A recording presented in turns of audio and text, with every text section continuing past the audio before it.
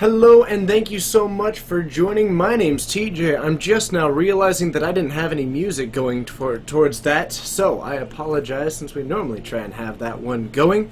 That's my bad, but thank you so much for joining. My name is TJ and we're streaming from Geek Fortress in Snohomish, Washington, having a blast doing it. And if I just lean back a little bit, I can get thumped by a hammer. From the brand new Sigarda's Aid card, which is always looking sweet. UFO 6300. I kind of made that rhyme. I'm going to assume that that was always the intent. It's great seeing you. It's always good to see a cat bug in the chat.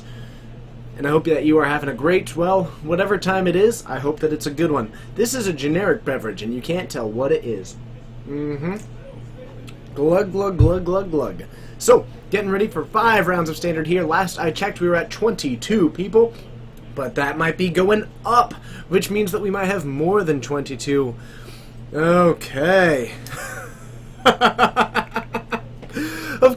Hopefully we weren't ruining their chat experience. That's certainly possible. But Tevin, it's great to see you. Thank you so much for joining us today. I gotta say, you're brand new to the mod team, and you have been absolutely killing it. So, cheers to you, and it's fantastic having you. Otherwise, I'm pretty excited. It's gonna be 5 rounds of standard. We are getting closer and closer and closer to the sweet, sweet new set, which is coming out. Which, of course, leads us to the fun discussion point of GP Portland, which is coming up, and the discussion of what I and others of the Team Fortnites will be playing at said event. It also means that you should be joining us that Friday night for some awesome times, since we'll be doing that pizza meetup on that Friday. If you haven't heard about it, always be sure to ask about it, because we're pretty excited about that, having the opportunity to meet some of you. And I'm thrilled. I'm really thrilled. But otherwise, we'll be playing something there, and it should be a good time. I'm going to button this one up, and also, in the meantime, while waiting to see what potential match that we have, I'm going to take a quick look out there.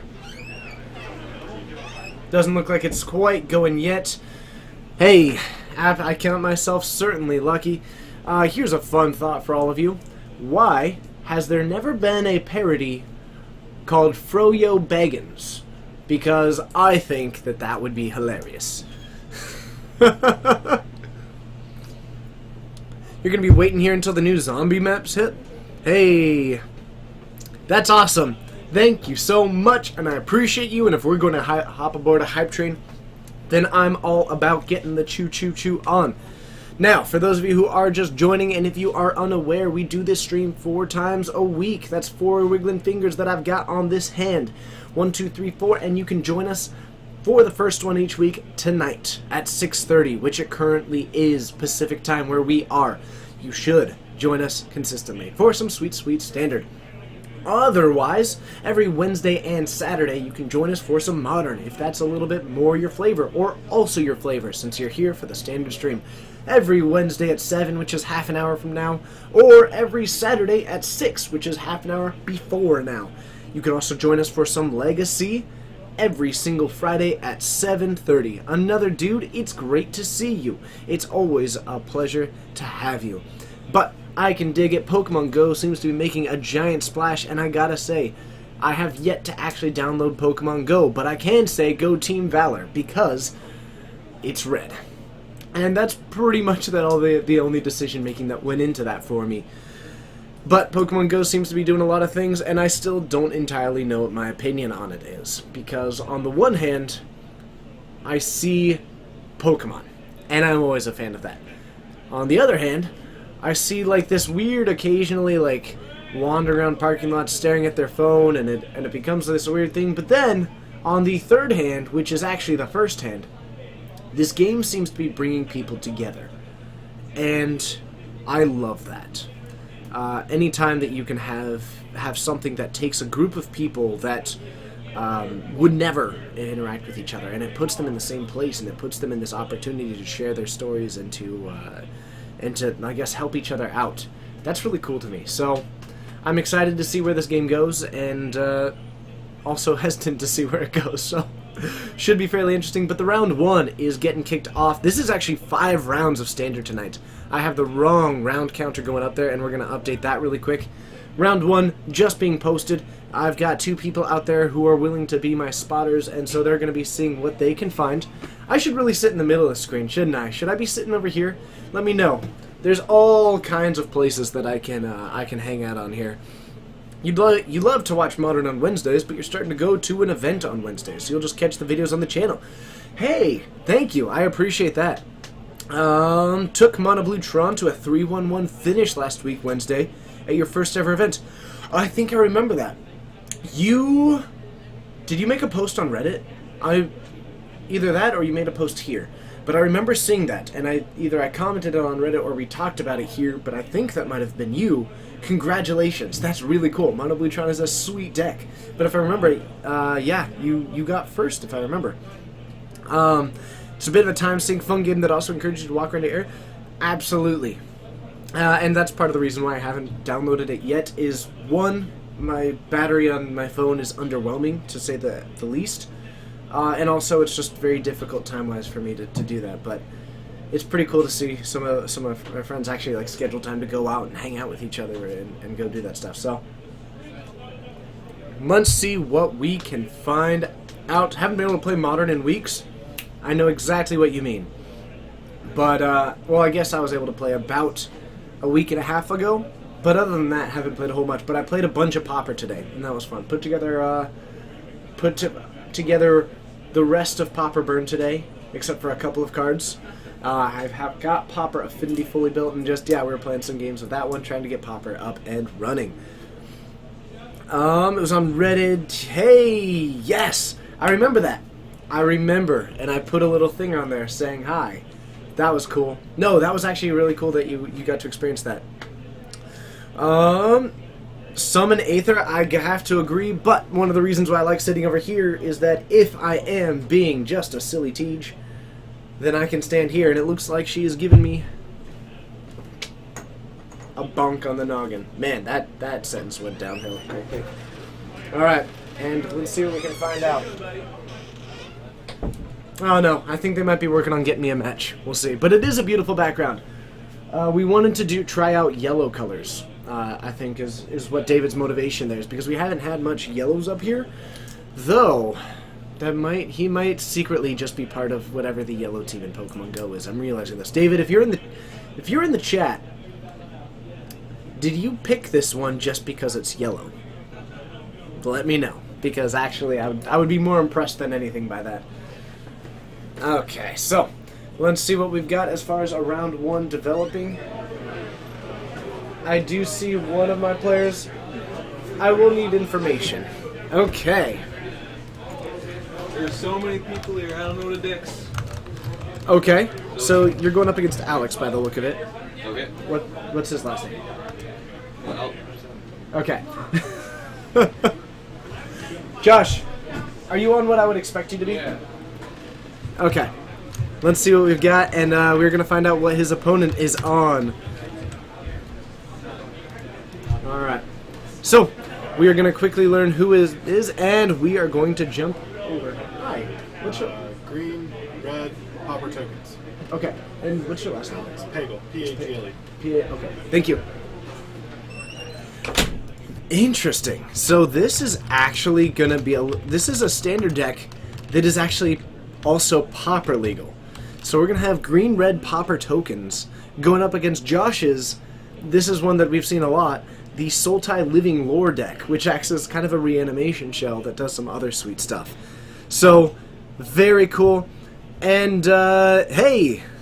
It is my pleasure. I'm always happy to support any kind of things. Yeah, and looks like a decent set, not how much... I do think that it's got a couple things that are going to at least be tested in Modern. Nothing that's like a breakaway, but usually those are the cards you got to watch out for. Alright, let's head on down for round 1. It's going to be a sweet time. I have no idea how to evaluate this one because I don't really know what this Pauper tokens is going to be looking like, so I'm interested. Let's see what we got.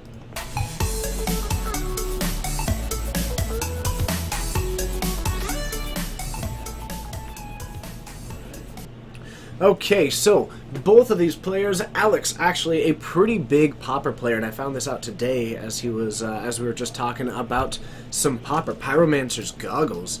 Yes, I can totally dig that one. Gideon, it's great to see you. And to the, I hope that I'm saying this right, but the Okapi, Please correct me if I'm wrong, but it's great to see you all and summon Aether. All of you are fantastic, and I look forward to this evening of standard fun. So we've got a turn 1 Evolved Wilds from Alex. Because of this, I have to assume that it's probably going to be starting with red, as it should.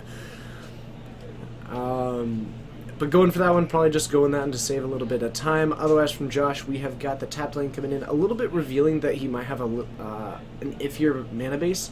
By playing out this green-red, the reveal land, by not having another card in hand, he's kind of...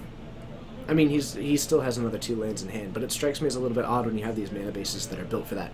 Otherwise, following it up with an Elvish Visionary on Alex's side, still keeping within that Pauper trend, and drawing a card off of that one. Josh heading in with the Drownyard, or not the Drownyard, the, oh man, I know which card that is, I can find out.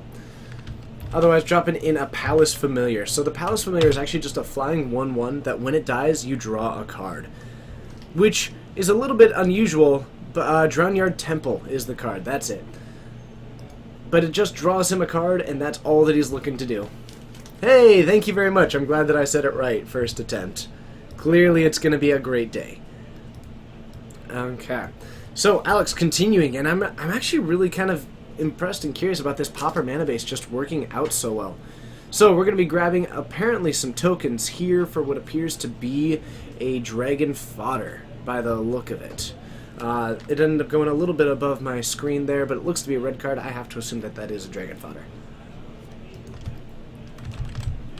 Sorry. Forgot to eat dinner.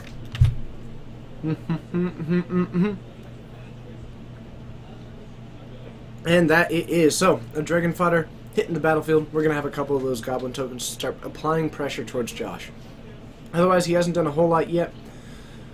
But he is going to go with a Nagging Thoughts by the look of it. But still doing very little, actually, practically in this game. So, Josh is going to have to get something online. He does have the Living Lore in hand, but not a whole lot of these instants and sorceries in hand. So, Josh is off to a pretty slow start.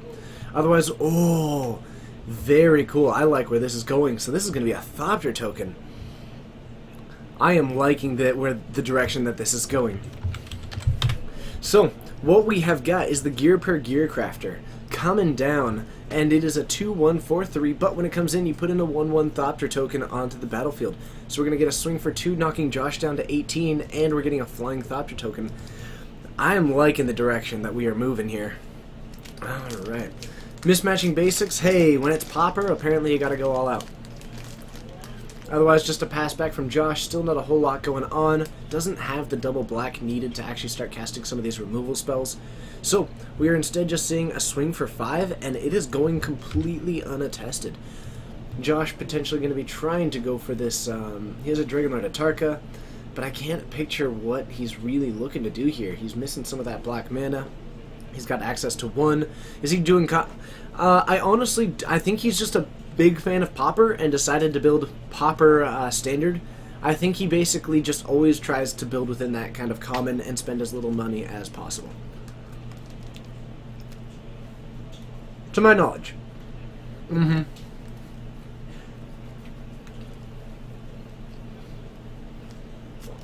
We've got another Elvish Visionary coming down.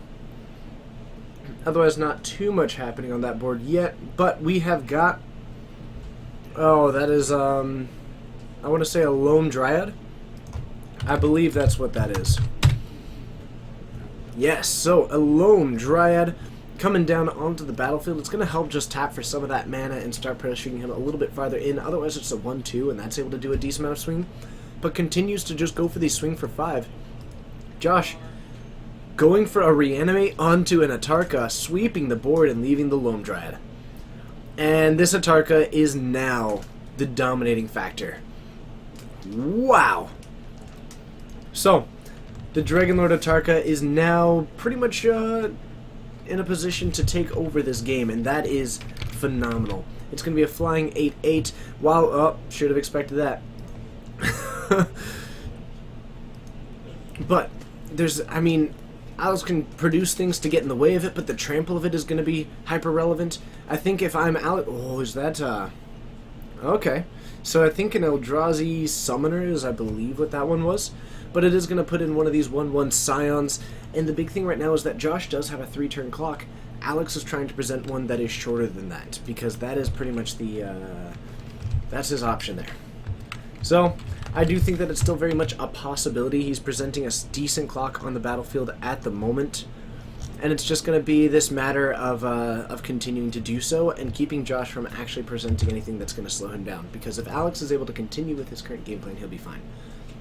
But a Living Lore coming down, grabbing the reanimation spell, more than anything, that's just going to be a 5/5. Scion Summoner, thank you so much to the Seahawks.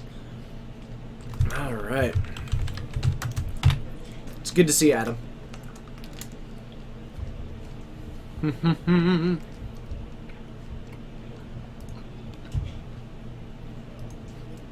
Cavalry, it's great to see you.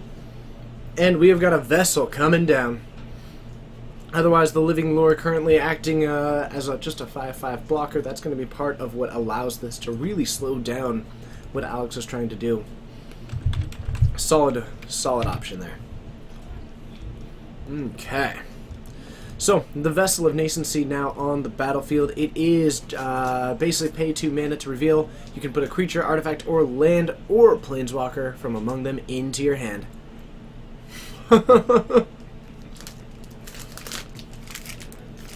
Mm-hmm. Yeah. Basically. Alright. Got through that, and we have got a swing in. Looks to be okay with offering the trade there. We do have the Scion Summoner trying to get in the way. And it looks like that is going to be what we go for. The 2/2, which makes it to where you are, in the end, only taking 3. And we might be getting the combat trick here. So. Oh, no. Okay. In the post-combat, we are just going to throw down another one. But it looks like Josh may okay. Not entirely sure what we've got happening here. But we are going to go for another Dragon Fodder, put out another couple of these Goblin tokens. And did Josh block the Scion? Looks like Josh may have blocked the Scion, which strikes me as really odd if he did go for that. Because that one is still tapped, and it's still in the position of having attacked, so it could have been just something spoken there, because it doesn't seem like Josh is correcting that one. So, we're getting a catalog from Josh, and Alex is in a position to potentially take down this game, because if Josh wants to get aggressive, he's leaving himself open to these attacks. With 5 damage being presented if he wants to swing with one of these creatures, and Alex would basically have 1 turn to try and go off. But it looks like going to try and keep back one of these blockers. Now, we haven't seen if he has another blocker that he's currently got. But I think Josh should be okay. Looks like he might just be trying to put down another Palace Familiar. Yep. So a Palace Familiar joining down on the battlefield. It's just going to act as another blocker and going to buy him some time and let this Dragonlord Atarka really, really kind of clean up anything that's left. Should have expected that. There we go.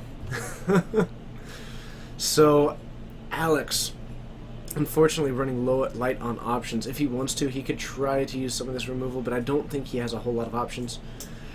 Being at 4, he would have to produce 5 toughness in the air as any sort of viable blocker. And what I see is the ability to do some fiery impulses. He could go for something like that, but again, that's not going to get him to the finish that he's looking for.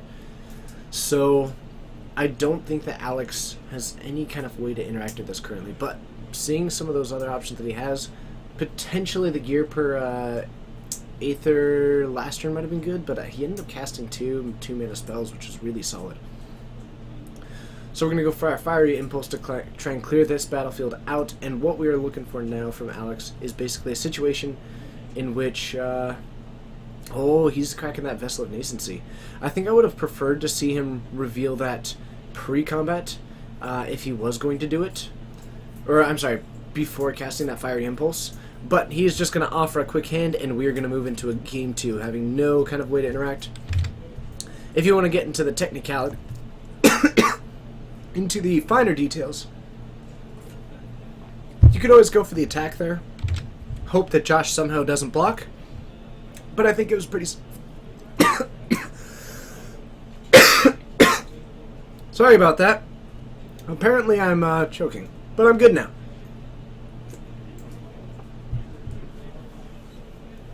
I'm holding this watch instead of holding it on my wrist. I should just put it on back onto my wrist. That's probably where I went wrong. So it looks like Josh tossing in some more Judges Familiar by the look of it, maybe trying to reflood his board out with just as many potential blockers as possible. And maybe if I'm playing against tokens, then I'm really a lot less worried about any kind of spot removal I might have, or anything that's just meant to get in the way. Because when you have a card that's going to be producing 3 power, a 0/4 is somewhat relevant. But when you're producing that same 3 power across 3 creatures, then that 0/4 is significantly less relevant. And it looks like Josh taking out maybe some of the Living Lures because they might be a little bit on the slow side. Just because Alex, from the look of it, does have a decent amount of potential for explosiveness. So Josh, really looking to make sure that he can survive this one. The ways that he does that is with his crawling sensation, producing enough insects to have just blockers. He's going to do that by having some form of flyer that can actually interact with potentially a good amount of these Thopters. He needs to make sure that he's capable of pretty much just reducing as much damage as possible and having creatures that are kind of immune to the limited spot removal that Alex has, because he has to be aggressive, so his spot removal is going to be at a pretty low level. Otherwise, on Alex's side of the field, I think what he's mostly looking is to maybe increase that spot removal, because he doesn't have a whole lot of creatures to contend with from what he was able to see. Mostly value creatures that are just trying to buy time. If he has any kind of capability to take down those larger creatures, then he would go for that one. Otherwise, any kind of way that he can use to just delay Josh going off. Turn 1, Noble Hierarch, it is phenomenal seeing you, and to everybody else, the 30, almost 40 people here hanging out. I hope that you're having a great day. Hope that you're having a good time hanging out, rocking and rolling. We are watching some Standard today. Okay. Whew. How's everyone? I'm having a good day. Went golfing today. That was fun. Wore jeans at a course that's said on the door that no jeans are allowed. So I spent the rest of the all 18 holes basically just like sitting in the cart in a way that hid my jeans and trying to keep them like to the side. And anytime that someone worked there, I'd like hide behind the person I was golfing with, and it was just all kinds of weird. Rob, it is great to see you. I may not play Pokemon Go, but I can say Go Team Valor. Hopefully all of you are joining the red side. Red side. Okay. Is this a Pauper deck? This is a standard legal Pauper deck. Yeah, I know, I do. This deck is Pauper legal. Yes, so every single card in this deck is a common. Alright. Nice. Getting some calls. As long as we keep it civil, I love this stuff. Turn 1, Vessel of Nascency. Interesting card. Allows him to dig a little bit. It's interesting that he's not running something along... I guess, actually, because the Oath of Nissa is not a common, he's going for the Oath of Nascency instead. Interesting. Very, very interesting. From Josh's side, we're going to crack this Evolving Wilds, grabbing a forest. Likely has a blue-black land in hand, if that's the case. Otherwise, I think what we're going to see is probably a blue land. I think green-blue tend to be among his more primary colors. He's got a good amount of spells in that vein. And the black tends to be mostly for the reanimation effects and some of that removal. But even with that black mana being somewhat less of a color, he's still running some removal that requires double black, anything like that.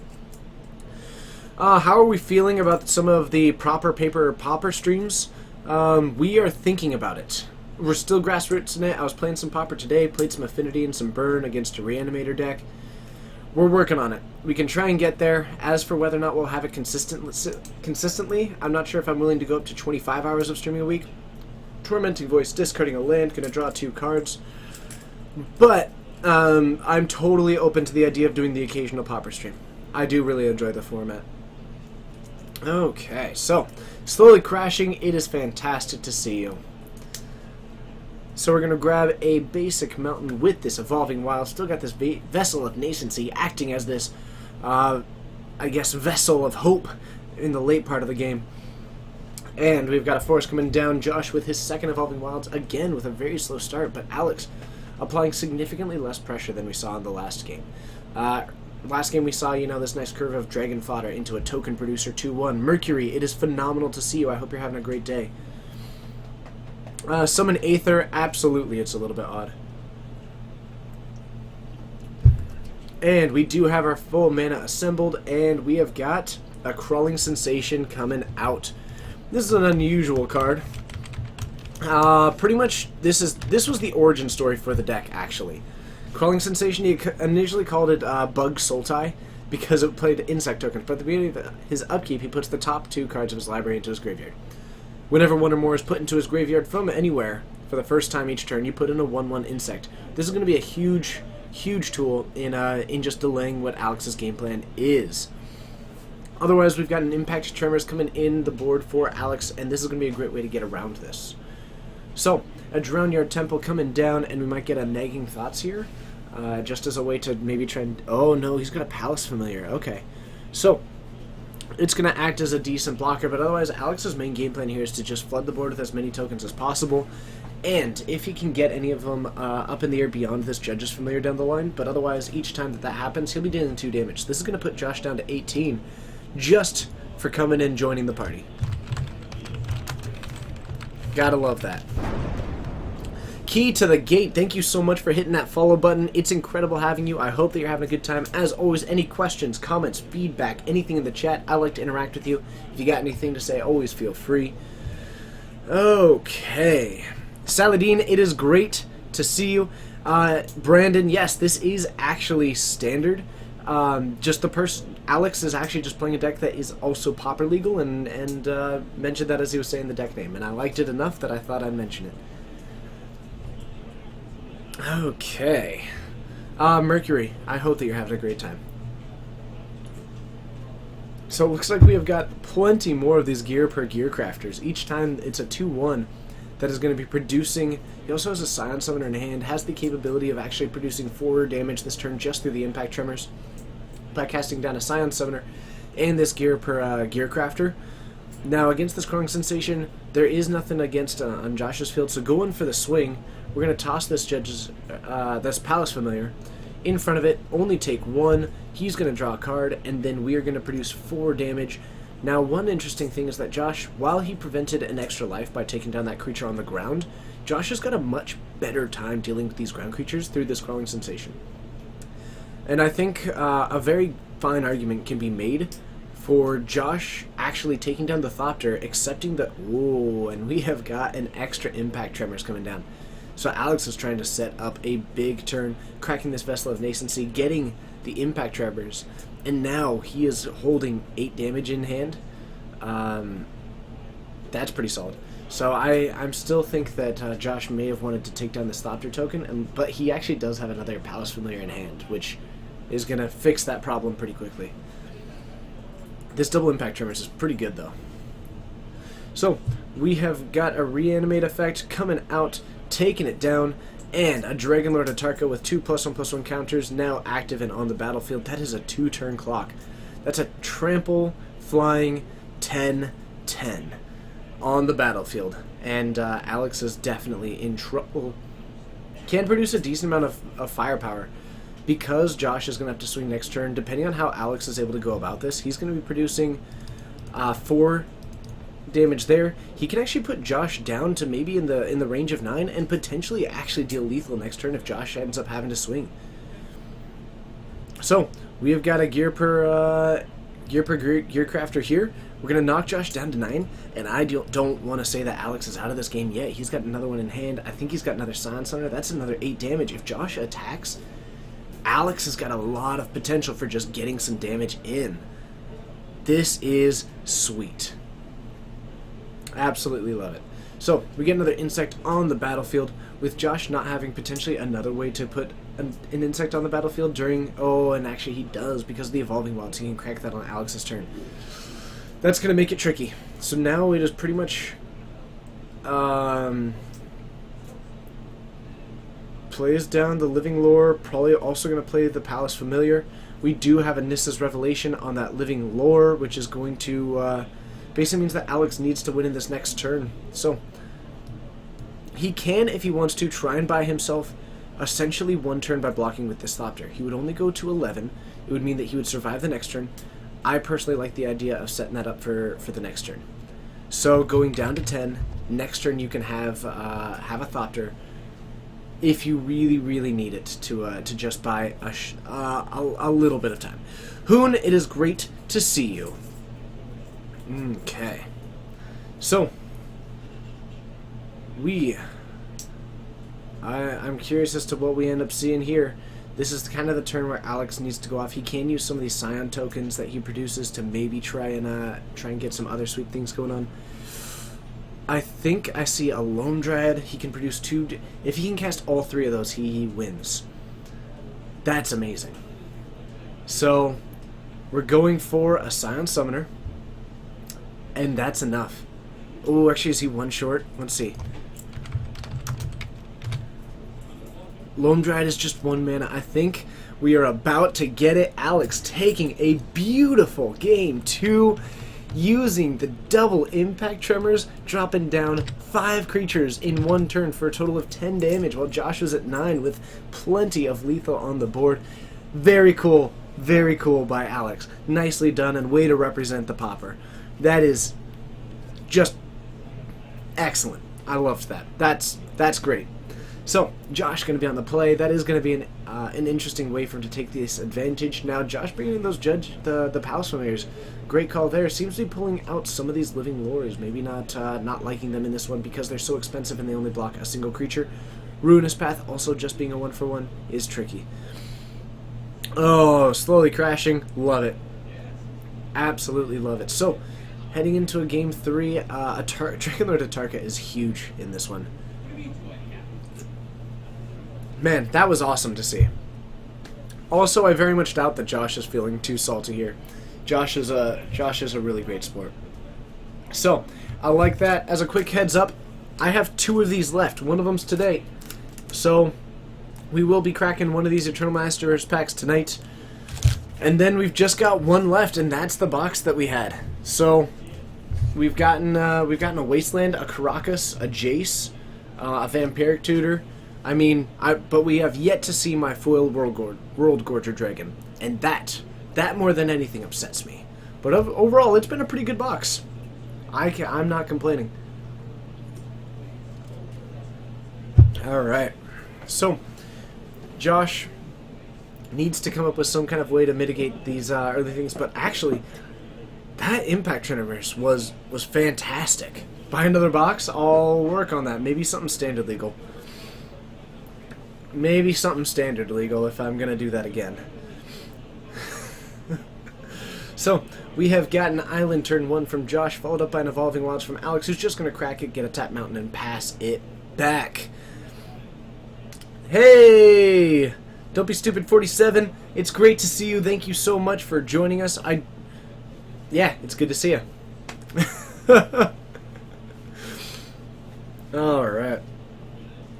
Your record of naming cards will not be broke. Actually, that's probably true. Oh, man. Hey, Earth to Thean. That's awesome. That's very cool. I hope that you enjoyed it. A turn 2 Impact Tremors means that Alex, I mean, that seems to be one of the big key pieces that Alex has here, because he can't really deal with the Dragonlord Atarka in this late game and how quickly it can demolish his board. But this Impact Tremors means that he doesn't really need the board because it's just dealing damage to start off with.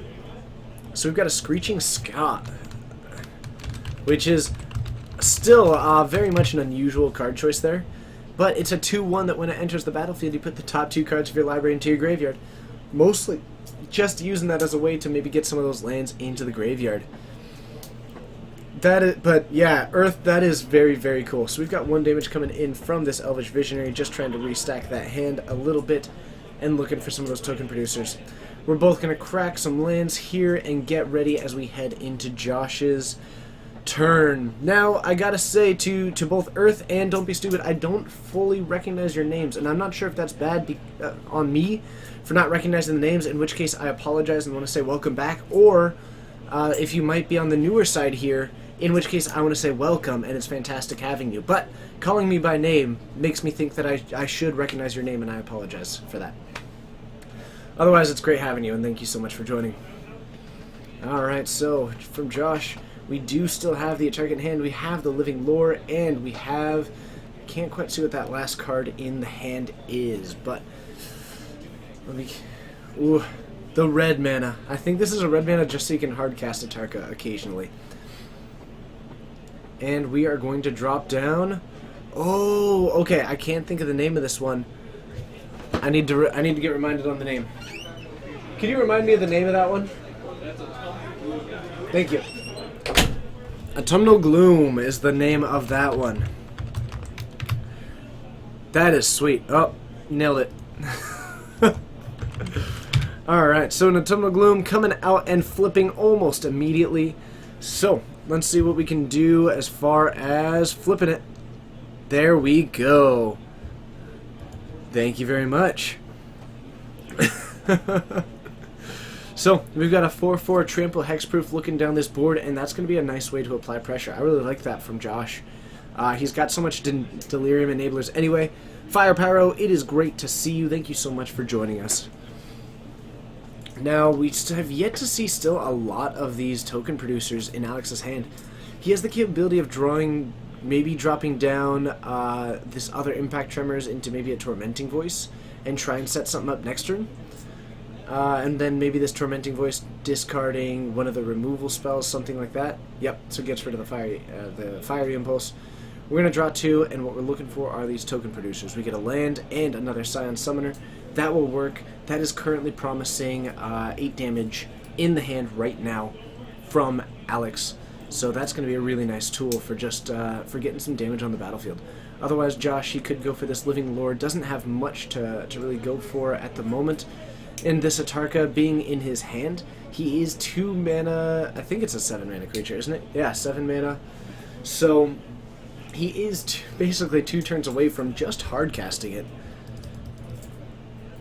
And we are going to get the Living Lore coming down, and what are we going to be going for with it? Looks like... Is that a Naturalize? Looks to be a Naturalize. Very nice. So all he needs to deal is a little bit of damage, and he's going to be able to take down one of those Impact Tremors. So Alex really wants to get the value that he can off of it while he can. I was really expecting there to be less things right there for that. My apologies. Okay. Hey, Don't Be Stupid. Well, thank you so much for tuning in every once in a while, and I do really appreciate you being here and joining us. So, the Scion Summoner coming down. We're going to knock him down to 15. We might go for a little bit of value off of that one. Again, we got to be a little bit careful. Now, the only nice thing is that if Josh goes for that option, it means that he is getting rid of his Living Lore. So, another one coming down. We're going to be down to 11. Don't quite want to get swinging yet. Frog Lizard Wizard, thank you so much for hitting that follow button. It's great having you. I hope you are having a phenomenal day. Otherwise, we're going to untap with this Autumnal Gloom. Well, I guess it's no longer an Autumnal Gloom. It is now a Ancient of the Equinox. Whoops. So the Ancient of the Equinox, along with the Screeching Scab and the Living Lore, he can just attack with it in. If it deals any damage, he's going to take down that Impact Tremors. It's pretty likely, though, actually, I wouldn't highly recommend it. If Alex is fully aware of it, he can just throw this Scion in front of it, sacrifice it in response to keep any damage from being dealt. And I'd love to see that happen with Alex and this Scion. If you throw that in front of it, sack it, the Naturalize doesn't get cast, you take the 4, and you get to get some other damage in. But it looks like he is going to toss that Summoner in the way. It's going to take out one of those Impact Tremors, and we're going to see the 4 get taken down there. Unfortunate there. Now we do still have a little bit of damage presented, just the Screeching Scab in the way, and I believe we might have a little bit of removal as far as an option goes. And it looks like we actually didn't end up taking one of those Impact Tremors. Oh, okay, I think... I'm not entirely sure what we have there, but I could have sworn that was a Naturalize. And it seems like it... And nice. A Pulse of Marasa coming down, going back up to 18, and we're doing some buyback of that Scion Summoner, and now throwing that in front of the creature does make a little bit of sense. So what I thought was a naturalized may not have been, and it may have just been there for the purpose of being a creature. So we're going to swing in with this Scion, and we're going to swing in with the Elvish Visionary. 1 damage is going to be dealt regardless, and we're going to get in the way of the one that can produce mana. That's, I felt like it was just to a player. Let me take a quick look at Living Lore. Maybe I'm misremembering. Okay, Marky, you might be helping me out here. Oh, whoops! Typed that into the wrong thing. Oh man, look at me go. It is just combat damage, so I'm not sure quite what we've got there. Hey, Shellshock Prince, it is great having you. Thank you so much for joining us, and I hope that you are having an incredible day. It's great having you. I don't fully recognize your name, so I'm not sure if you're on the news side or if I'm forgetful. Maybe I'm just forgetful today. So I apologize, but regardless, it's great having you. So, we are... Oh, my goodness, what is that? Was that the take control of it? I don't recognize that art, but I'm pretty sure you just gain control of that, and green-red Pauper tokens just takes the win against the Sultai Living Lore. Who says the... Oh, man, Common's really proven that they have got some uncommon game out in the field today. Absolutely loving it. I'd love to see that one on camera again. Oh, is that just the new art for Active Treason? Let me take a look at this. Hey, no, I don't know. I thought there were... Maybe there's a new art somewhere. Either way, West Oreos. What a great name. That's brilliant. Alright, I'll see you all up in the booth. Let's try and get you another match.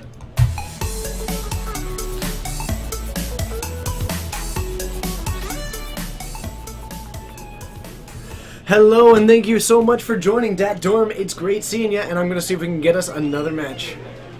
Can you try and find me another match? Thank you. I gotta do a quick thing here. Alex, that was sweet. That was... Okay, so, thank you so much for joining. My name's TJ. You're watching the Geek Fortress stream. We do this 4 times a week. Streaming from Geek Fortress in Snohomish, Washington. It's in the Pacific Northwest of the U.S. Thank you so much. 70 of you out here having a blast, and I hope you are having a blast with me, because we just saw a sweet Pauper Legal Standard deck take down the Sultai Living Lore, a deck that has been here a bit, a homebrew of Josh's. Still very cool. Came back from a pretty dominating game 1 from the Sultai Living Lore through the power of Atarka. And then we saw the Atarka in each game since, and in both times, the second time, Alex was able to answer it the first time with an enormous swing with these impact tremors, and the second one with a phenomenal act of treason to give Josh a taste of his own medicine. Fantastic. Love it. So I think that that's super cool. Dat Dorm, it's great to have you. I saw some other people hitting that follow button, and I can't thank you enough for that. So if you are one of the people who are brand new, always feel free to let me know how you found us, because that is always important. Just from the perspective of, like, knowing how people find their way here, whether it was through a friend, through Reddit, through just the Twitch main page, which is far and away, far and away, the most common way. Someone hosting us, I mean, through the great, variety of ways. It's always nice to see what is and isn't working as far as getting our name out there, because we're trying, and we'd like to keep doing cool things, looking at getting a Twitch partnership in the relatively soonishness of the world. Nailed that sentence right there. Otherwise, it's great having you all. We're working on getting another match up at the moment. Sometime tonight, I'll be opening our second to last Eternal Masters pack out of the box that I bought when it came out. And I was one of the streamers who was streaming Standard, West Oreos. I appreciate that one. It's actually interesting because we also do, to anybody who is brand new, we stream this Standard every single Monday at 6:30 Pacific time. So about 45 minutes ago is when we start. You can also join us every Wednesday at 7 and every Saturday at 6 for Modern. And for Legacy, you can join us every Friday at 7:30. We stream 4 times a week. It's a great time. I'm here for just about all of them. It's always a blast. I often have a co-host next to me. There's even a chair that maybe you can see there. Tevin, I absolutely believe you, and it's only because you've got cat ears on that kappa, and that's how I know that you're telling the truth. But overall, I'm having a blast, and it's always really exciting to me when people find this stream. I don't know. I'm just always like completely in awe of everything that this is. So I'm still very much reeling from just what it is. What have I been doing with cards from the packs? I have been just kind of putting them into the collection, setting them aside for now. I haven't been doing too much with them currently, so most of them are still kind of around. Let's see. Hey, you don't like standard, but TJ Justin lights are cloudy days. I actually really appreciate that. That's really kind of you. So thank you. That's awesome. I do my best. It's always interesting, and I guess one of the things is when I'm asking for feedback, here's one of the things that I'm always kind of looking for, because I find myself in this interesting mix of, on any given stream, and I tend to mix these numbers around, there are kind of 3 things that I try to like keep in this kind of balancing level. One of them being just the content that is happening. So what's happening in the game, talking about the game. The second is, oh, and I'm getting a knock here. You looking for a stream match? Sure. You going to do a game 3? We got one right now. If you want. What, is it round 2 now? No, but like in between rounds. Oh, yeah, sure. Okay. We are going to get some people who just want to play on the stream. I don't know. If you can find out what they're playing and what their names are, I would super duper duper duper appreciate it. Okay. Josh, you're the best. Okay. All the time. 100%. 100%. In between rounds? Are you playing? Yeah. No, you'll get insider information. That's true. I'm down for it. Bashni. I should come down to Tacoma sometime? Hey! Okay, sure, let's do it sometime. I'm in. We'll figure it out. So, I need to figure out what their last names are. I believe that's Sean, I want to say Cantonese, but we're going to find out. Sean is on Blue-Green Clues. He's on Blue-Green Clues. Oh, we've seen this one, I think. Very cool, okay. And Nathaniel Okay. is on Jund Butts. And what is Nathaniel's last name? Okay. Excellent. And what, Obzon? Jund? Oh, it was Jund. Okay, so it's a Butts. Jund, basically formation. I'm assuming that's Jund assault formation. Okay. Perfect. Let's go get down to basically some people doing an exhibition match for us at the end of round 1. We'll see you down there.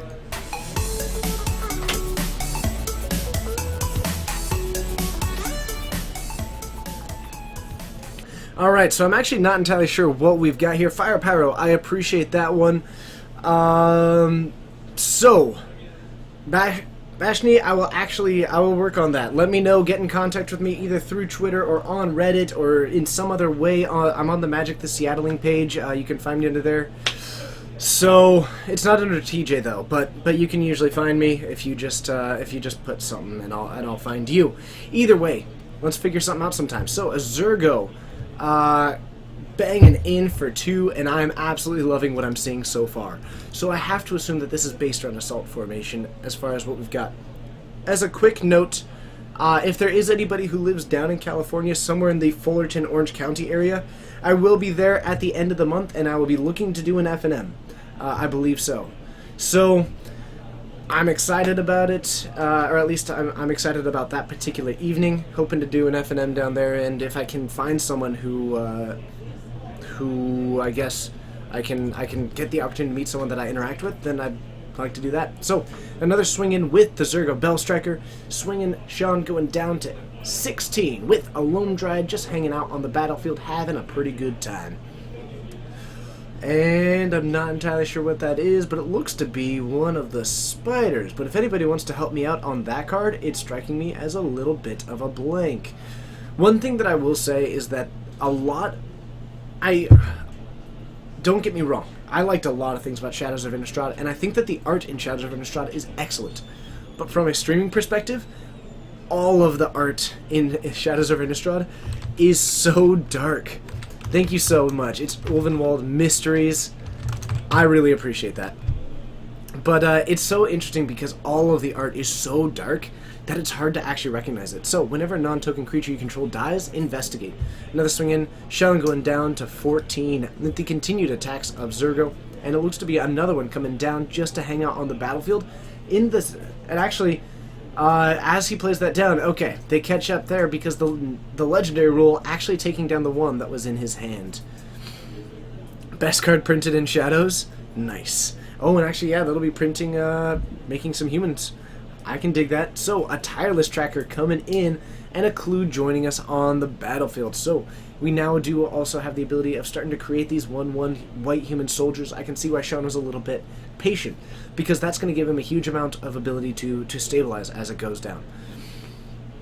Okay, so we have got, looks to be, man, that is the guy who's a mana dork. Absolutely great card, the 2/1 Death Touch that taps for mana. I like it. I like it. Otherwise, for Nathaniel, now it's interesting because if this is an Assault Formation deck, I'm really thrown off by that, because that's a 2/1 to my knowledge, and normally you wouldn't be running a 2/1 in a deck that's really based around using the toughness of the card. So I'm a little bit perplexed by that one. Maybe just running it as a mana dork is likely the reason why we have that one in there. So looks like another one. I'm gonna ask him, could you use the bigger D6s? Yeah. So the Tireless Tracker getting a +1/+1 counter, and we are left with a clue. Nathaniel doesn't have a clue. That's a terrible joke. Ooh, summon Aether. I very sincerely hope so. That sounds sweet. So a second Tireless Tracker coming down. We are, I think, going to be cracking the other clue. Oh, okay. Just getting down another land. We're cracking a clue, and we're getting some +1/+1 counters. Sadistic, it is great to see you. I hope that you and Jacqueline are doing well. Alright. So, I think at this point we can go for the attack. You do have to be aware of the, I guess no Death Touch currently as a problem, so I would feel fairly confident swinging with the 4/3, because no matter what, I mean, if anything is going to get blocked, you're either going to take down a creature, or you're going to get a 2-for-1 off of this, off of a card that has already produced you several clue tokens, and the ratio at that point is already phenomenal. Oh, I hope that you had an incredible vacation. That's awesome. Alright. So, we have got a drawing, Nathaniel heading into his, and we are going to get a Tireless Tracker. Okay.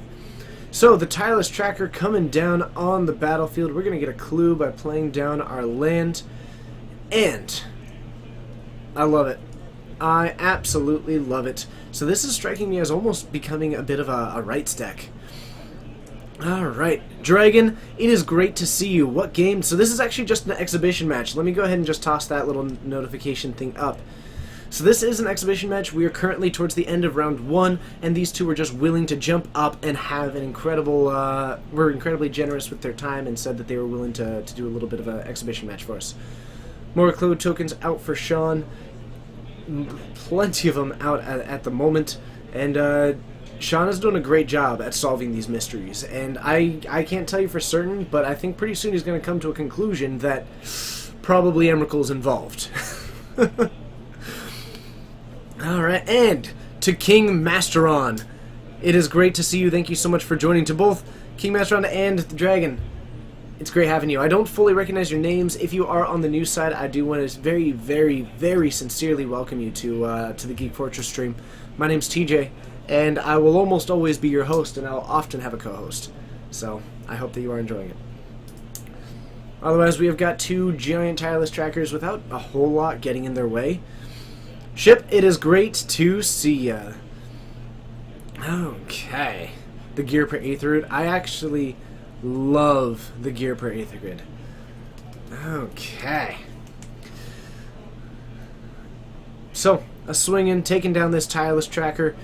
Otherwise, it looks like Nathaniel getting into a land, not going to be able to get the clue token anymore, and Nathaniel's starting to run low on resources.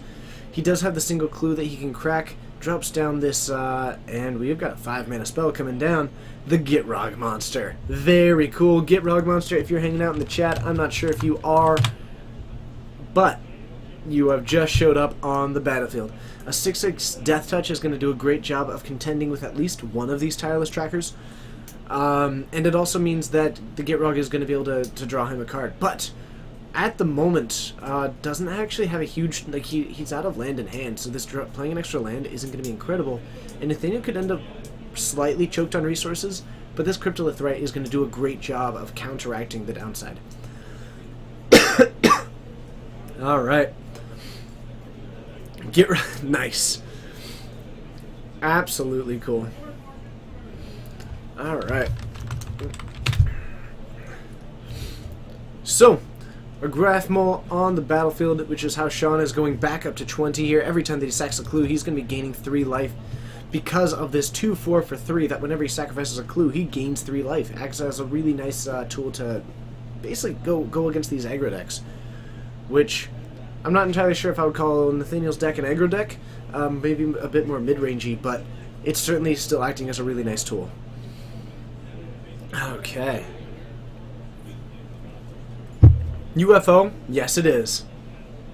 Absolutely. And we are going to block one of them, toss a creature in the other. Do we have Delirium? I see creature. I see enchantment. I think I only see 3, so one of those not dying. Otherwise, that is going to kill the other tireless tracker. No, and Nathaniel, he's down to 6, and he's hurting. So he just lost pretty much the entirety of his board. Just a Zergo, which can't really block effectively, going up against a board that mostly can kill him. Because, I don't know, I'm not entirely sure how many of you are fully aware of this, but the High Prince, the Demon Prince, is pretty good. Chandra? I wish, see, I wish this Chandra had come down when it was like, Chandra is the coolest card ever. And I'm so sad that it's not coming down at a time in which it would be more effective, because that card is the coolest thing, and I think it should be played a little bit. I guess Nahiri has made it a little bit rougher, but for a bit, big advocate of that card in Modern. Man, that card's sweet. Sweeping the board, presenting a clock, and it looks like we might be getting ready for the next round. Sean taking that one pretty solidly, and we should be heading into this next round pretty quickly. So, I think, pending seeing anything else happening here, we might just head back on up to the board, or I guess to the booth, where I will be talking to you just a little bit more. See you there.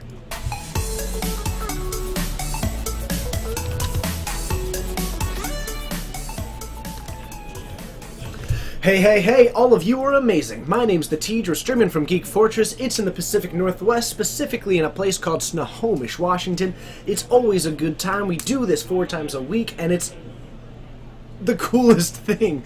I love doing this. I love this. This is just awesome. The fact that I get to sit here and just interact with all of you for 20 hours a week, I can't tell you how much I look forward to this. Is the Blue-Green Clues deck running a Patrol Journal combo? You know, I actually don't know the answer to that. We haven't seen one, though, so I don't believe a journal is in there, at least to my knowledge. You've got a sweet Jund build. I like that. Maybe we can try and get Mason on camera tonight. I believe he is also running something. Jund, all-time favorite standard deck that you've never played, Ravager Affinity. I know that makes me a bad person, so let's change it up just a little bit. The other all-time favorite deck that I never played with was probably a Tarka Red.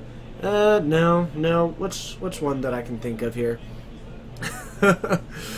Oh man, that is. I'll have to think on that one. But pretty much. Ooh, I know. When Goblin Guide and Lightning Bolt were both standard legal, I missed that one, and I would have loved it. Absolutely. Whew. You've been doing fine with White Eldrazi? Great! Eldrazi are sweet, and I know that they kind of ruined things in Modern for a little bit, and they're kind of making an impact in Legacy, but they seem to be fine in Legacy.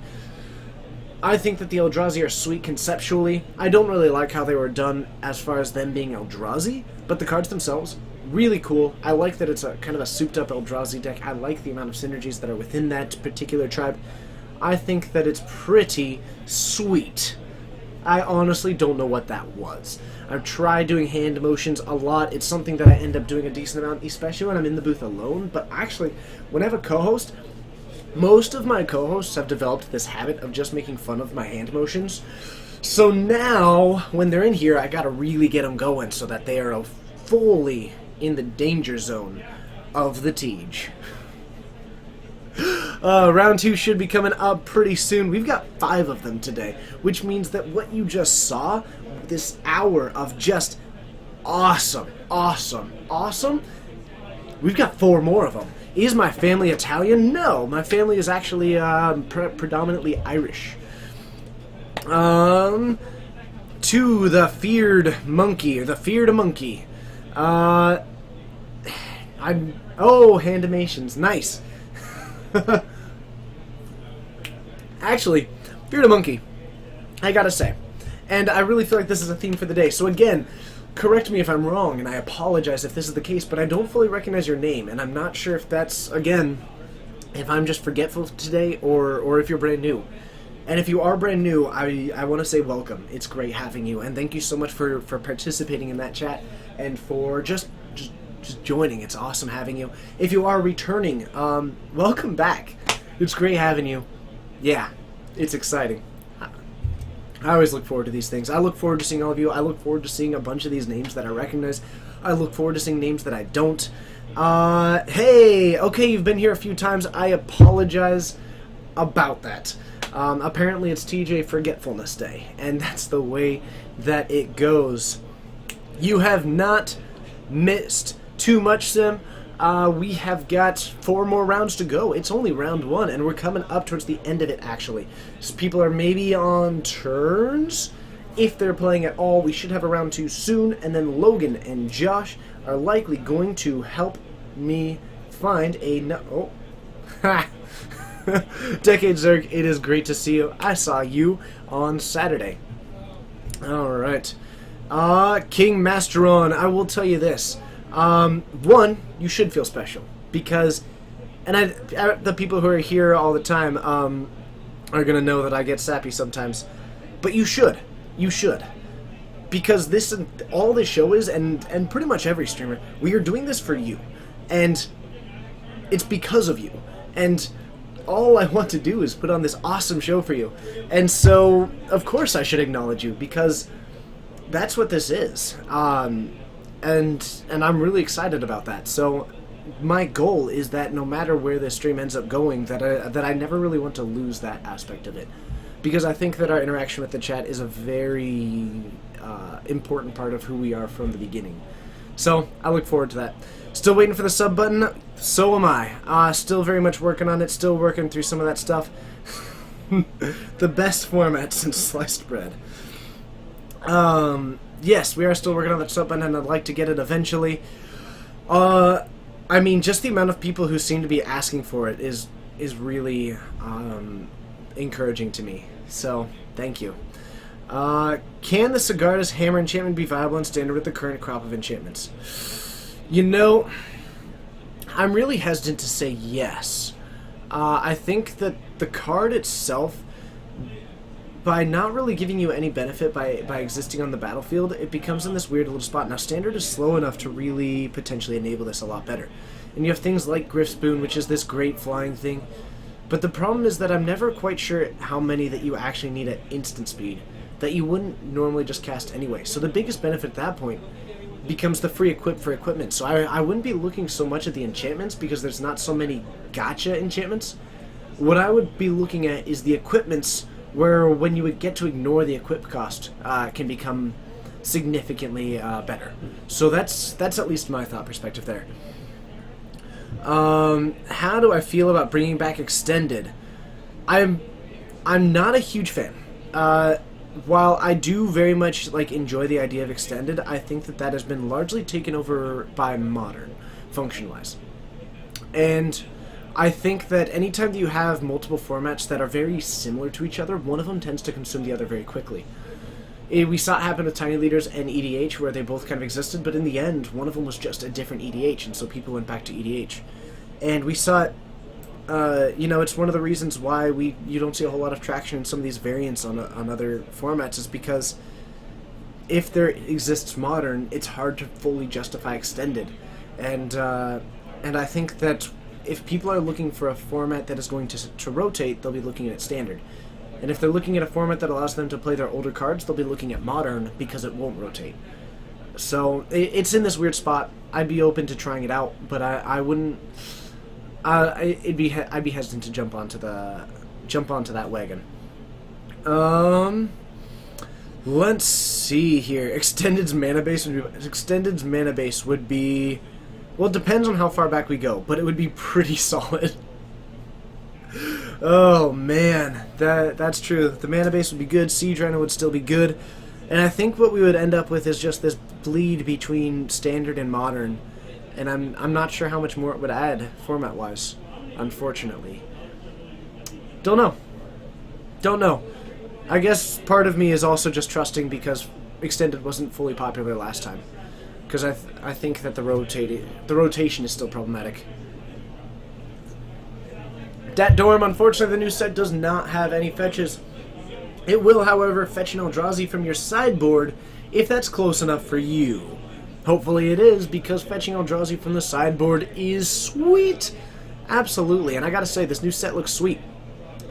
Here's a fun little question for me. It's a question from me to you. So let me just ask this one out, and this is all theoretical. So please take this question with a slight grain of salt. But one of the occasional hosts and one of the mods came to me with with an idea that I think is kind of cool, which is how would people feel about either a stream or an article or maybe just a YouTube video or something that is just us doing kind of the Fortnite set evaluation. Where we kind of go through the new set and give our opinions on the cards and where we think they might go and what we might see from there. Is that something that people might at all be interested in? Let me know, because then I can take that feedback back to them and we can maybe try and get something going in one of those things, or see if we have time or see what kind of allows. I don't know. Ideas are ideas, right? Let's see. I'm not entirely sure what you mean, Sim, but what have we got? Hey, that is awesome. So maybe we could actually just... Interesting.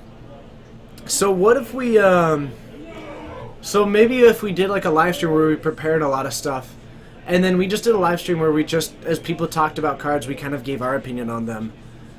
Huh. Alright, I am not a card by card. Those are done to death. Actual deck list featuring the new cards. Golden Pineapple, I'm not sure if our time would allow for that one, but I can actually look into that one, certainly. I can very much, Okay. Well, we can certainly look into this one. I like this idea, and maybe we can do one that at the end kind of unveils what we'll be trying to play out in Standard in Portland, or something like that. Gotcha. The new Tamio is pretty good. She's pretty good. Alright. Perfect. And, Man Nutable. I like other red cards, thank you very much. Golfing was good. No one spotted my jeans. Haha. Otherwise, I need to figure out what their names are. So I need Logan or Josh. I will be right back. Hey, Jason. Hey, Jason. Could you get me Logan or Josh? Could you get me Logan or Josh? Logan or Josh, if they're available. I am going to try and figure this out. So let's see what we can do, and I'm going to find out what our match is, because we seem to have a feature match. I just need the information. What's that? I don't know. I don't know their names or what they're playing. All right, give me 10. Thank you. Golfing was good. I didn't do very well, but that was fun. I was playing with someone. It was their first time ever playing golf, and it was so much fun, and they were such a great sport, and they actually did great for having their first time playing golf, and it was a good time, and it was all kinds of fun, and it was just all around solid. Not entirely sure what that was. Also, Logan's the guy who had the idea for the deck tech, so I'm going to have to tell him that people seem to be widely receiving his idea excellently. So, let me ask you all a question. Should it be before it releases or after? If it's after, Emrakul, what a great name. But let me ask you, if it's after the set, would that be a problem? Maybe. Not entirely sure. Also, people love the idea of us doing a set breakdown. So we'll have to work on that. Yes! All right, I really want to do it. Okay. There is Mark Vosberg against the wall. Okay, thank you very much. Uh-huh. Yeah. And he is playing... he's playing... what's it called? The one white enchantment. When you trigger prowess, put a counter on it. Myth Realized. He's playing Jeskai Myth Realized. Okay. And he's playing against Brendan Miller. Uh-huh. Brendan or Brandon? Brendan. Brendan. Okay. Brendan Miller. And he is playing his own version of Bant Company. Okay. So it's Bant Company, but he's got his own spin on it. It's got a twist. It's got a bit of lime in it. Yeah, I know he's got Stitch Manglers in there. I know he's got Eerie Interludes. So it's a little bit. It's zesty. It's zesty. All right. Some zest to it. Thank you very much. I appreciate it. Let's head on down for round 2. It's gonna be a sweet time. Man, I should have been an auctioneer. That's what I'm realizing throughout the course of this stream. Just before the set, speculate. Alright, I will work on that one. Someone talking about dinosaur. Can I say toy boat, toy boat, toy boat, toy boat, toy boat, toy boat, toy boat, toy boat, toy boat, toy boat, toy boat, toy boat, toy boat.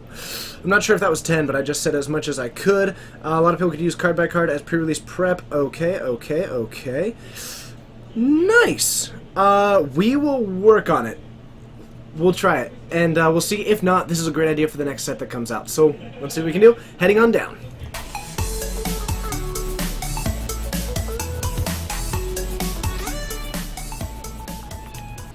Alright, so these players taking a look at their opening hand. We've got Mark on the right who's going to drop down a tapped Prairie Stream. So far, a somewhat slow start, but when you've got a deck like Myth Realized, I have to assume, that you're going to be a little bit on the slower side. Otherwise, we have got, wow, and the Thraben Inspector coming down quick. Such a sweet card that has actually made a little bit of an impact on Pauper as well, at least did last time that I checked. 1-2 for 1 that creates a clue token allowing you to draw a card in the later game. Always excellent. Now we are missing a little bit of red mana in Mark's hand, though I do think I see a basic mountain in hand. I may have liked Mark going for the red source there to present just a variety of options, because functionally he would have tapped the same here, but he could have been presenting some form of removal, which may have forced Brendan to play somewhat differently. I don't think it's actually going to end up making a huge difference, all things considered. What do I think of Thalia, Heretic Cathar, and Mono White Humans? I think that card is excellent. Yeah. That new Thalia is really good. And especially, I mean, obviously Mono White is going to use it, but off of a collected company, that card's bonkers. So good. So, we've got an Anticipate from Mark, who's going to take what appears to be an Oath of Jace in hand. Tell me that's an Oath of Jace, because that is sweet. Oh, man. Also, can anybody get back to me on how I did with the toy boat? Because I thought I did decently, and that was, who was it that asked me to? Space Marine. Hey, but let me know how I did on the toy boat thing. I tried there. It got a little bit close at the end, I think. So, the 3-Win Inspector still out. We are getting into the green mana here, and Brendan now has options. Has a somewhat painful mana base at the moment. We do have the Duskwatch Recruiter in hand at the moment, taking it down and dealing Mark down to 18 while dropping down this Duskwatch Recruiter. So, the Duskwatch Recruiter going to help him draw into some of these other options, and it looks like that is actually not going to be coming down and resolving this turn. We're instead going to follow up with another 3-Win Inspector with a Clue token, counterspell from Mark, taking it down. It's going to hurt Bant Company's mana base. We'll see. We'll see. So an Oath of Jace coming down, I have to think that that's pretty sweet. So that's going to be just a, draw 3, discard 2 for 3 mana. Not too bad, especially in the context of Standard when you don't need some of those, and it ends up just acting as essentially a draw 3 if some of those cards are not super relevant. Is that a Breaker of Armies that I see in the... Wow, that is interesting. Space Marine. Thank you very much. I think it's one of those things that I'm realizing that maybe I can speed talk. Should have done that in Speech and Debate. Should have done Speech and Debate. Didn't do that. Maybe should have. Otherwise, we've got both players currently at 18, discarding a couple of those cards on Mark's side of the battlefield, and we are dropping down the Myth Realized. So, the clock has been presented, and this is the card to look at for the rest of the game on Mark's side of the field. Obviously, he'll be doing other things playing around it, but 1-mana enchantment, whenever you cast a non-creature spell, put a lore counter on it. And you can pay 3 to toss a lore counter on it. Pay 1 mana, and until the end of the turn, it becomes a creature with power and toughness equal to the number of lore counters on it. So, we've got a Clue, and Brendan, close to tapped out. Not a whole lot of removal that's actually going to be fantastic in this green, in this black and white, but very little actual ways for him to maybe get enough counters. He could end up using something like this Fiery Impulse, or this Radiant Flames could be excellent right now. A Radiant Flames to take down all 3 of those creatures would be phenomenal, because there's, at the current state of the game, Brendan has very little that he can actually do to prevent that. And it's going to do a great job of preventing his kind of inevitability through this Duskwatch Recruiter, and put a counter onto this Myth Realized, and it gives him double white, so he could even go for a Secure the Wastes if he really feels the need to. But otherwise, great job there. We get the counter on it. If you really want to, go ahead and swing for 1. Why not? But it looks like we're going to hold back that mana and maybe try and do a Secure the Wastes as an option. So we've got the other land, and from Brendan, I see an Eldrazi Sky Spawner. What a sweet inclusion! Oh, this deck's a hot tamale. So an Eldrazi Sky Spawner coming down. It's going to be a 2-1 flying with an Eldrazi Scion, and we have got a secondary backup Duskwatch Recruiter hitting the battlefield. We do draw into another red source, and I think that that's going to be relatively important. It also acts as some of that white source, or red and blue, so we now do have a second blue source, and that could also be extremely, extremely important right now. Okay, how is everybody? There's 86 of you, and let me know if you are having an incredible, incredible day, because I hope that that's the case. So, we're going to flip this into the one that... now we do have a 3/3 that makes all of your creatures cost just a little bit less. We do have the Eldrazi Displacer in hand from Brendan. He can use this on the Sky Spawner pretty well. Not incredibly, it's going to end up just producing Scions, but that's not bad, especially even if you want to, you can swing for 1 with this Scion, and then you can use that as the cost to flip. So you end up only paying the 2 for it, and you get another Scion, and it's Pseudo Vigilance for 2 mana, and you know, it's an option that he has available to him. Okay. Dreams of Dragons. Hey, on the bright side, you know, when the moon's out, you can always take a nap.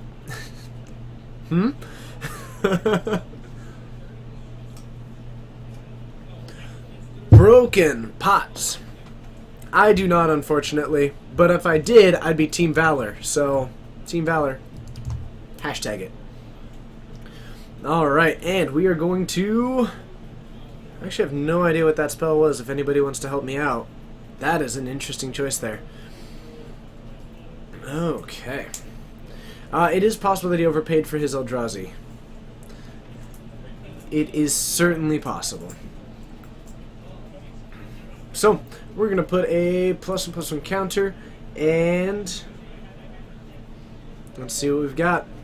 Overwhelming Denial. Thank you very much. You are awesome.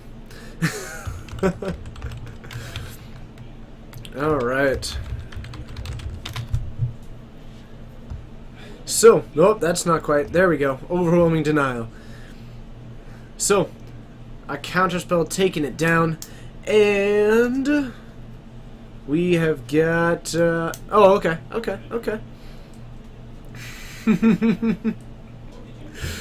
Very nice. Nyoko, it's great seeing you. So, we've got some damage coming in, and Mark is going to go down to 9. We do still have this Oath of Jace, not doing too much now. We do have this Myth Realized with a 1 counter on it. Not doing a whole lot, though, because this Eldrazi Skyspawner is just such a great flying clock. We are going to flip back this to a Duskwatch Recruiter after the double cast there. And we have got a secondary one. We have a Secure the Wastes, which is going to help buy a lot of time, but it's not actually going to be able to stop this Eldrazi Skyspawner. And Mark really needs a way to get that off the battlefield. This Fiery Impulse is going to end up being pretty key. Oh, that's a Fiery Temper. Fiery Temper in the hand right now. Might be just saving that one. But against a deck like this, I may have just preferred to go for that when I had the opportunity to on the main phase before Brendan has this time frame to really kind of draw a card, get some extra mana, anything like that. Okay. Nightwing 42. It's great to see you. Thank you so much for joining us. I don't see you too active in the chat too often, so welcome. It's really cool. See, this is one of the things that I like. Pokemon Go is just getting people like active and interested in things and interacting, and I think that that's pretty sweet because I don't even play the game, but I can tell you that I would be on the red team, Team Valor. So we're going to toss 3 damage at it, trying to survive that. Solid play there. Mark, now with a 4/4 available to him, does actually have a little bit of capability here. Brendan in top deck mode with nothing but lands available. If Mark's going to come back, this is going to be the time. He's at 8, his opponent at 18. But Jeskai Control is really starting to stabilize. He's a little bit light on cards himself, however, but the card that he has is a Secure the Wastes, which is, I'm not sure if you've heard, but it's pretty good. He has the ability to produce 5 1/1 tokens at instant speed at the moment, and that's just phenomenal. Okay. Hey, Nightwing, that's awesome. That's awesome, and I understand. To all the lurkers who are out there, it's unlikely that you'll respond in the chat to this, but I do want to say thank you for your continued support, and while you may not be active in the chat, I very genuinely appreciate your presence in the stream and the fact that you continue to show up and hang out with us. So, thank you. Thalia's Lieutenant being the grab off of this Duskwatch Recruiter. That is going to put a +1/+1 counter on the board. A little bit of a human theme happening as it would currently sit. And we have got another reactivation. And now we have a Reflector Mage and a Thalia's Lieutenant in hand for Brendan. Jobo Himbo, thank you. I actually really appreciate that. It's something that for some time now, it's become a pretty big thing that I'm really proud that we're able to do this and that we've been able to do what we've done. So anytime that positive feedback makes its way back, it's really awesome. Thanks. Alright, so we could end up bouncing. The problem is that he has no way to instant speed this Reflector Mage because he doesn't have a way to put it in at instant speed. Means that he's not able to actually get rid of any of these Myth Realized. It's mostly just going to be a 2/3. Drawing a Thalia's Lieutenant off of this, however, is incredible. So we're going to put some +1/+1 counters on the human. Unfortunately, the werewolf flipped. So he actually lost his capability to go for that. And we're going to Secure the Wastes for 2, actually. So, and just going to, I think, I'm not entirely sure if we're just saying that we're offering a trade, anything like that, but it looks like they're both going to get in the way, or for some reason, just chump blocking. Oh, okay, so both of those are going to chump block. This is going to flip back, and Mark is going to draw his spell, get some extra counters on there. He has these available as blockers. Now, if he does activate them as blockers, it means that while they'll be able to take down a creature, and Brendan may be willing to make this sacrifice, because if he activates the 6th one, in your second main phase, you drop down this Reflector Mage, return it back to his hand, get rid of all those counters, all those progress. That's going to be a really nice way for Mark to go about that. Okay. I'm not entirely sure why it untapped.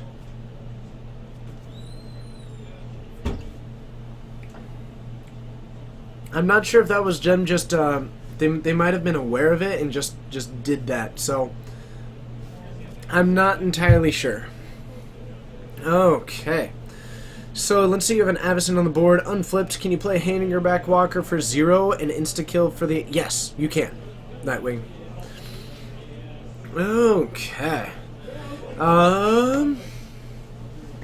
Nyoko, that's solid, and if we see it repetitively, then we'll definitely mention something. But I think that possibly it was...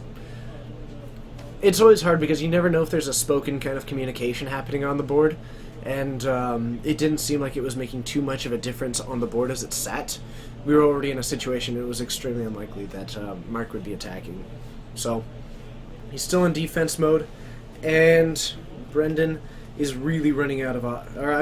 Mark is kind of running out of options. So, and this is kind of the situation, so let's talk about this for a bit. Control decks right now have less card advantage than green decks. And that is because of the amount of clue tokens available to them through these tireless trackers, through these 3-bit inspectors. Let's see, any of us that commentate a judge? I am not a judge. It's something that I've thought about doing, but then I wouldn't be able to actually judge any of the events. So, I am not a judge. It's something that I'm interested in doing. If I mean, yeah, I might, but at the moment it just... Since I'm never actually out there for the events, it doesn't make a whole lot of sense at the moment. I guess. But it's so interesting that the control decks right now are unable to really sustain the same card advantage that these green decks are able to, and that's just absurd. Alright, Saladin, are you local? Let me know. Because if so, always toss it my way. I will say, this stream did not get to the point that it is by refusing help from people. And we have, a lot of people have helped us out over the course of this stream, and it's always been incredible. Okay. The problem is that I'm always streaming the tournaments. That's the thing. So, we have got 2... I mean, his creature spells cost 2 less to cast. Ridiculous. Brazil... Well, if you ever do want to fly up, you are more than welcome. But any other kind of help that if you ever want to provide it, I'm not entirely sure what we can work out, but yeah. Oh, gotcha. Okay. Broken pots. Good luck. That's awesome. Okay. I really like the Ultimate Guard deck box.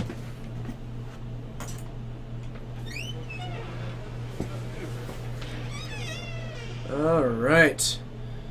So, we seem to be paying plenty of mana for these creatures, though now we're actually just putting in this Thalia, or this Thraben Inspector without the tap, so I think we might be doing a little bit better there. So I think he may have just been potentially floating some mana there? Or something. But he ended up... I think we're doing okay there. I still think that he overtapped by 1, though. We'll see. We shall see. Saladin, that sounds awesome. Hello, Yoshi. Thank you so much. I actually do like the ultimate... I call it the card condo. Alright. So, Brendan putting out a very sizable board. The problem is that while Brendan has an incredible board, if Mark does have that board wipe in hand, that is going to be incredible. The problem is that it can't be the sweeper that just deals damage to anything, because a lot of these creatures are outside of the range. If there's a planar outburst, I don't see one. I see at least one blue card in Mark's hand. Ooh. Let's see.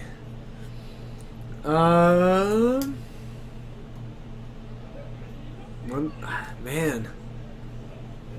I'm curious as to what we've got there, but Summon Aether, really solid point. Brendan has now cut himself off of this Reflector Mage by not having access to any white mana as it currently sits. We've got an all-out attack, and if Mark is able to survive this one, I'm still a little bit curious as to what his feasibility for actually getting back into this game is. Just because he's under so much pressure, it's going to require something that just resets the board. And yeah, okay, we're picking up the cards from Mark's side of the battlefield. Not a whole lot, not a whole lot going on there. Mark not going for game one there. Displacer on the myths, yes. Hey, to the 100-ish people, almost 100 people out here, whether you are one of the mods, one of the regulars, one of the brand new people, one of the lurkers, one of the just incredible people that somehow doesn't fall into one of those 4 categories, I do want to say 100% I want to welcome you here to the Geek Fortress stream. My name is TJ. We're streaming out of a shop called Geek Fortress. It's in Snohomish, Washington. Saladin, I hope you have a great night. And every single one of you, I do want to say thank you. It's always really exciting that we're able to have you all here. So, cheers. And if you haven't yet, always be sure to hit that follow button. We stream 4 times a week, every Monday at 6:30 Pacific, every Wednesday at 7 o'clock Pacific, every Friday at 7:30, and Fireblade X23, thank you so much, because every Saturday at 6. Monday is standard, every Wednesday and Saturday is modern, and every Friday is legacy. It's like a giant box of fun, except it's not a box, it's an infinite universe, and you're all included and you're all invited. Man, sometimes when I start talking I don't really know where it's gonna go, but it seems like it usually works out. Man, here's a good time to ask opinion pieces, I guess. If we're gonna go for specific questions, that's gonna be our theme to the night. Fireblade, it is my absolute pleasure. I can tell you that. Austin Tea Party, which is such a sweet name. Austin Tea Party, thank you so much for hitting that follow button. Just floating around in an infinite universe. I'm not sure how I turned that into a song. Me talking leads to things and stuff. Let's do a quick little baseless poll where all you do is type it into the chat, and I guess that's the only results that I'll have. Ooh, and it looks like some Dromoka's commands are coming in. Probably because seeing the Jaces there, and also, you know, the Myth Realized. And being able to take out that Myth Realized, probably one of the reasons why, while the card is already difficult to really operate with, the prevalence of Dromoka's command really makes any kind of enchantment a liability in this format. So, quick poll that basically, if you just want to toss it in the chat, sometimes when I start talking and I just go on these rants where it kind of goes into places. And it's kind of like you have this box, and when you open it up and you see that there's a secret panel in the bottom, and you think to yourselves, I'm just going to go down that panel without any kind of thought whatsoever. And then you find yourself in the basement, and you start wondering, why is there a hole that goes from my main floor to the basement? Well, you find your way back up the stairs, go around, and you realize that you have got the greatest hiding spot for hide and seek. Anyway, the point being, are these somewhat tangential things good or not good? Because they kind of, I mean, they happen when I stream alone, but they also happen with the co-hosts. And always kind of looking to see what people like, what people enjoy, and what people would rather not have. So, you're just getting into Magic, so you need to watch games to understand how it all works. 1. The best way to learn the game of Magic is to ask questions when you have them. And, Tevin making a great point here, one of our incredible mods, asking questions is encouraged and welcome here, and so if you do have them, toss them out. If there's a card that you don't recognize, we'll help you out, and the chat will help you out, and hopefully we'll make it happen, and we'll all be excellent all the time. So, yeah. Darkwell. I feel like I both recognize your name, but I don't get to see it very often. thank you so much for participating in this. Haplios, thank you so much. That's a fun name to say, and I hope you keep it. But, but Darkwell, thank you so much. It's great having you, and I'm glad that you're enjoying it. Whew. I'm starting to realize. Nah, no, I'm not. I've known this for some time. I'm a bit of an odd guy. This art is amazing. I'm loving this new art. Share some more calculus with us? Well, I can tell you this. 3 times 1 is 3. 3 times 2 is 6. 3 times 3 is 9. 3 times 4 is 12. 3 times 5 is 15. 3 times 6, 18. 3 times 7, 21. Past that, doesn't matter. You killed your opponent, you're getting ready for game 2. Burn. Love it. May have followed that one a little bit too far. I probably could have stopped early on in that one. But hey, you got to commit to the bit. Just made it. Connect the dots. I don't know what it shows, but if someone ever wants to screenshot all of those, combine them into one, and we can make an entire book of Connect the Dot books. Yes. Now share the affinity math. I know it, but that one gets significantly trickier. Alright, so we are going to have Mark on the play. Looks like going down a mulligan. Brendan liking his hand. Now this Bank Company deck seems to have a little bit of a human things, but actually running things like this Eldrazi Sky Spawner, very cool. I kind of like it, and it's almost an interesting addition because one of the things that it seems that these company decks have difficult with is flyers. And if you can get your game up into the air above them, it just really doesn't seem like they can interact with very well, because when you're running company, you have to really cut down on your spell density. So their removal is slim at best. And so many of their efficient creatures are on the ground. So I think Brendan including this Sky Spawner, whether or not it's actually his reasoning or not, means that he can at least have something in the air which can interact on that higher battlefield. They have 8 poison left. You have 8 artifacts, including Ravager and an additional Ink Moth.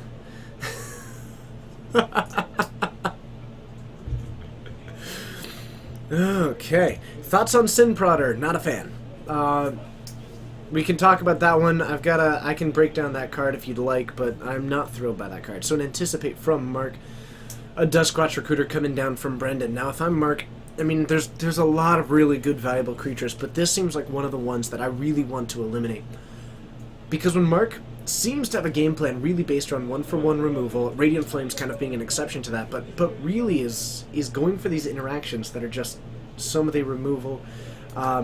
This Duskwatch Recruiter single-handedly brought Brendan back into that game last one. He drew multiple creatures off of it over the course of the game, really dug back into the game purely off of the back of this Duskwatch Recruiter. And if I'm Mark, I think that I would end up prioritizing that card with whatever removal that I have available to me down the line.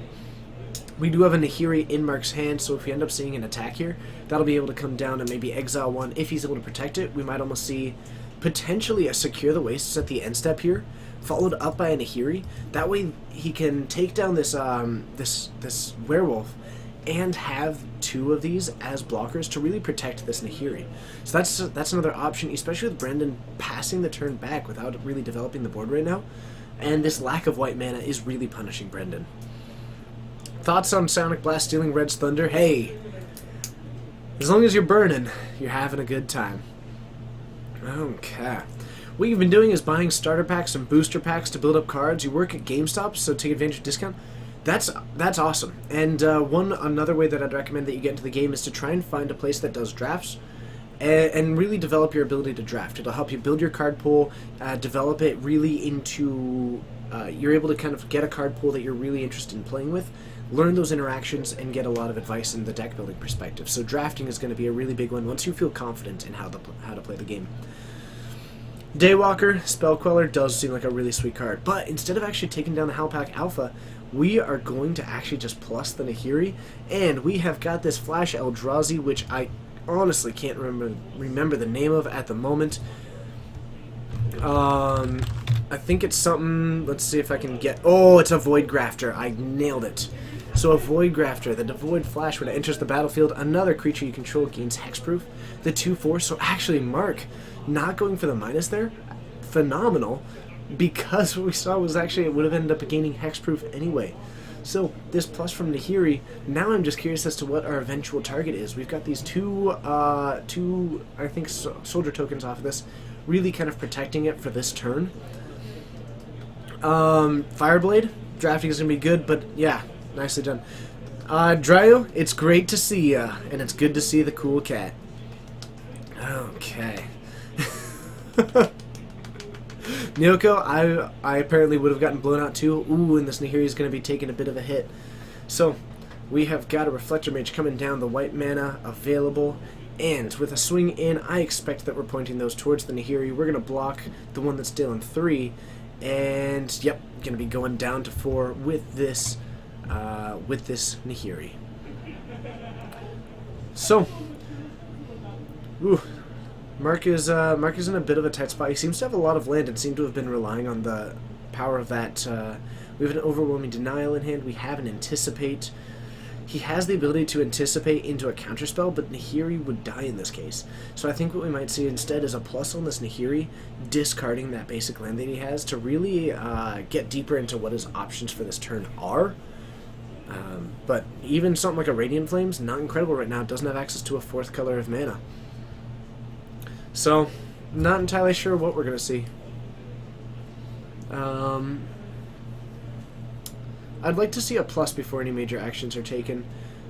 Oh, that might not be an Overwhelming Denial. Okay, so an Anticipate happening there. We do see one there, and actually we get the Secure the Wastes.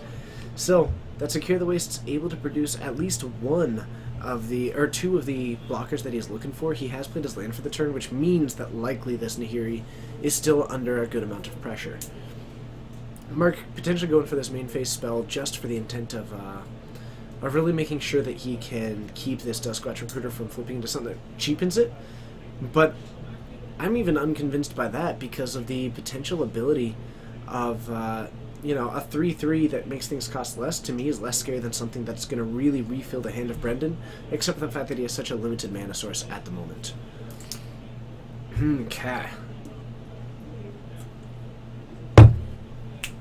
Man, I gotta say, this whole standard environment is really interesting. It's in a whole lot of ways. I like it, but it's in almost that exact same vein. This standard is very, very green-white heavy, and it's the amount of variation within it is always cool. But I look forward to seeing what Eldritch Moon is gonna do as far as redeveloping this board. Fortnights, I need your help on what that card is.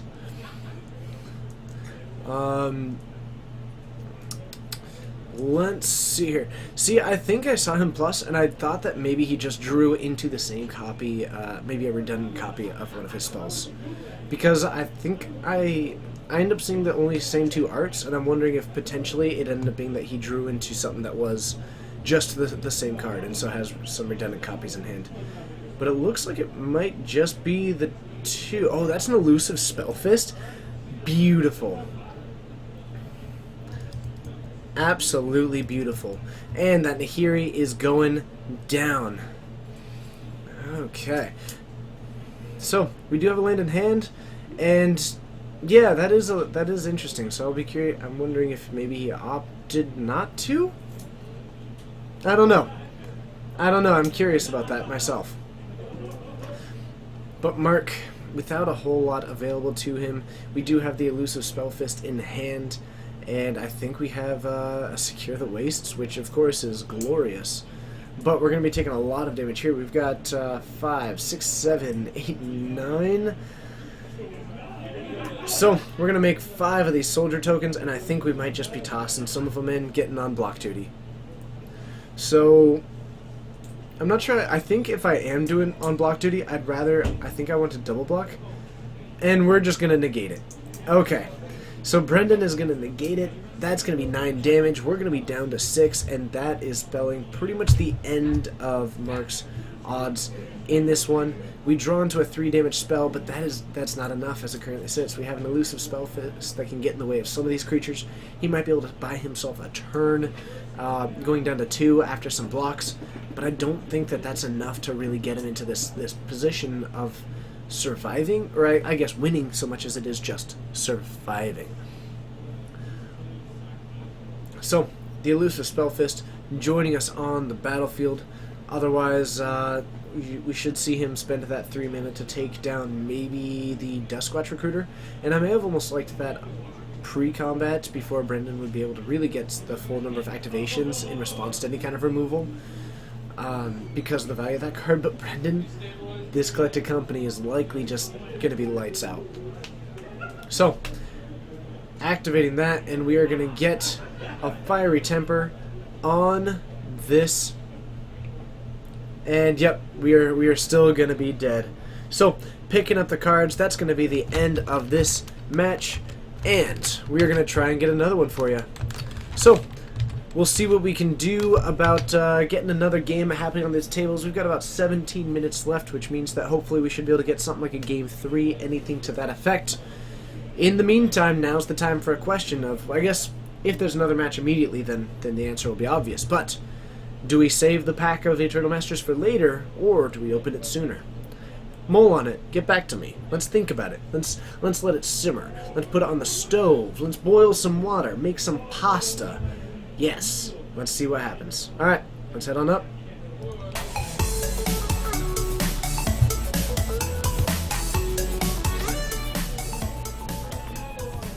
Alright, so I am going to open this door, see what we can get, and then we will talk about Sin Prodder.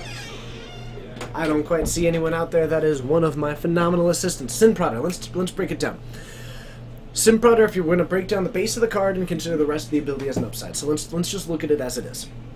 You've got a 3/2 with Menace for 3. That's what we've got. So, 3 mana in almost any format is a decent amount. It's something that should be making an impact on the board. It's something that should be progressing your game plan, and it's something that should really be putting you in a position of doing well. When you're comparing it to cards like Tireless Tracker, which provides you, one, a card that will grow throughout the course of the game and provide you this card advantage. I mean, that's kind of the most, really the greatest thing there. But nonetheless, you look at it as this 3/2 Menace. Now the Menace is nice, and that card is not bad per se, but it's also not incredible. You have something that dies to almost every removal in the format without any kind of way to deal with it, and it also doesn't impact the board when it comes down. And so you're making a 3 mana investment that will lose to almost every 2 and 3 mana response without getting any value out of it whatsoever. And then when you're looking at the attacking, sure, Menace is nice, but it's also in a format that is absolutely flooded with creatures. So the Menace, while somewhat relevant when you're going up against things that are running enormous amounts of Eldrazi spawns, enormous amounts of 2/3s that can just get in the way of it, they'll lose one of them, and they'll answer your creature looking less good. But the argument comes down to, but the other ability, the triggered ability of Sin Prodder, being so good that it's able to offset some of these things that are inherent weaknesses or things that doesn't fit well into the meta.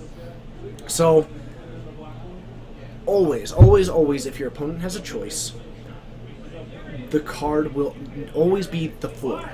When you look at it, we've got a ceiling and a floor to any ability. So when you look at the best situation of the card, you see the 2 mana 3 damage, and they're either going to take the 2 and they're going to draw into something else, and it's going to go great.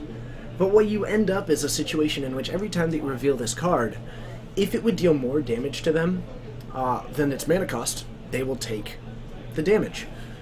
And then you will have dealt less damage than what your card was intended to do. And if it would deal less damage to them than the mana cost, then you can have it, and that's fine. And sure, you get another card, but you get a land. It can absolutely get you back in the game very far behind in. Not really. If you're very far behind, then your opponent is not worried about it, and they just won't give you the extra cards. And if your opponent is behind, then they won't take the damage, and it will always be what you don't want.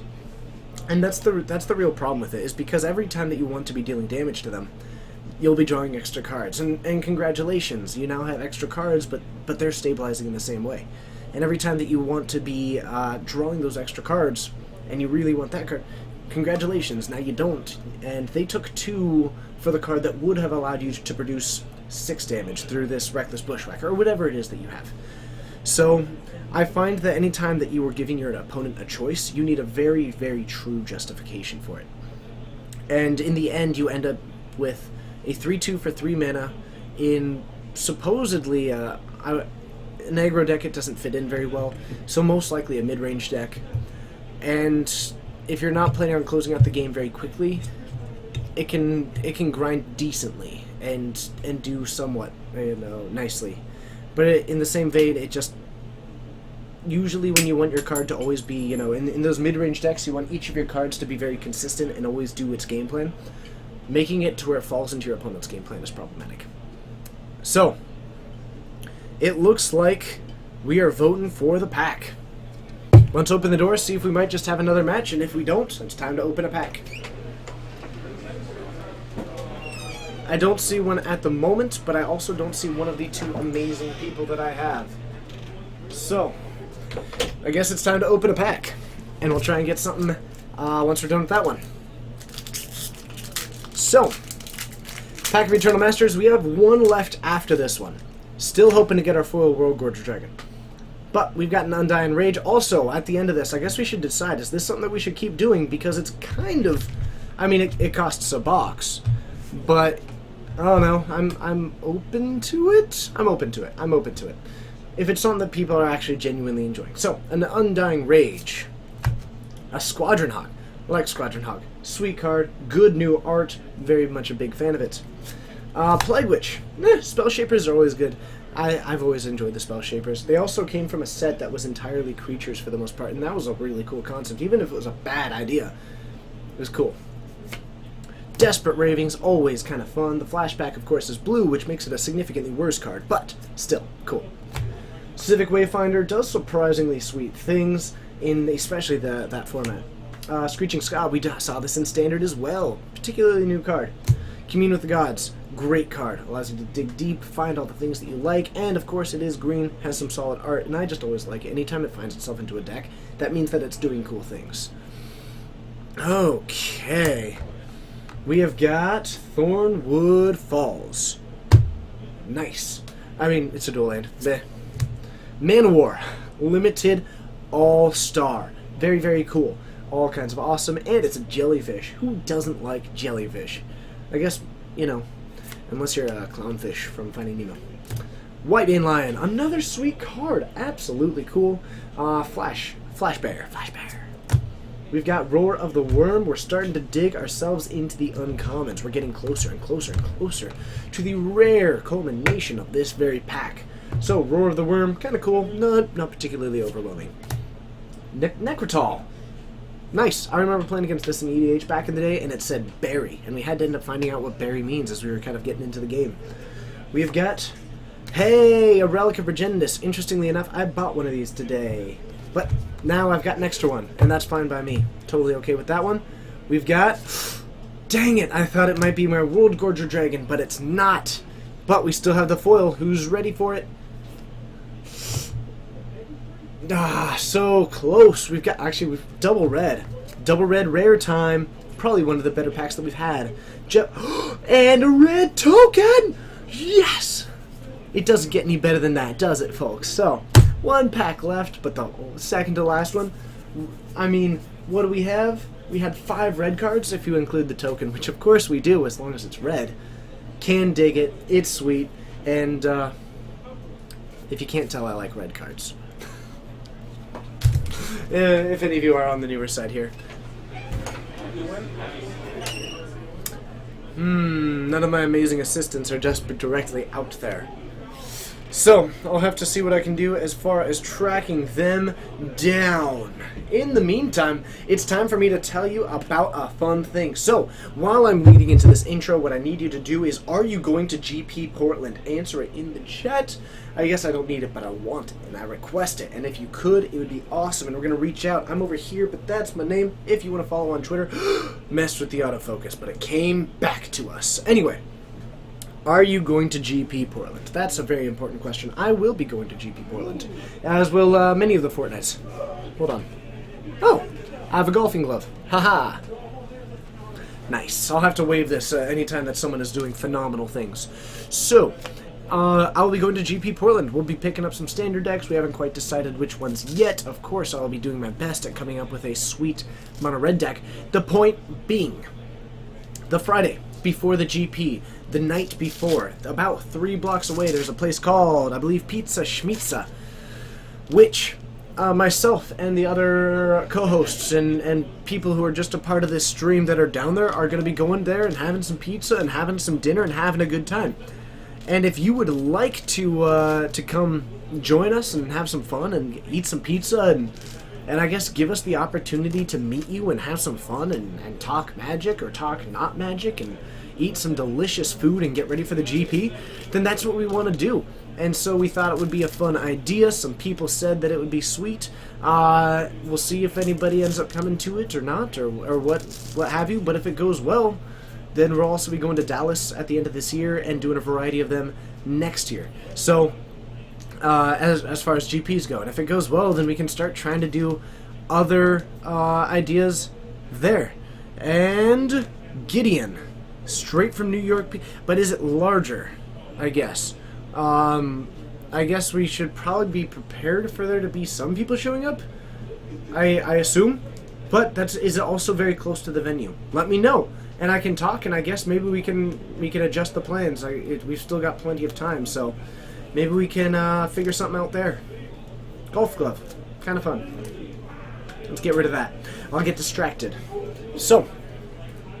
Let me know, we can talk to them, and we can figure that out. The point being that if you're going to GP Portland, which is a standard GP, so it's going to be all kinds of fun, then, yeah, hopefully you can come enjoy us, or enjoy some pizza with us. Chopped that sentence, took the middle of it, and threw it out.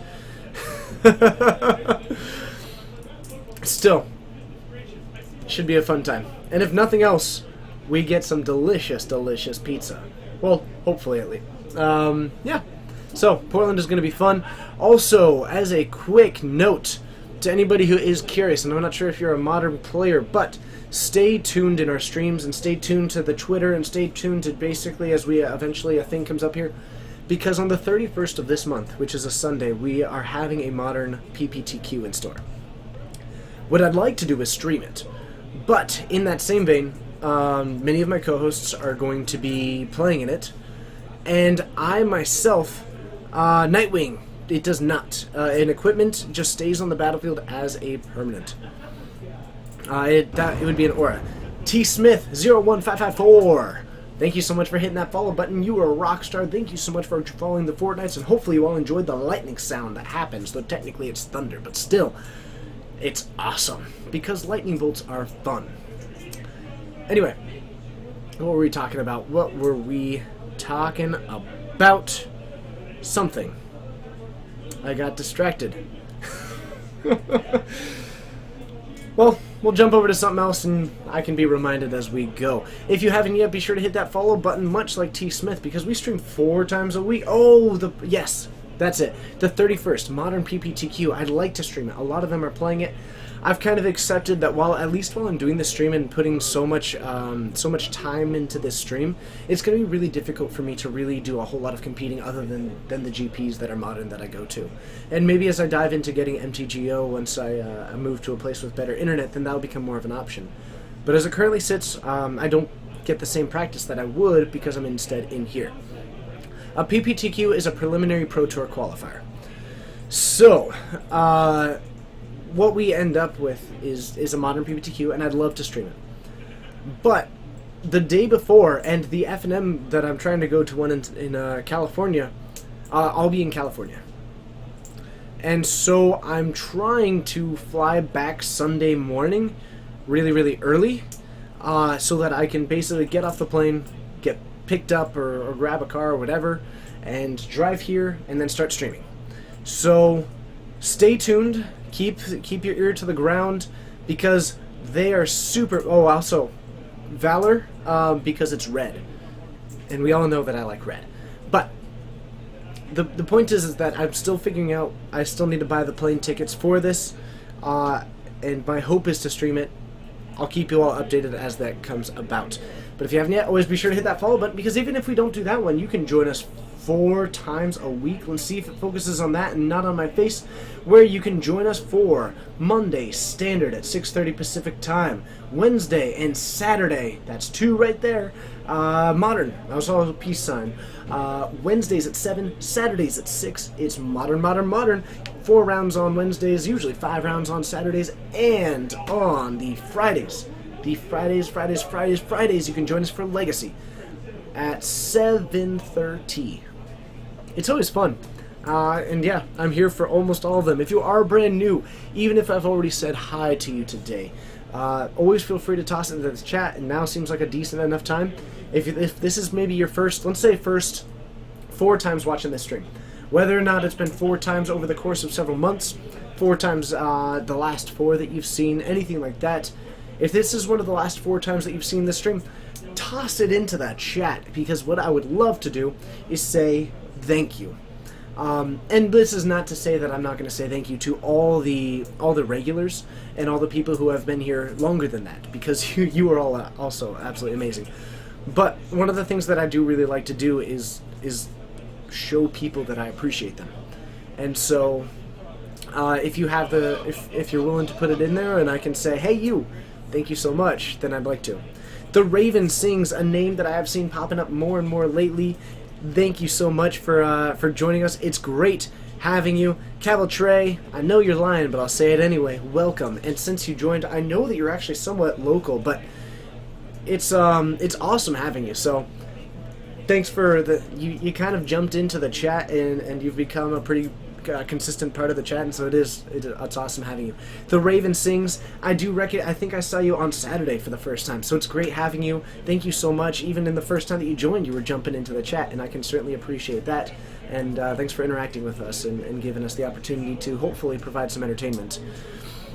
Mayama1 Blanco, you've been with us for quite a long time, and it's always a good time having you. Also, it was a lot of fun. I think it was the first time that I ever saw your name. I completely butchered it because I didn't even realize that it was Miyamo, and so I just wrecked it. Broken Pots. This is I'm told Sigarda's Aid. Sigarda's Aid, I believe, is the name of the card. It's the new 1-man enchantment that allows you to play auras or equipment with flash, and then equip it and then attach it to a creature. And it's sweet art. It is. And so we decided to just put up there. Plus, she gets to whack me in the head with a hammer. Did we get any word from David Bradbury, our tech savior, on if we have web source plugins? Not yet. Still working on that one. Sigarda's Blessing. Thank you.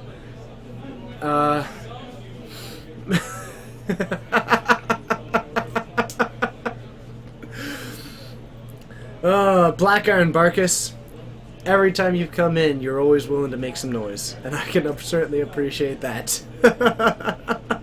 So thank you so much for you. I think you joined us early on. As soon as you did, you jumped onto that chat, started clickety-clacking in the keyboard, and every time that you come in, it's been great having you. Anadoos, are we able to get subs soon? First of all, thank you so much for watching pretty much forever, and yeah, it's awesome having you. Are we able to get subs soon? We are still working on it. We have not submitted the application yet because we're trying to figure out some of the logistical things for it first. And I know that I've said this multiple times, but I want to make sure that when we do it, that we do it right. So I don't want to unveil kind of a sub button and then make it basically completely underwhelming, or at least to where we aren't able to actually produce something with it. So. We are working on it. We will get there eventually, and I guess part of it is figuring out how we would go about kind of using what we're able to get off of that. So,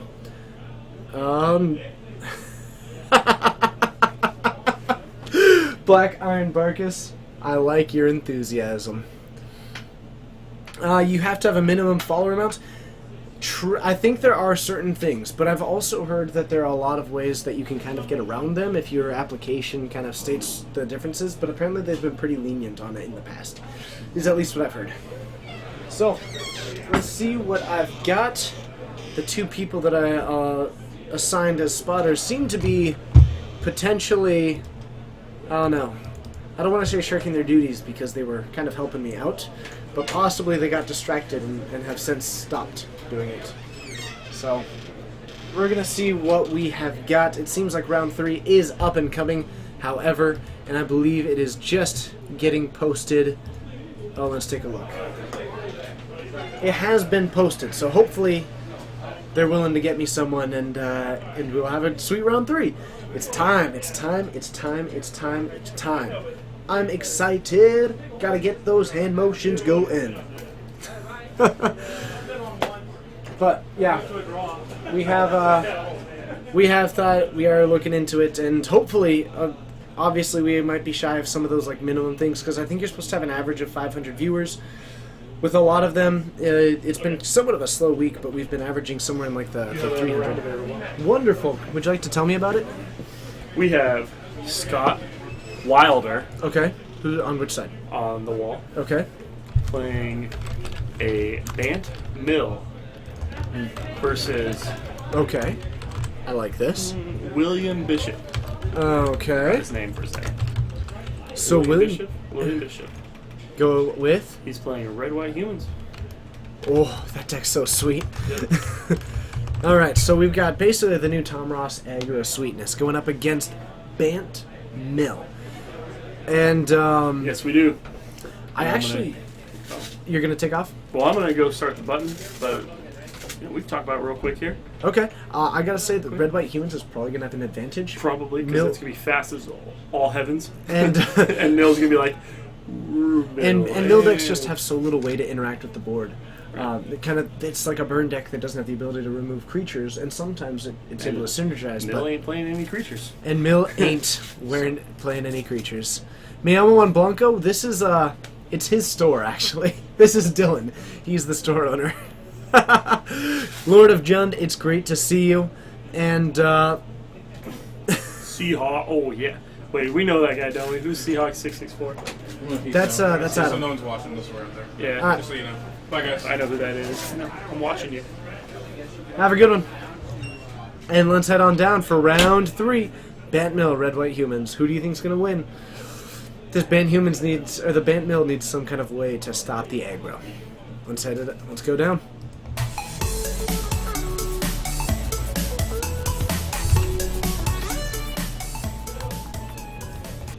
Alright, so we have got to reset that really quickly. Totally didn't reset the life totals of the game wins, and I will do that. Seahawk, I will make sure that he gets the information there. You may notice that while I may have thrown the glove to the side, I refound it.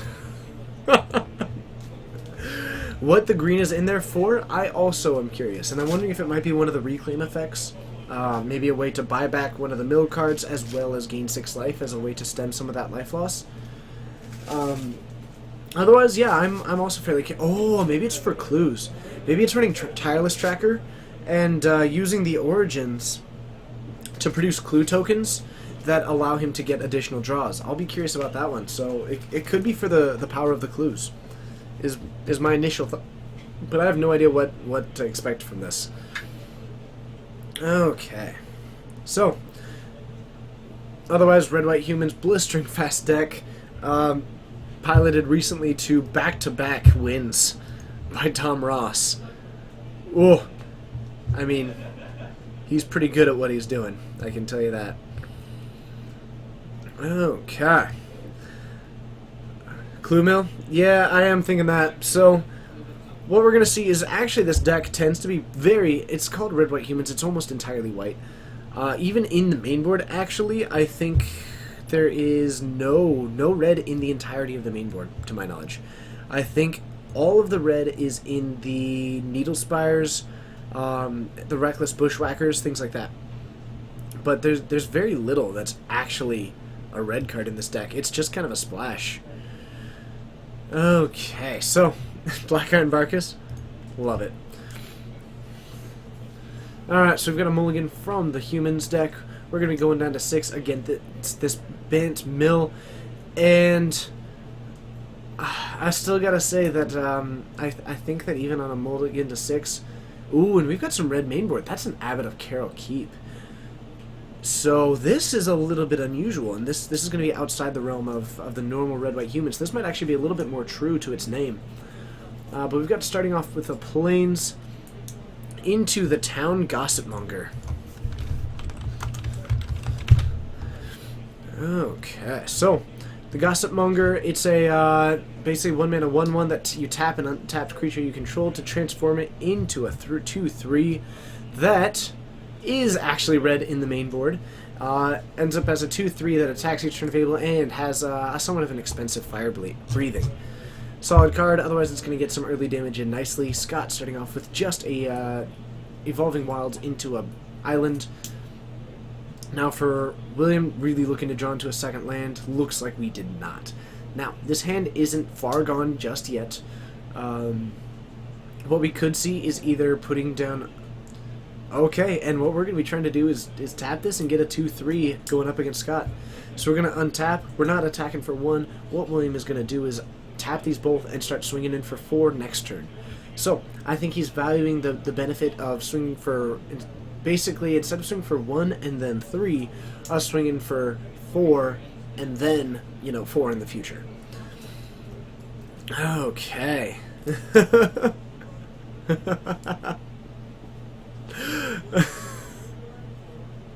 Oh, Tebet and Black Iron Barkus.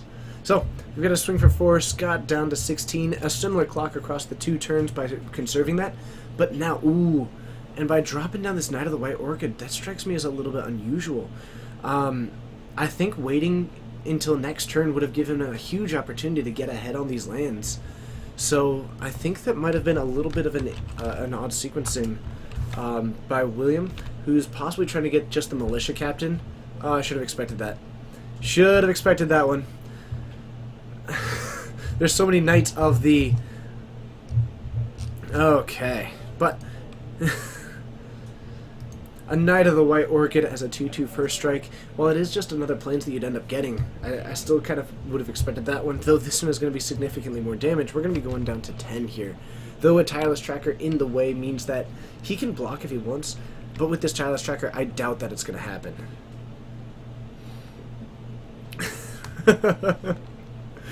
Miyama One Blanco, congratulations on your Meowth. And actually, we're offering a trade with the 2/3 that attacks each turn of Fable with that fire breathing. So playing a little bit cautiously on Scott's side of the battlefield. And we've got a 3-1 Inspector joining down. And I think this is kind of that situation where I would have liked to see maybe the Handware Militia Captain last turn. And then see the Knight of the White Orchid come down this turn. Because then you would have had this flipped Handware Militia Captain next turn. You also would have had 3 lands instead. Sorry about that. Tevin, I apologize for that, by the way. That's a Harbinger of the Tides. What? Harbinger of the Tides coming down and bouncing the Knight of the White Orchid. That's a really unusual choice to me. That's really... So a Declaration in Stone out at the moment. Thank you very much for Captain, it's great to see you. Another mod joining the squad. And we're going for the Declaration in Stone on this Harbinger of the Tides. It's unusual, but William is really not into using this Knight of the White Orchid for getting a land. But I really would have preferred going for... I guess it was the most expensive one mana-wise, but that's the one that can really get William to start hitting these land drops again. So you get him down to 9, but Scott's still unable to really produce a whole lot.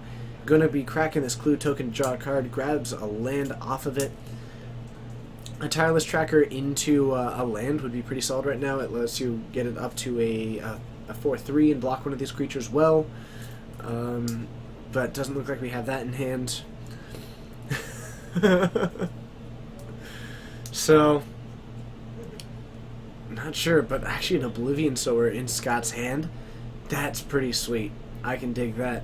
And we are going to get a Wall of Resurgence coming down. That's going to do a great job of just buying a little bit of time, and really, this might help stabilize pretty decently. Should have Every time I think that I've got enough. Emrakul, you are 100% right. The Wall of Resurgence is 0-6. That's it. That also animates up a 3-3.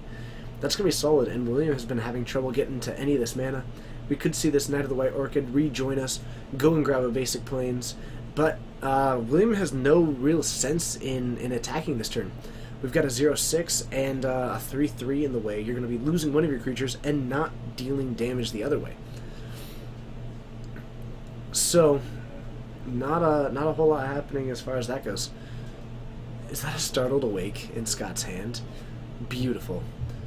Absolutely beautiful. And we draw into a Nissa, Voice of Zendikar. Another great card to draw here. So Scott might be in the process of stabilizing here. You can keep up a 3-3.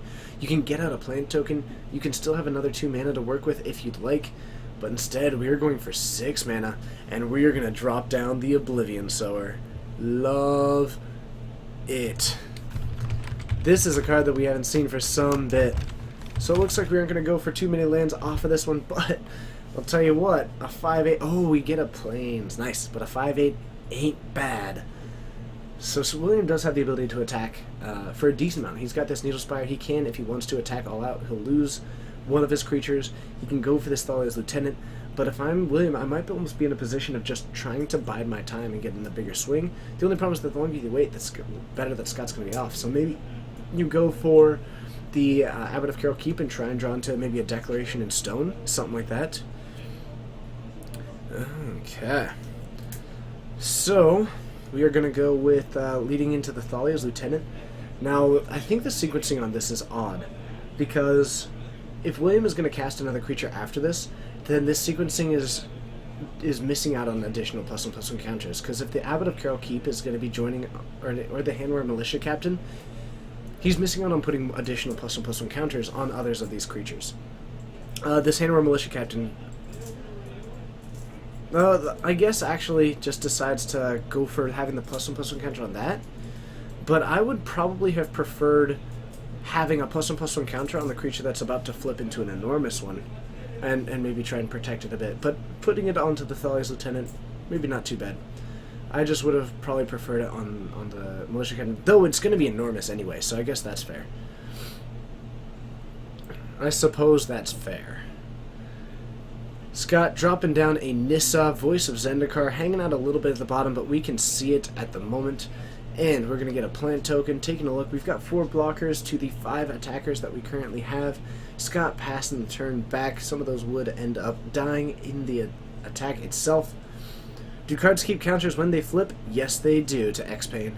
So, we're going to get the Cult Leader here.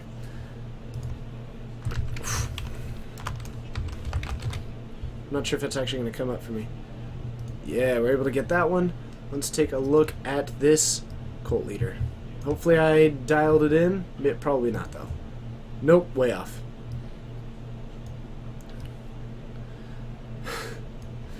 To the Raven Sings, I will say, Jeff Hoogland, oh, and a Goblin Bushwhacker in exile, unable to cast it. Brutal by not having that other red source. Aragon Shadeslayer, it's great having you, but I will say Jeff Hoogland ran a very, very sweet deck. Went really far with it. Actually, that was a really good top 8, if nothing else, for the Worcester, whatever you call it. I don't know, Worcester. I'm not entirely sure, but I will say that the Jeff Hoogland deck was sweet, and he did great with it. Alright, so a lot of cards on the battlefield, some clues hanging out at the top, and I think both of these players a little bit on the newer side to being on camera, so maybe not fully aware that that part of the playmat isn't on there, but we can still at least aware that it's a plains up there and a clue on Worcester. GP Worcester. Good to know. Thank you very much. It was Mono Red Sneak Attack. Okay. How is this mill? He is running Startled Awake. So, and there we go. The Startled Awake itself, and this is why we are on it. Okay. So, we're going to put the top 13. We do have the mana to... no, we're just shy of the mana to actually return that. But we're producing more blockers as it sits. Alright.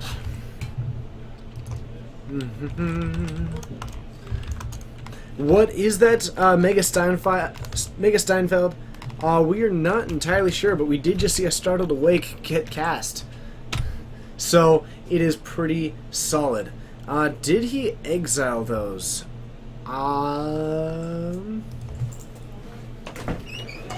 Did those end up in exile? Hey, Texas. Texas, could you ask him? Could you nudge him for? Are those in your graveyard or exile? Why? It just puts them into your graveyard, not exile. Yeah. Okay. So, we have got that. What will happen to Standard when Company rotates? It'll be certainly interesting. It kind of depends on what's coming out with it, though. It's hard to predict. But I will say that it becomes there's suddenly a lot more reason to run things other than 3 mana or less creatures. So, it looks like a Gideon about to be coming down, and William is just presenting an enormous board right now. There's a Gideon up there, by the way. It's at the top, underneath his life total. It's going to be relevant, but at the same time, they've got a massive board, and I will say that they're kind enough to be on camera. We'll make it happen. Though, I'll just mention it. Hey, William. I can't see anything that's the dice or above. Pretty...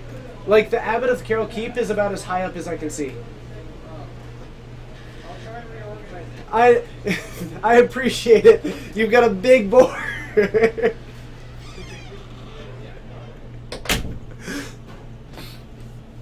Okay. So, we now do have that one. And just bought the... Oh, yeah. Company is sweet and modern. Company is sweet in modern. Ooh, the Raven sings. Great minds think alike. Boom. Nailed it. Otherwise, we do have this Gideon producing a human, or a knight ally. We've got this Thalia's Lieutenant that has got plenty of counters on it. We've got a Clue token coming down. We've got a Thraywin Inspector. We've got a... I mean, the board as it sits is just insane. And the fact that he's not attacking seems surprising because he's got this Cult Leader that is 1, 2, 3, 4, 5, 6, 7, 8, 9, 10. It's a 10-10 that could be swinging in and just demolishing anything that Scott's got. So I think that I'd like to be seeing William get a lot more aggressive with what this board is. Man. 7 days until the ban list? But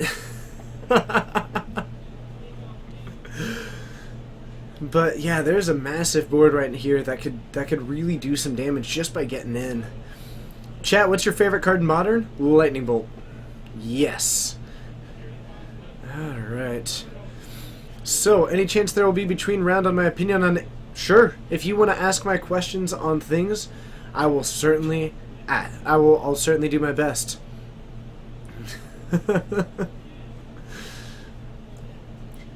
Alright, so we are going to pop the Gideon. We're going to get an ult here. And... Whew, man, I am prepared. So I think that's just a Gideon ult that we've got right there. Coco is not going to get banned out of Modern, I can tell you that. And we are going for the all-out attack. So we've got a Gideon Emblem. This is about as close to a win as you've got. Sure, you've got some blocks happening, but you've got 6 damage just in the tokens. I don't think that you can block enough out of this. You might be able to survive it, maybe 2 life. You're going to lose some of them. You're going to end up far and away because these plant tokens aren't able to actually produce enough blocks. Scott needs to remember that he also has this 3/3 Awakened Land, so he can actually block another one right now. Schmevin, the tier 1 decks, Burn, Infect, Affinity, Jund, Green-Red Tron, Merfolk. You've got to some... I mean, Abzan Company kind of fell a little bit down on there, but it tends to move around a lot, and the tier 1 in Modern is very excellent. So, blocks all around. We're still missing this 3/3, and we are taking... 1, 2, 3, 4, 5, 6, 7, 8, 9. Aren't you playing? Not anymore. Sure. And actually, I think Scott unfortunately just lost that game by forgetting that he has an Awakened Land. Granted, the odds of him winning right there were not high. By the way, everybody, this is Texas. He's going to be a co-host, first time co-hosting. Second time. I did it once with Troy in the Modern PPTQ before you showed up. We just waited for you. Like 4 months ago. Oh. Interesting. Neat. Okay. I was not aware of that. Hello, everybody. So, we're heading into a Game 2. William taking a Game 1 with an absolutely massive board. William beat me earlier today. Did he? Yeah. It's interesting because he's playing an aggro deck, but actually very much did not play the aggressor in that deck, to where he just built up this massive, overwhelming board more than anything else. Forgot Jessica Nahiri. I'm sorry, Jessica Nahiri is also very much a part of the Modern Tier 1 right now. But, yeah, I think that Modern, I think more than likely, Pauper, we might see a Peregrine Drake ban. I'd be open to them delaying for another set to maybe see what happens with it, but it's potentially problematic. But I'm not super plugged into Pauper yet, so we'll see about that one. Otherwise, I think the only other thing that's potentially close is a Miracles ban out of Legacy. Yes. But I think the most recent event may have done a decent job of demonstrating that it may not be necessary, because we saw What happened in it? a fairly diverse top 8. Okay. Yeah. Is the easiest way to put it. I can actually show you what that top 8 was, because in that single Legacy event, what we ended up with was Delver taking first, then we had Lands, Dragon Stompy, 1 Miracles, a 4-color Delver, a Infect deck, a Mono Red Sneak Attack, and a Reanimator deck. I mean, it was a fairly wide open top 8. That's pretty good. So, Preordain will not be unbanned, unfortunately. Okay. So, we have got a turn 1 tapped land from Scott. I still have to think that Red White Humans is so favored against this mill deck, but actually, this deck is not nearly as... Ant Mill? Yes, and it was using Startled Awake. We saw significantly less mill than I expected in Game 1. Oh, but it... Oh, 50 on turn 1 is pretty good. it ain't bad. Daybreak, Gryffindor, Coronet, you remain possibly my favorite card alterer for some time. Alright, so we are following it up with a... Is that a Town Gossipmonger in Bant Yes. Mill? What deck is this? I am so flabbergasted by this one, actually, because it's... For a mill deck, it's running all kinds of fun stuff. No, Punishing Fire is not safe to unban in Modern, I don't think. No. Maybe it is. Like, maybe they'll do it, but initially, I am not at all. Especially since Jund is already one of the top, like, the most played deck in Modern. Me llamo Juan Blanco, way to pick the true path of fire. It's not a choice. It's a lifestyle. Oh, man. My my first EV also was a Flareon, and then I got a Jolteon. Which is better. Daybreak, Gryffindor, Coronet, if you haven't yet, get in touch with me for something. We can talk about it, because I'd love to see what I can do to help out with that. Airgun Shades. I'm sorry for your dog, Airgun Shadeslayer. That's so unfortunate. Okay. So, we have... Man, so we've got the Gossipmonger. Knight of the White Orchard is such a good card. Orchid, but yes. Orchid, whatever. Yep. It's phenomenal. And using it this in Game 1, we kept seeing him play it down when he had the same number of lands. But now we've got a Battlefield Forge. Now, I don't know what that card is on Scott's side of the field. If any of the Fortnites could help me out, or if you're aware. Which one? This one up here. The blue card. I'm not sure what that is. Interesting. I know. I saw he had a Sphinx's tutelage in hand, but that is not a tutelage. And we're just shy of flipping this Kythian. We've got a +1/+1 counter on it, so we actually are going for a swing for... Beginning next turn, he flips his militia Yeah. I mean, that he just played. William's going to be doing... He's going to be flipping out next turn. Yeah. Absolutely. But a huge swing in for 6, knocking Scott down to 12. He has presented very little just yet. Fleeting memories. Thank you very much. The Fortnites are just the best. I can tell you that. So fleeting memories on the battlefield. In Mortar enchantment- Jund, I do want Blood Elf. Blood Raid to be unbanned. You don't. You don't. Sacrifice a clue, target purpose. Oh, okay. Yep. So just mill for clues. Okay, so we do just have the Gossip Monger currently, but no other creature to help it flip. And there's the flip. We are a week away from the ban list announcement. Next Monday. We've got a Goblin Bushwhacker joining this battlefield and a 2-drop in hand. This is about to be a massive swing. Oh yeah. We've got a 1/1 in the way. This is not going to go well for Scott. He's tapped out. We're gonna... Oh, this is going to hurt. There's the surge play. This is going to hurt a lot. We're getting +1/+1 counters on this Thalia's Lieutenant. We're This likely blocking might be that one. aim. We're blocking probably that or the Cultist, but you're still looking at a swing for 1, 2, 3, 4, 5, 6, 7, 8, 9, 10, 11, 12, 13, 14, 15, 16, 17, 18, 19, 20. Wow. TJ can count. Sorry, it's just, I had to run through it, and once I got past 12, I just kept going for some reason. That's a pretty good attack. Also, after damage, Kythian flips.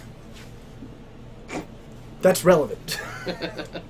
Because how else is He's he going not swinging with... How else is he going to go on to join the Gatewatch?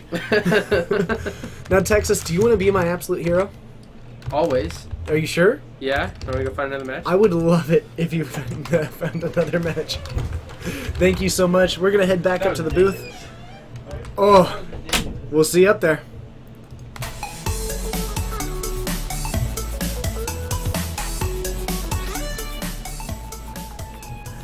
Got to see Red do Red. That was super sweet.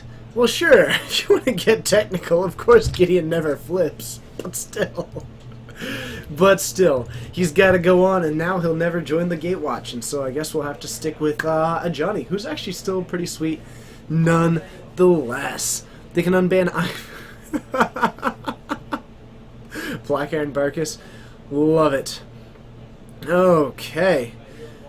More expensive by the cost of Tranquil expands in that deck more than anything. I'm not entirely sure which deck we are talking about. How are we looking? Adam's on the wall with dragons. Esper Dragons. And then Nick is on Black-White Control. Going into game 3. Which Nick? Which Nick? Which Nick is this? Yeah. What's your last name? Garrus. Garrison. Let's see if we've had... Oh! Nick with a G. Did I type that? Yeah. Oh, okay. Sorry, I thought you meant like I typed a G. No. Nick. Nick. And what is it? Black-White Control? Black-White The Control. Control Mirror match. What game? 3. Ooh, wow, they're cruising. Yeah. Look at that. I know, right? Okay, so we've got Nick Garris on Black-White Control versus Adam Hernandez on Esper Dragons. Who takes your edge? I think Black-White Control. They just have... He has more removal. Okay. That's pretty reasonable, and I also just... Yeah, that's going to be a weird... If he lands Sorin and he doesn't, and Adam doesn't get a destroy the... What's it called? Ruinous Path. Then I think Sorin just wins. Okay, so Soren could be a decent one. Yeah. Doesn't need the last name? Alright, perfect. That's totally fair. Alright, we'll see you down there.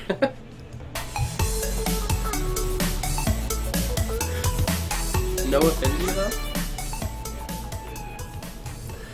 Alright, so they're going to be heading into Game 3. Oh, there's plenty of affinity love to Cannon Chen. I'm a big fan of Affinity. I've done a lot of fun things with it. It's a good time. Showing that TJ Tribal. Touch it. Nice. That was soft and delicate. I like it. Well, it didn't look like you were going for a hard one. So, modern is probably fine. Twin doesn't really need an unban. I mean, I want Twin to be unbanned because I was building it and then it got banned. Apparently we're just talking about cards that can unban, but they're all keeping it. 6-word safest card to unban? I don't know. Probably Tree of Tails? That's a word. A Tails. A Tails. Look it up. Tree and Tails, and you can all just assume what I mean. Geek Fortress after midnight. Maybe we'll have to do that one day. Definitely. Absolutely. We'll have at least 3 people. And that's just the people out there who are watching what we're doing in here. They'll just have it up on the screen. Oh man. Oh, Tails. It's actually an Irish. It's an Irish land. Okay. Yeah, it's a family name. Oh man, it's from the Artifact of Tails clan. Did Adam Mulligan? It does I know appear it's that like- it does appear that Adam mulliganed, and that's going to be another thing to really help out Nick. The interesting thing is that while we say that Nick has got so much removal, Adam has got very few targets for it. Getting if you get rid of his dragons, he can't really win. True, and actually the Silumgar isn't going to likely have a whole lot of great targets as far as taking another I wouldn't be creature. surprised if he's already taken Silumgar out for sideboard. Mm-hmm. Green Sun Zenith would be way too good in Modern. As a thought there. So, turn 1 tap Shambling Vents and a green land from Garrison. Now, this is something we always say. In the control mirror,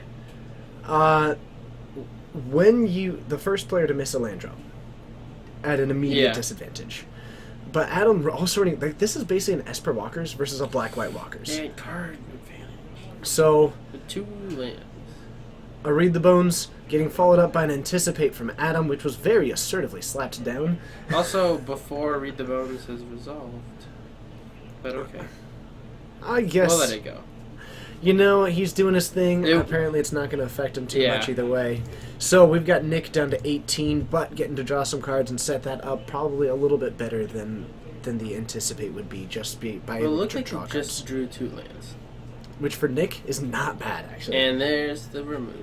But So. that's, he needs to counter Yeah. it if he can. Transgress the Mind? Oh, that's going to be excellent.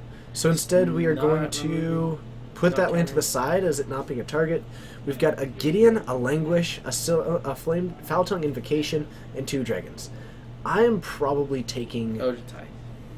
He's Well, got the I don't know if he... Taking the Silumgar, so maybe because of the hexproof on that? Or is that the other one? No, yeah. That's the- Ojutai has hexproof. That's so the long gain as it's control of a untapped. Planeswalker one. So I'm thinking. Target creature? Or is it... I think it's creature Permanent? or planeswalker. Let's take a look here. Let's make sure that we're saying the right things. Or planeswalker, and that's going to be really I didn't know it was on Planeswalker. So, So that's why you keep that in. likely Ruinous Path in here. He's going to be left with a 2/2. I wouldn't be surprised if he I throws his own Gideon down. We do believe that Black-White tokens is favored, or Black-White control is favored in this one. Following up with his own Gideon, so not actually having an answer to it. We're But that's pretty tough because the other Gideon's been on the table longer. by 1 turn, yes. Well, that means he can swing with 2 creatures this turn as opposed, and he only has 1 block. Yep. And we have an Ojutai's command. Adam doesn't. I mean, if he goes for the Foul Tongue Invocation, I'll be pretty surprised at this point. He has 2 Ojutais. I think Ojutai is. Oh, but he doesn't have a 4th land. So I guess He has 4 lands. maybe you just swing in, offer the trade, but I'd take that in a second if I'm Nick. I don't know why you wouldn't. Bold. Interesting. I'm thrown off. But we'll see what's happening with Nick's mind on this one. Possibly if he's got a unicorn funeral. You know, we've had a few unicorns in our chat otherwise, so that apparently their tale did not end well. Oh man. So it could be that Nick, by just taking the damage there, maybe he's planning on.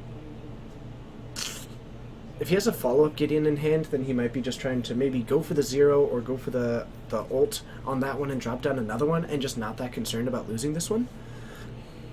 Interesting. Is he plus awareness? Mm-hmm. Now the question is, Did Do he you- swing at Gideon or? To the Pork Fat Monster, thank you so much for joining us. It's awesome having you. We do have a Foul Tongue Invocation available with a dragon in hand. You'd end up taking out the ally more Yeah. than anything, so that wouldn't end up actually taking out the Shambling Vent. And do we end up having just a little bit of a Gideon fight? Now we're also attacking with this Gideon, so possibly that was the intent. And I think we're also attacking with that. Possibly.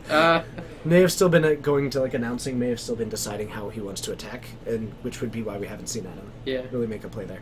So, decides to attack all out, offering the trade, loses the Gideon. Solid play by Nick, actually, by going for this Game attack. He two. can lose. You might want to mention the lifelink there. Just open the door and be like, "Hey Nick, lifelink." Lifelink on Shambling Vents. So. Nailed it. Now Adam doesn't actually have the ability to remove this. He's missing his land drops, and this is Bandit 0406. Nice. I got Thank it you back. so much. It's awesome having you, Golden Pineapple. Rock and roll.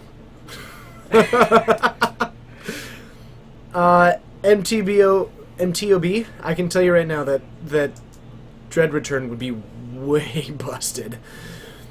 Yeah, it would. So, a Foul But, Tongue if Invocation. it was, I would play that day. Mm-hmm. Foul Tongue Invocation, taking out the Gideon, and we're gonna follow it up with a There sword. it is. You just stuck plussing. I don't think you care about his 2/2. It looks like he Yeah. agrees with you. And to read the Deal bones 3. itself, I mean, you get to scry, you get to set up some draws. Does Definitely not Adam bad. have extra life? Oh, he foul tongue. Yeah. So he's at 21 now. Yeah. We're gonna knock it down to 5, but that's definitely not bad. And oh, is that another He sword has in another hand? Soren, so he doesn't even care. I mean, you might as well just. I'd say I just keep plussing it. Yeah, just plus it because Adam's just gonna keep attacking it to whittle it down. Yeah, I mean, if he's willing to focus that 2 damage on it now, he's really focused on just making sure that that ult doesn't happen, displaying that he's not worried about closing this game out quickly. He wants to keep that from happening. Beautiful play here, setting it up to where even if Adam, anything that he has that can threaten this sword requires that Adam draws a land, not the threat itself. Yeah. So by casting this now, he's guaranteeing that even if he hits the land, now he doesn't get the actual threat that he's looking to cast. And we're gonna go with the Ojutai's command. Oh, maybe not. Okay. Huh. Just That's a hard one to choose. yeah, but grabbing one of the Ojutai's. It's gonna be one that's able to pressure, and it does mean that if Nick has got another one in hand after this, read the bones, anything like that, it means that he might have a little bit of capability of taking out the other one with another transgress. And actually, I think I might have seen a second transgress in hand. as well as if he's land. Mm-hmm. With the other Soren, like even if he plays Ojutai, kills this Soren, there's still like he can just throw down the second Soren and kill Ojutai and keep Soren. Yeah, he's in a pretty solid spot.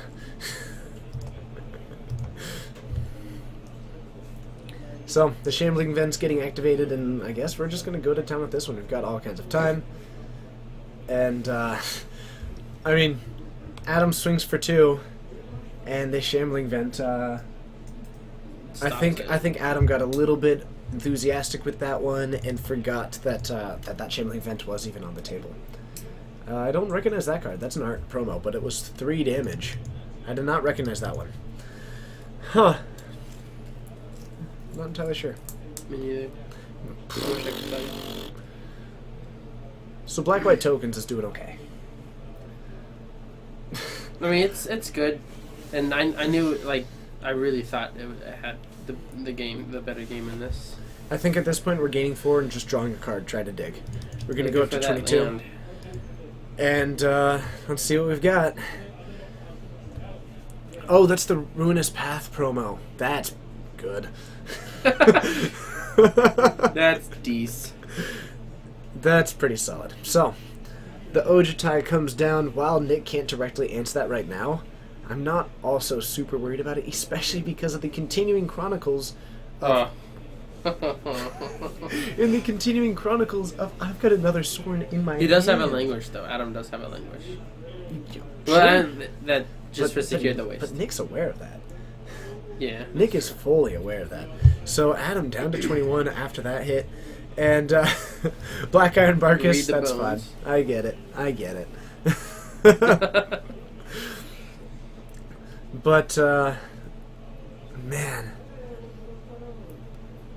That Secure the Waste Yeah, I is was going about to be to say, you're not such a good splashing black finisher. and green. It's or green. That Secure the Waste is going to be such a good finisher because over the course of this game, all it takes is Adam has got so few creatures that even if he takes damage, even if he loses this Soren, recasts out another one, swinging with this Gideon, just offering to trade with the Ojidai, he doesn't care. He's got a phenomenal win condition in this Soren.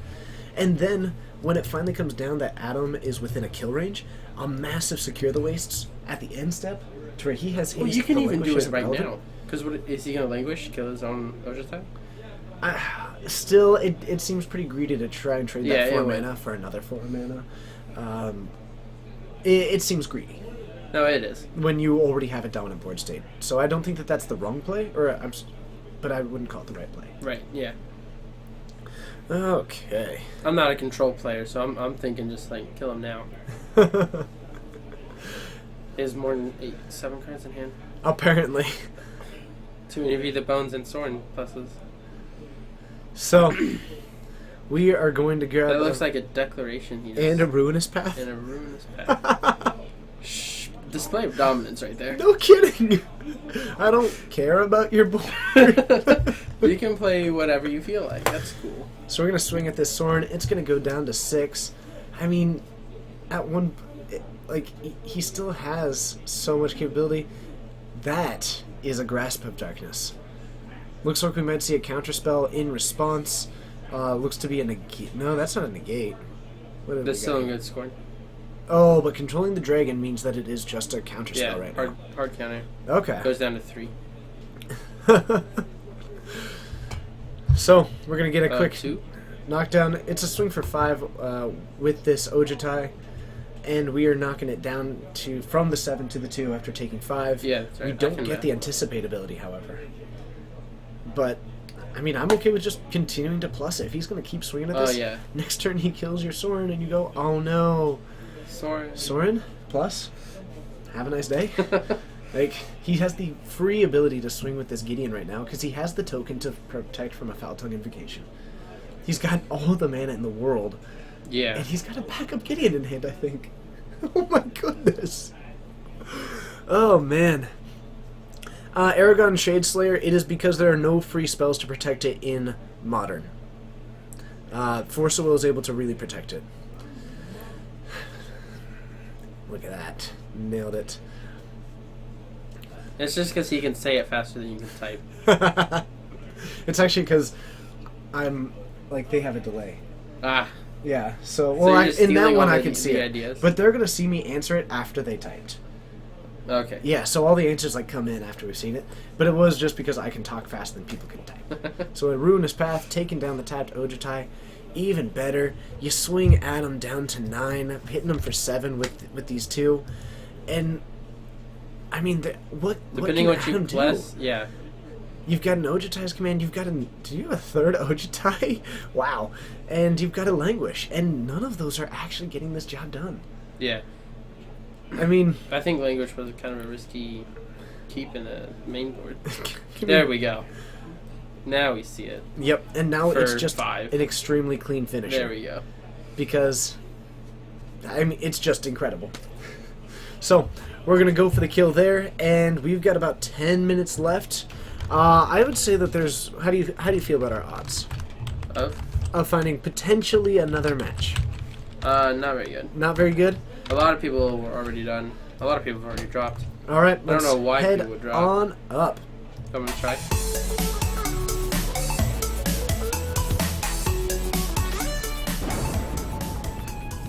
Hello. Oh, Lord Dinglepuss, thanks so much for hitting the follow button. I'm glad I caught you. Like a Pokemon Go. That's the theme of the week. I mean, everything is Pokemon That's Go gonna be the right theme now. of a month Eh. for a month. Oh, it's gonna be a pretty big thing. All right, standard on Tuesdays. We only have standard on Mondays, not on Tuesdays. But to those of you just joining, hey, we have got some pretty cool things going on. We stream 4 times a week. Go ahead and hold up 4 fingers with me. Now, every Monday you can catch us Pacific time at 6:30. 6:30, and every Wednesday and Saturday you can catch us for some Modern. Now on Wednesdays it's at 7. and on Saturdays it's at 6:30.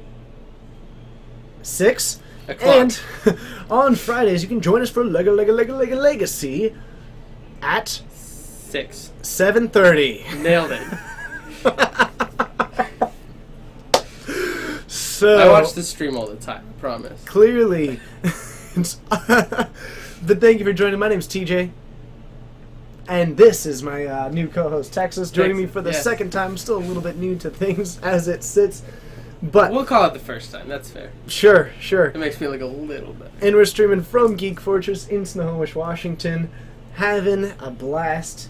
True. And, any opinions on possible Splendid Reclamation Valakut in Modern? I think that it is such a sweet deck. Valakut, operating off of milling yourself and then getting back all those lands with the Valakut. The only problem is that I like Rest it. in Peace is pretty good. Yeah, but you got Nature's Claim. Sure. That you're not wrong. Yeah. That's perfectly fine. Yeah, so I think that Splendid Reclamation is just begging to have some kind of deck built around it. It's just too good at what it does. Pain, X-Pain? 210. X-Pain? I recognize X-Pain. Now, I'm not sure if you've just now hit follow button because I've finally convinced you to join us officially, and in which case I want to say thank you, and thank you for giving us a chance. Or, if you're hitting follow again, in which case thanks for your continued support.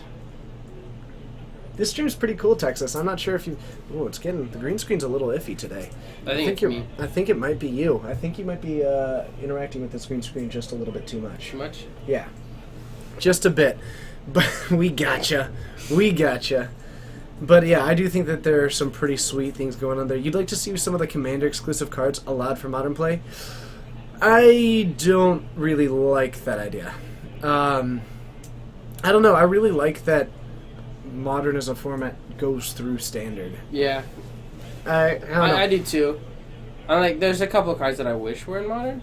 Oh. But, Yeah. but like, Mr. Muffly Mittens. That's amazing. Thanks so much for hitting the follow button. I hope you all enjoyed the Thunder. What a sweet name to get followed. it is. I'm proud to have Some you. of these names on here are just like mind-blowing that people think of that. Mine is always just Texas. I'm King Masteron. You've been in the chat and this is your first time joining us, I believe, today. Thank you so much for hitting that follow button. I look forward to future interactions. Man, this is super exciting. 2-word, Baleful Strix. I'll respond, Baleful Strix. I'm not sure if that was a question, but you only gave me 2, and that's about the best I can do. Oh, man. But Baleful Strix would be probably too good in Modern, as would True Name Nemesis, as would Shardless Agent. They're all quite... I would like Charlotte's Agent in Modern. I think it'd be a lot of fun. With Ancestral Visions just being unbanned? Yes. Okay, sure. Let's have some fun. Except I'm not really sure if I would call it fun. Dryu, thanks so much for hitting that follow button. It's great having you, and it's good to see you again. Man, this stuff is always so exciting. So exciting. 6 words, most overrated deck in Modern. What are your thoughts? I'm not good with only 6 words. You're not good with only 6 words? Can't make it happen? Most overrated deck in Modern. You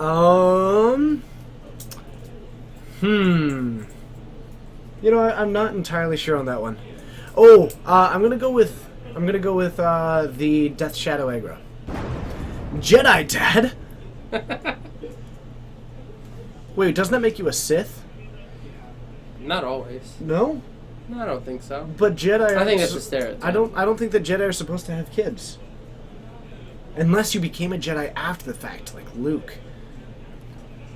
It's awesome having you. Well, yeah, like in the books, Luke has a kid. Uh-huh.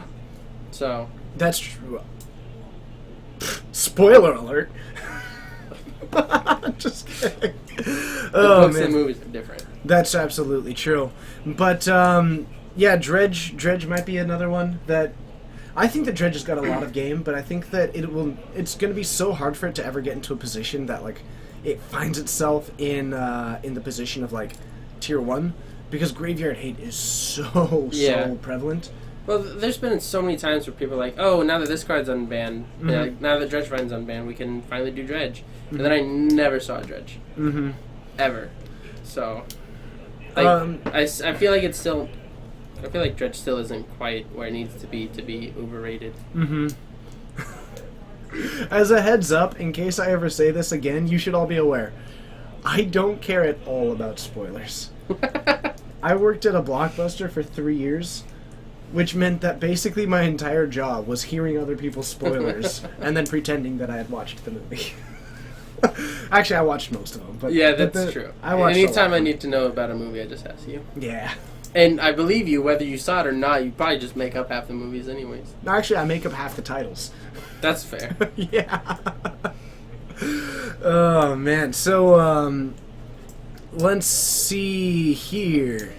True Name might be okay. I doubt it. And also, I don't think that Stoneforge Mystic should ever be unbanned in Modern. I was thinking maybe, but then they spoiled this card. And I feel like it just makes it... Like, the two together just are a bit too much. I think the problem is not that there is, that the card is too powerful. I think that it makes the decks just do the same thing. And I think that anytime that you're looking at an unban, you need to look at beyond, is it safe? You need to look at, will it make the format better? And I don't think that Stoneforge Mystic would actually widen the format. I think it would reduce it. That makes sense. So, that's kind of the line that I'm on right there. As a heads up, Captain, probably want to save those for when they're legitimate, but still. What is that? Did I get stuck with inventory at Blockbuster? Yes, I actually loved it. I loved getting inventory because it meant that I got paid a lot. Well, more. More. I got because I got to work a day and then I got to stay there and work like 7 hours over the course of the night scanning everything. It was awesome, and then I'd go to sleep and then come back and work more. Yes, we did talk about Bloodbraid Elf. A lot of people think that it would just make Gen 2 better. Let's see here. Ban Bolt and then see how the format goes. Fun fact: you ban Bolt and Aggro will reign supreme. It's interesting, and it's a little bit different. I completely believe that. It's complete, but like Bolt is the only reason that control is viable. Snap Bolt keeps aggro in check. Yeah. Affinity would run rampant. Infect would run rampant. Burn wouldn't even care. It would just replace it with another Bolt effect. I mean, it would be like, oh, that's unfortunate, but okay, let's keep on going. Yeah. Like if you ban Bolt, aggro gets significantly better, completely against what your like initial expectations would be. It's Bloodbraid Elf is way too good. Jund is currently the most played deck in Modern. It doesn't need a boost in any way. What if they banned a Jund card in exchange for Bloodbraid? What would they ban? Nothing else needs to be banned. Yeah. From Jund. I mean, everything Jund was already Jund is just a good deck. Banning a card out of it isn't very effective. Yeah. Hey, round 4's coming up. They're shouting it. Do you want to go Excellent. find me the sweetest match that you can? The sweetest match that I can. Yes, please. Make it happen. All right, we're going to get round 4 going here. But overall, I will say this. I am very much an advocate for no bans in Modern as it currently sits. Likely, if you ban Bolt, you start seeing Control run maybe things like Burst Lightning, maybe Flame Slash, but that's sorcery speed. Burst Lightning, it might be my go-to there, but then that makes Zeus significantly better because all the 3 toughness creatures become... And then it's not even passing the Bolt test. 3 toughness takes this entirely out of the realm. But to say that anything needs to be unbanned right now is just... I don't know. I don't think that Modern needs to be touched at all. As far as unbans, I think that it's safe. I don't think that there's a whole lot that would end up pushing it out. I think that the ban list right now is fairly solid. Cards that might be close. I couldn't even say what might be close at the moment. There are ones that I think maybe one day, but as it sits, it's solid. So I think that Modern is good, and I think that changing it right now would probably be a mistake. I think that Pauper might need one. Stone the Iceman. I'm assuming, is it Tuesday where you are? Because it's Monday here.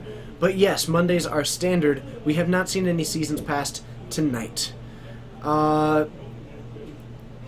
Seething Song should stay on the ban list.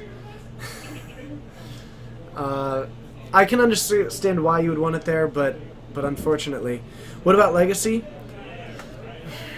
I would understand maybe a Terminus ban, but I wouldn't directly advocate for one. I wouldn't be surprised if it happened, but I also would be also not surprised if it didn't, because they tend to be very hands-off with Legacy, and the last top 8 that we saw was pretty healthy. So I wouldn't be shocked if they banned Terminus, but I don't think that it's directly required. Any other format, and it would definitely need to happen, but Legacy is kind of this different beast. Yeah, Judge John on the wall. Okay, nice. You then- can come in. No, I gotta get Dave's. Dave is the other Is guy. he on the green red rim? Yeah, Okay. And he's going up against Dave. Dave. And what's Dave's last name? Are we finding that out still? Yeah. Okay. But he's on Budget Vampires. Okay. Excellent. If you could just give me a last name and Dave, what's your last name? Last initial. Okay. if you don't want it, that's fine. You Dave Kane. okay. I'm too big for this one. All right. So, Budget Vampires up against Green Red Ramp. Eldritch Evolution is very, very much not broken. Because it exiles itself. Well, that and it's the sacrificing a creature is part of the cost, so getting it remanded is really painful. That's true. It's gonna be fine in Modern. It's gonna make for fun. I think it's gonna make for interesting decks, but it'll be fine in Modern. Yep. To Loki. I really don't think a Stoneforge Mystic is going to happen. People have advocated for it. I think that it doesn't make the format more diverse. It makes it more solved, and you have more decks doing the same thing in each game, and you have every deck that's in white again doing the same thing. And I just don't think that that's going to be happening anytime. Simian Spirit Guide needs a ban? Probably not. The format's still fine. The card does broken things only, but the broken things that it does are frankly never really that good. Spirit Guide? Yeah, like, it's Yeah. only run in decks that are doing busted things, but it's never in, like, a deck that's particularly good. All of those decks that are trying to get this fast mana out are inherently inconsistent. Yeah, So, because if they don't have it, then it's yeah. So, I don't know. I don't think that Simian Spirit Guide needs a ban, because none of the decks that try to abuse it are abusing the meta in any way. Yeah. Let's head on down. It's round 4. Let's go back to Standard.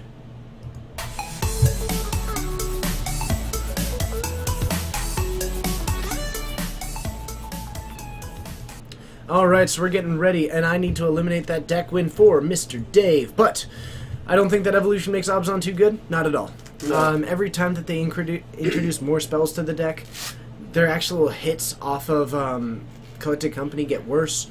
Their silver bullets, while they're able to find them, still, I don't think that the card is that busted. It might get played, it'll get tested, it might do cool things, but Collected Company has been consistently good against counter spells. Adding in a spell that makes them worse against them, Yeah. not great, in my opinion. Still in Commander cards in Modern topic. Containment Priest, Edric Spymaster, and Flusterstorm. Oh, would be fine power level? Sure. But if they're going to be fine power level, put them through Standard. Yeah. I think that if you're going to pick some and not others, I really like formats that have very clearly defined boundaries. Mm-hmm. I think that that's entirely and extremely, extremely important. And when And you like those three are like three that I were thinking like I think Edric would be a lot of fun in Modern, but it wouldn't break it. Same thing with Containment Priest. Yep. Insolent Neonate coming down for Dave, and absolutely I agree that they wouldn't be busted. But I think that, well, Flusterstorm, yes, but I think that the other cards, if they're fine for Modern, they should go through Standard. I agree that power level wise they'd be fine. Yeah. At least potentially fine. But can't unban Black Lotus from Modern. So we are going to draw... Oh man, I'm liking what this deck is doing. We've got an Insolent Neonate into the... I can't remember its name, but it's a 1/2 that you can discard a card to give it +2/+0. Can you help me out there? No. Fortnite's it's give me a common. hand. Is it? It might be an uncommon. But we have got an Oath of Nissa from John. Not playing down a second land for the turn. I like the way that he does this, because he might draw into a land that he prefers to see. Yeah, it looks like he only has... Oh, no, that's what he's looking at. Ravenous Bloodseeker, Fire Pyro nailing it here. You are my rock Fire star of the Pyro? moment. Right? Seems I'm a legit. big fan. I'm a big fan. So the Ravenous Bloodseeker, 1/3, even better. It gets +2, -2. I mean, a discard a card into an incorrigible youths for the attack here would be huge. Yeah. Because that becomes a swing for, 7/8, knocking John down to 11, going into his turn 3. That's pretty good. He got a Tarkus with the Oath. Yeah, that's going to be pretty good. But he does need to hit it. Like, he needs to be able to cast it. We've got Yeah. a Shrine of the Forsaken Gods out. Otherwise, let's see. Yes! And it happens! We get the Incorrigible Youths. We've got the Swing for 8. We've got the Rock and Roll. Hip happening, hopping down, rocking his socks, dealing the 8. We're down to 11. We're no longer a teenager in John's side of the field, and now we are looking forward to the glory days of middle school. Yes. So we've got the Oath of Nissa. We're going for...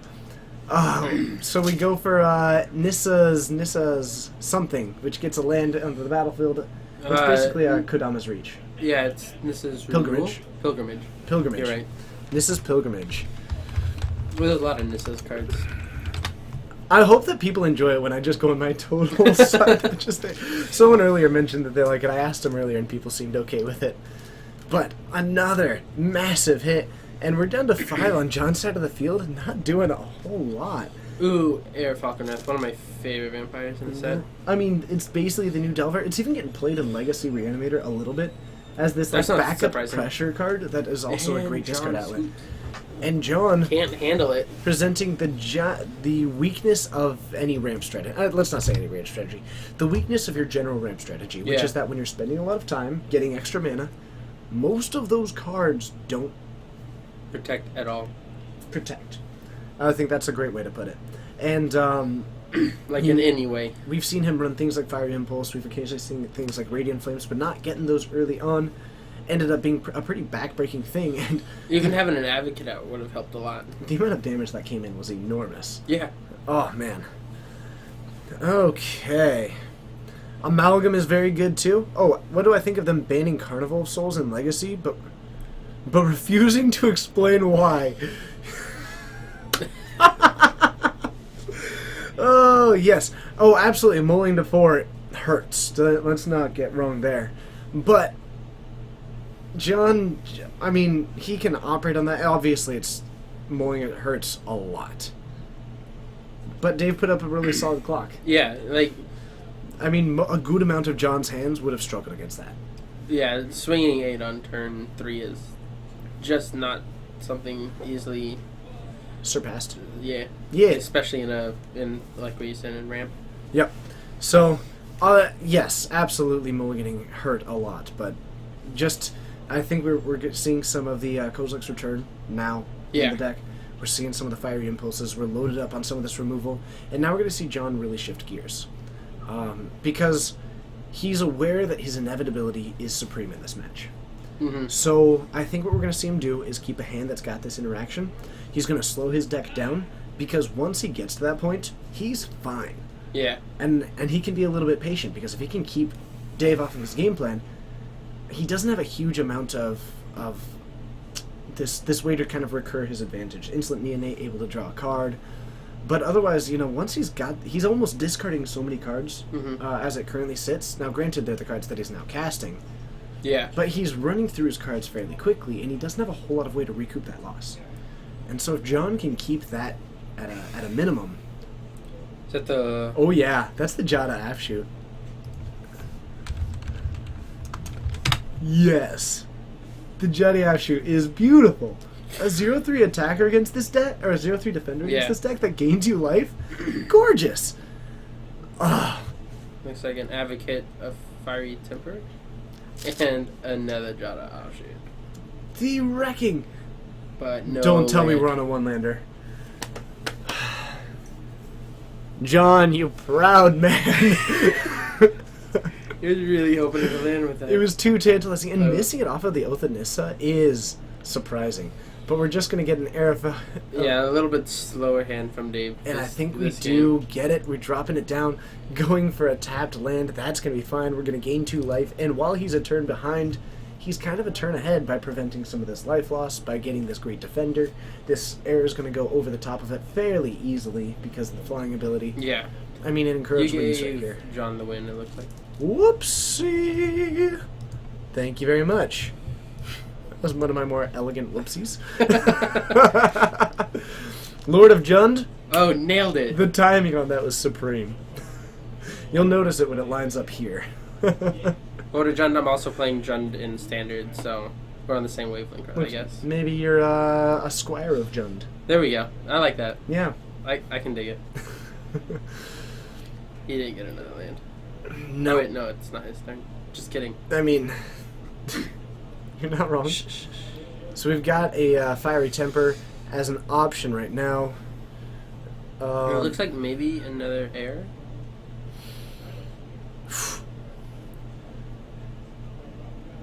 Ooh, okay, so yeah, we're just going to use the Fiery Temper, discarding it to flip this and take down one of these Jotty offshoots. That's It's going to exactly prevent some what of this I would life total. Oh yeah, you get in a swing for 3, you get him down to 19. You're doing a fine job of preventing this, and if you have any way to follow it up, then that's even better. Yeah. Yeah, he's got another air. He's going to throw that down. Ooh, good clocks are good. Food for the dragon. Agreed. I think the point is that while it's because it's basically a Spell Pierce as its minimum that only gets better as it goes. It's not able to take down Planeswalkers, so I'll be curious about that one. I don't know. Flusterstorm might be good. I would probably see it run.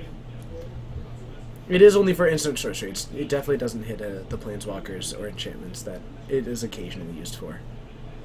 And we are doing some ramping. So are we 2 entering? We're going to go back up to the glorious level of 21. Urn passes a turn. Like, the offshoots are great, but with the flying, it's... They're significantly worse. And Yeah. actually, Dave is doing a great job of applying this pressure. John is in trouble. Yeah. I mean, sitting at 21 life and in trouble, that's Oh, definitely interesting. I mean, if he's able to hit... He's got a Kozilek's Return in hand, though. That's going to buy him a huge amount of time. Now, this is a 0-3. All he needs to do is next turn. He's going to take some damage this turn. I think Let's he's not. menacing. This is not going to go too wrong here. But that Kozilek's Return is really going to be good. All he needs to do is wait for Dave to overinvest into getting this Ravenous And Bloodseeker. he is. Oh, yeah. Like, I definitely liked playing Yep. the Madness just to flip the other air, but Oh, yeah. And all he needs is, if he can line up a red source here for next turn with this Oath of Nissa, line up the red source. Next turn, you go... Oh, yes. Oh, wait, he can't reveal one with that. Dang it, that's going to come in tapped. Just grabs the forest. Because if he can go for this Kozilek's Return and then next turn throw down a Chandra, yeah. game over. So, that's Well, for I John. think... Well, I don't know. Otherwise, he's got the ability to go for this Kozilek's Return. Is it instant speed? Oh, yeah. Okay. The only 2 copies I have are Korean, so... Gotcha. Yep. So that makes that card a lot better. I might add another one.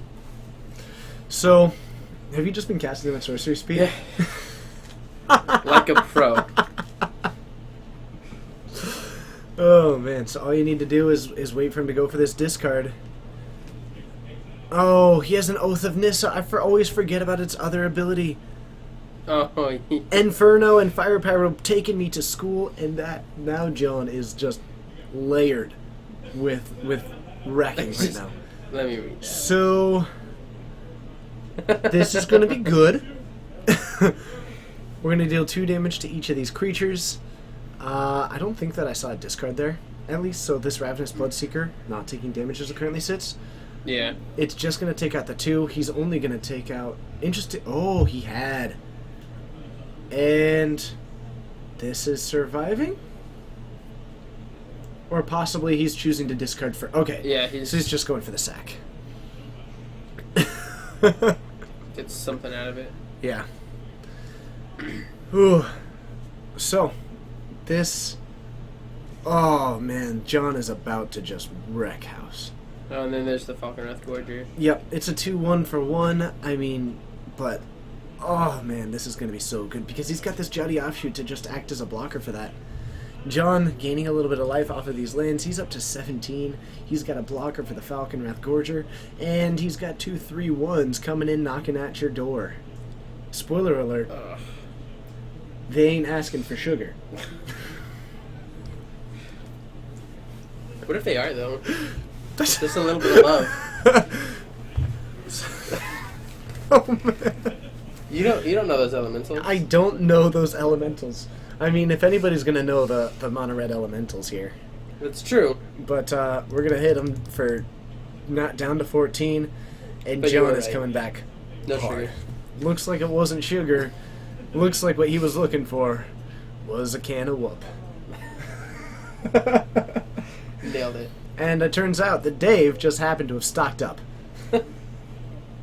I don't know. Keep going, don't I'm just stop. saying the words. Well, Dave had just gone on a shopping list, which is why for his Falconwrath Gorger, because he gets so hungry.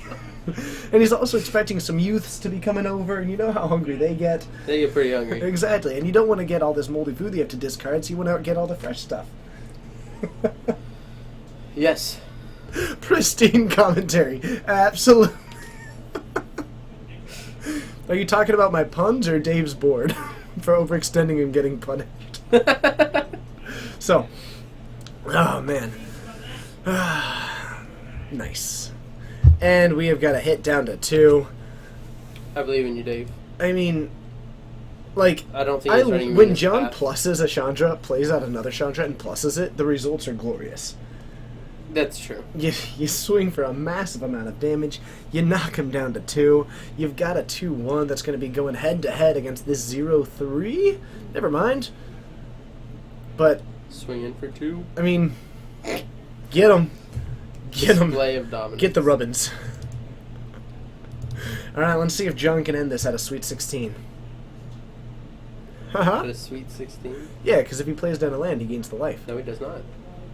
No, he lost his Jowdy. Oh, John. Thanks, John. Oh, John. Thanks, John. Game 3. Game 3. Oh, John. Thanks, John. You just gotta be ready for whatever. Every time, though, this is like the 3rd time that I've seen him go Chandra into Chandra, followed up by into Chandra. Like, he does this all the time. It looks like I'm throwing rejected action movie one-liners. I'm okay with that one.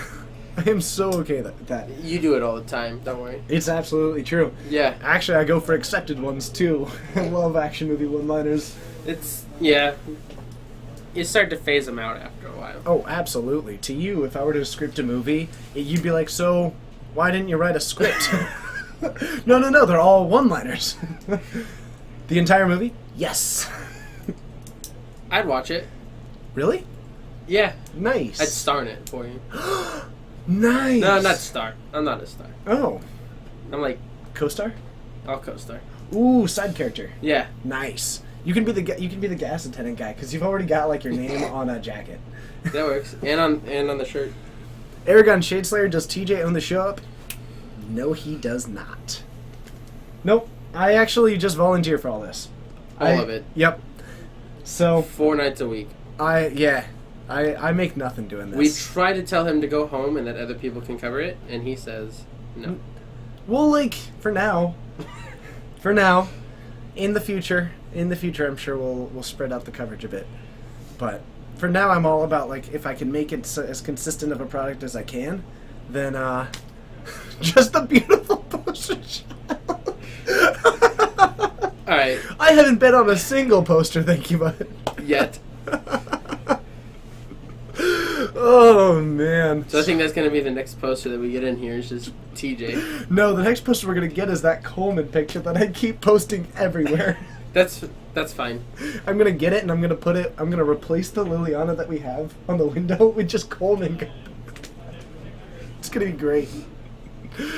Oh man, so we've got Dave starting off where he's kicking it off and he's putting on his brand new shoes. He's really been looking on these ones. They were recommended by Usain Bolt, so he's really going to be looking for the speed in this one. Yes. Also, if he can keep any card of removal for a Jotty offshoot, I think I do see one in. No, I don't.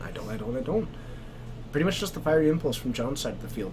So if Dave is able to go wide, all John has access to is this kind of 1-for-1 removal, but Dave at the same time has to be extremely careful because he just got wrecked by Kozak's return last time. Yeah. So I hope he kind of learns from that and doesn't extend too far. Just, 3 or 4 creatures. Maybe not even that many. Okay, so we're gonna That's go. the 1/3. That's the Ravenous Bloodseeker. I forgot Shadeslayer. That sounds Mr. Bean. delightful. Or you can get a picture of myself and Coleman. There you go. Yes. Black Iron Barkus, what is the link of? If it's reasonable, then sure. But why isn't Coleman the background? We're working on that, actually. Really? Yeah. Only for when Coleman's in here. I'm actually going to be saving it for only when a misplay happens or when something like tragic happens. For like, you get it, and then it's just like something inevitable happens, and I'm not going to tell Coleman about it. So one day he's just going to be in here with me, something's going to happen, I'll be like, no. Oh, man. So, is this like the red-black vampires in old standard with some new stuff?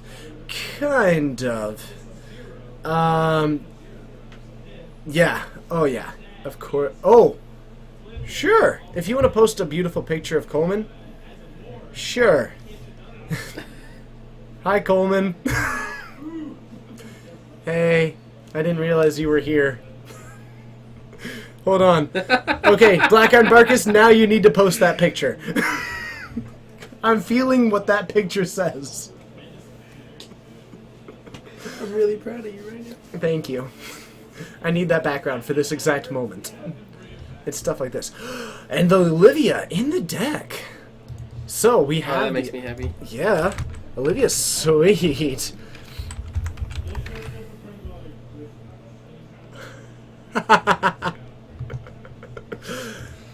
Hold on. I can get this as the card reader.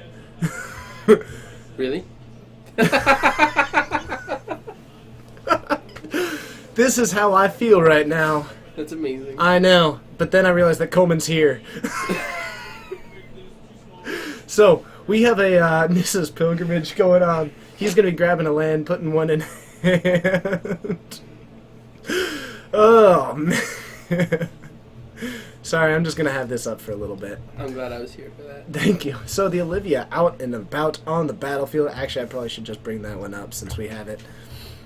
Well, the nice thing about Olivia is she doesn't die to Kozak's return. How it feels to chew 5 gum. That's one of the better ones that I've heard. Beautiful. Oh, goodness. Sorry. That's one of my favorite pictures of all time. So, we have the Olivia out. It's a flying. It's going to be able to get some of these other creatures to, discard a card, give them haste. We could go for, like, a 1 instant neonate, go for the discard of an incorrigible use, put the +1/+1 counter on it, and then you're looking at a swing for 9. Mm-hmm. That's going to be pretty solid. But overall, what Dave has been really struggling with is applying pressure in this game. So he plays the 1/3. What's it called? That is the Ravenous Bloodseeker. Oh, that's the 3/1 vampire. Very nice. And we are getting some +1/+1 counters. He shouldn't have done that. we're really committing to the board, and you may notice what is in John's hand, which is problematic. So we're gonna hit him for 10, which is nuts, which is sizable, representing an extra Olivia kill. stays alive through So two of his does guys. the Ravenous yeah. Bloodseeker, and Blood Mad Vampire. Thank you. and if Dave actually Pyro plays, Pyro again. if He's like, he's on point. I mean, I don't know. I really think that John is potentially in trouble right now. Yeah, only because now two of his guys stays alive. Yeah, and even if he commits to the board, He can either just keep drawing until he can play creatures to and discard at the same turn with Olivia, or even actually, did we get the +1/+1 counter from hitting that? The trigger from hitting the player for Dave. Dave. Blood Mad Vampire gets +1/+1. Okay. He said he missed it. Yep. Dave being a champ and saying, Would have survived though. "Yep." That's even more sad. All right, so it looks But like I think you have to play it safe. I think he's going to play the Advocate Mm-hmm. to get a couple of blocks in. He doesn't have another. I mean, it land. is going to be oh, does he not? Well, has he played it? I think he's played it like this time. Okay. Yep. So we are going to have a 2/3 just trying to get in the way of some of this. Can he forget a trigger? Yeah. Yeah, that's totally fine. Yep. You can totally forget a trigger if it doesn't benefit you to forget it. Yeah, Then yes. we actually had something like that yesterday. Mm-hmm. An Avacyn flip that would have been detrimental to the Avacyn controller. Has to do it. Still has to do it. Yep. It's still It's to their benefit to forget the trigger. yeah.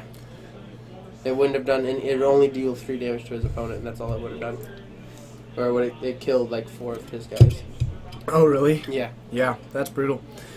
To Harifazar. I don't actually recognize your name. You've said 2 comments, and thank you so much for joining us. It's awesome having you. I'm sorry if you've been here before, and I'm just spacing, but it's great having you, so I hope that you're having a good time. Still give another counter with Olivia at instant speed? No? Ooh. We saw the discard. We're going to take down one of those. Actually, his Sylvan Advocate survives this, and it creates enough damage to definitely trade that one. He's going to take 3 and go to 7. Still under a little bit of pressure, but overall doing fine. And Dave, I think, in top deck mode, this Olivia is his... Oh, he Only- shouldn't have discarded. Yep, The other he guy. went for the discard, and it punished him. So we dropped down a forest. That puts us up to the 6th land, so our Shrine of the Forsaken Gods. You're new and you only play Standard? Well, welcome! It's great having you, and if we also do, I mean, obviously that's the main ones you watch, but if you ever are interested, we do Modern and Legacy as well throughout the week.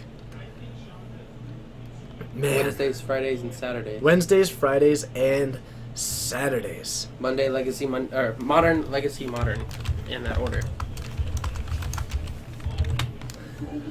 Okay. Oh, gotcha. Okay, it's at 7.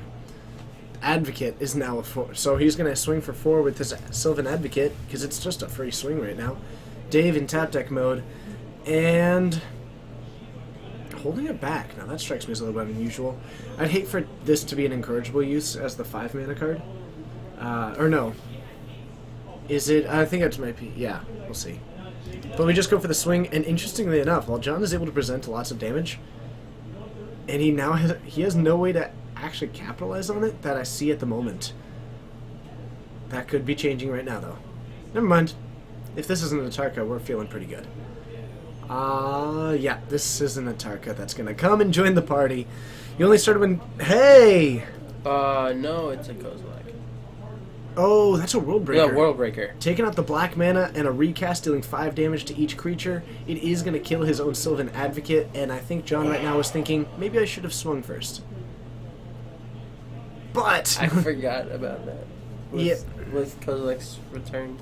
Oh, man. Hob Halo Chicken. Awesome.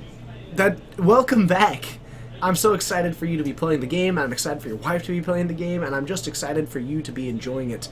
Hirifazar, decks? welcome. Best way to learn the game. If you ever have questions, ask them. I hope it's Sorn versus Tibble. That was my favorite dual deck ever. I remember when you got that. Yeah, It was lots of fun. I know. I ended up buying like 3 of them over the course of like. One of them was definitely stronger than the other. It was obviously the red one. It was obviously Tybalt. So we've got a World Breaker out. It's gonna be a. I mean, World Breaker's so good. Like man, especially against this deck. Oh, goes down to 1. Against this deck, This is exciting. the reach is extremely relevant. Yeah.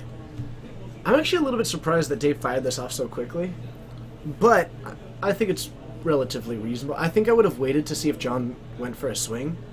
I doubt that he would, but I think it was worth seeing, because then you have the chance of going for the fire impulse at the end to put him at 1 and maybe hitting into a into a hasty creature. Ooh. He has 2 red. Tell him to pay 2 red. John. He needs 2 red for. You got 2 red sources for Chandra. He forgot that he didn't have the Oath of Nissa. I think he's gotten too used to casting Oath of Nissas. Yeah. So John at 1 gets a Chandra. Twin bolt him. That'd be awesome. I just swing for 6. You have a 2-turn clock. You swing for 6, and if Dave draws it, Dave draws it. But Why you can't wouldn't kill you this turn. swing for with World Breaker? Because it protects you from anything that might Any be haste. hasty, and you have a kill next turn by swinging with the World Breaker regardless anyway. So you're gonna, if you're gonna swing with the World Breaker, it's gonna be this turn or next turn. This way, it gives you a little bit of protection. Yeah. He's going for the discard and draw 7. Oh Isn't it man! +1. Yeah, sorry, it's +1. You're right, but still, Chandra doing some work. That's an interesting Interesting choice. choice because yeah, I think- now you're right. He's susceptible to any burn, any haste. Okay, now he protects from the haste. Yep. Drops down a land, puts down the Tireless Tracker. Didn't immediately cast it. Mm-hmm. Oh, it's fucking. So, He can't cast it. He doesn't have any spells. yep. World Breaker got his only spell. Air Falconwrath. Taking it down. The only hasty vampire is also flying. Oh, okay. Not the only one. Incorrigible Youth has haste, but he's talking about Olivia's. Then you also have to pay for it. Yeah. But So- it's 1 and a black and then pay red. Right. For haste. So Right. if he gets the black and that guy, oh my god, Yeah, oh no, he drew that off of the other Chandra. I didn't see that. Yep. Seems good. Off is the kill because that's a hit for 6 or hit for 12. So, that is going to be the end of that one. We've just got about 20 minutes left, which makes me think to myself, what a beautiful world. Yeah, let's try and find us another match. I'll see you up in the booth.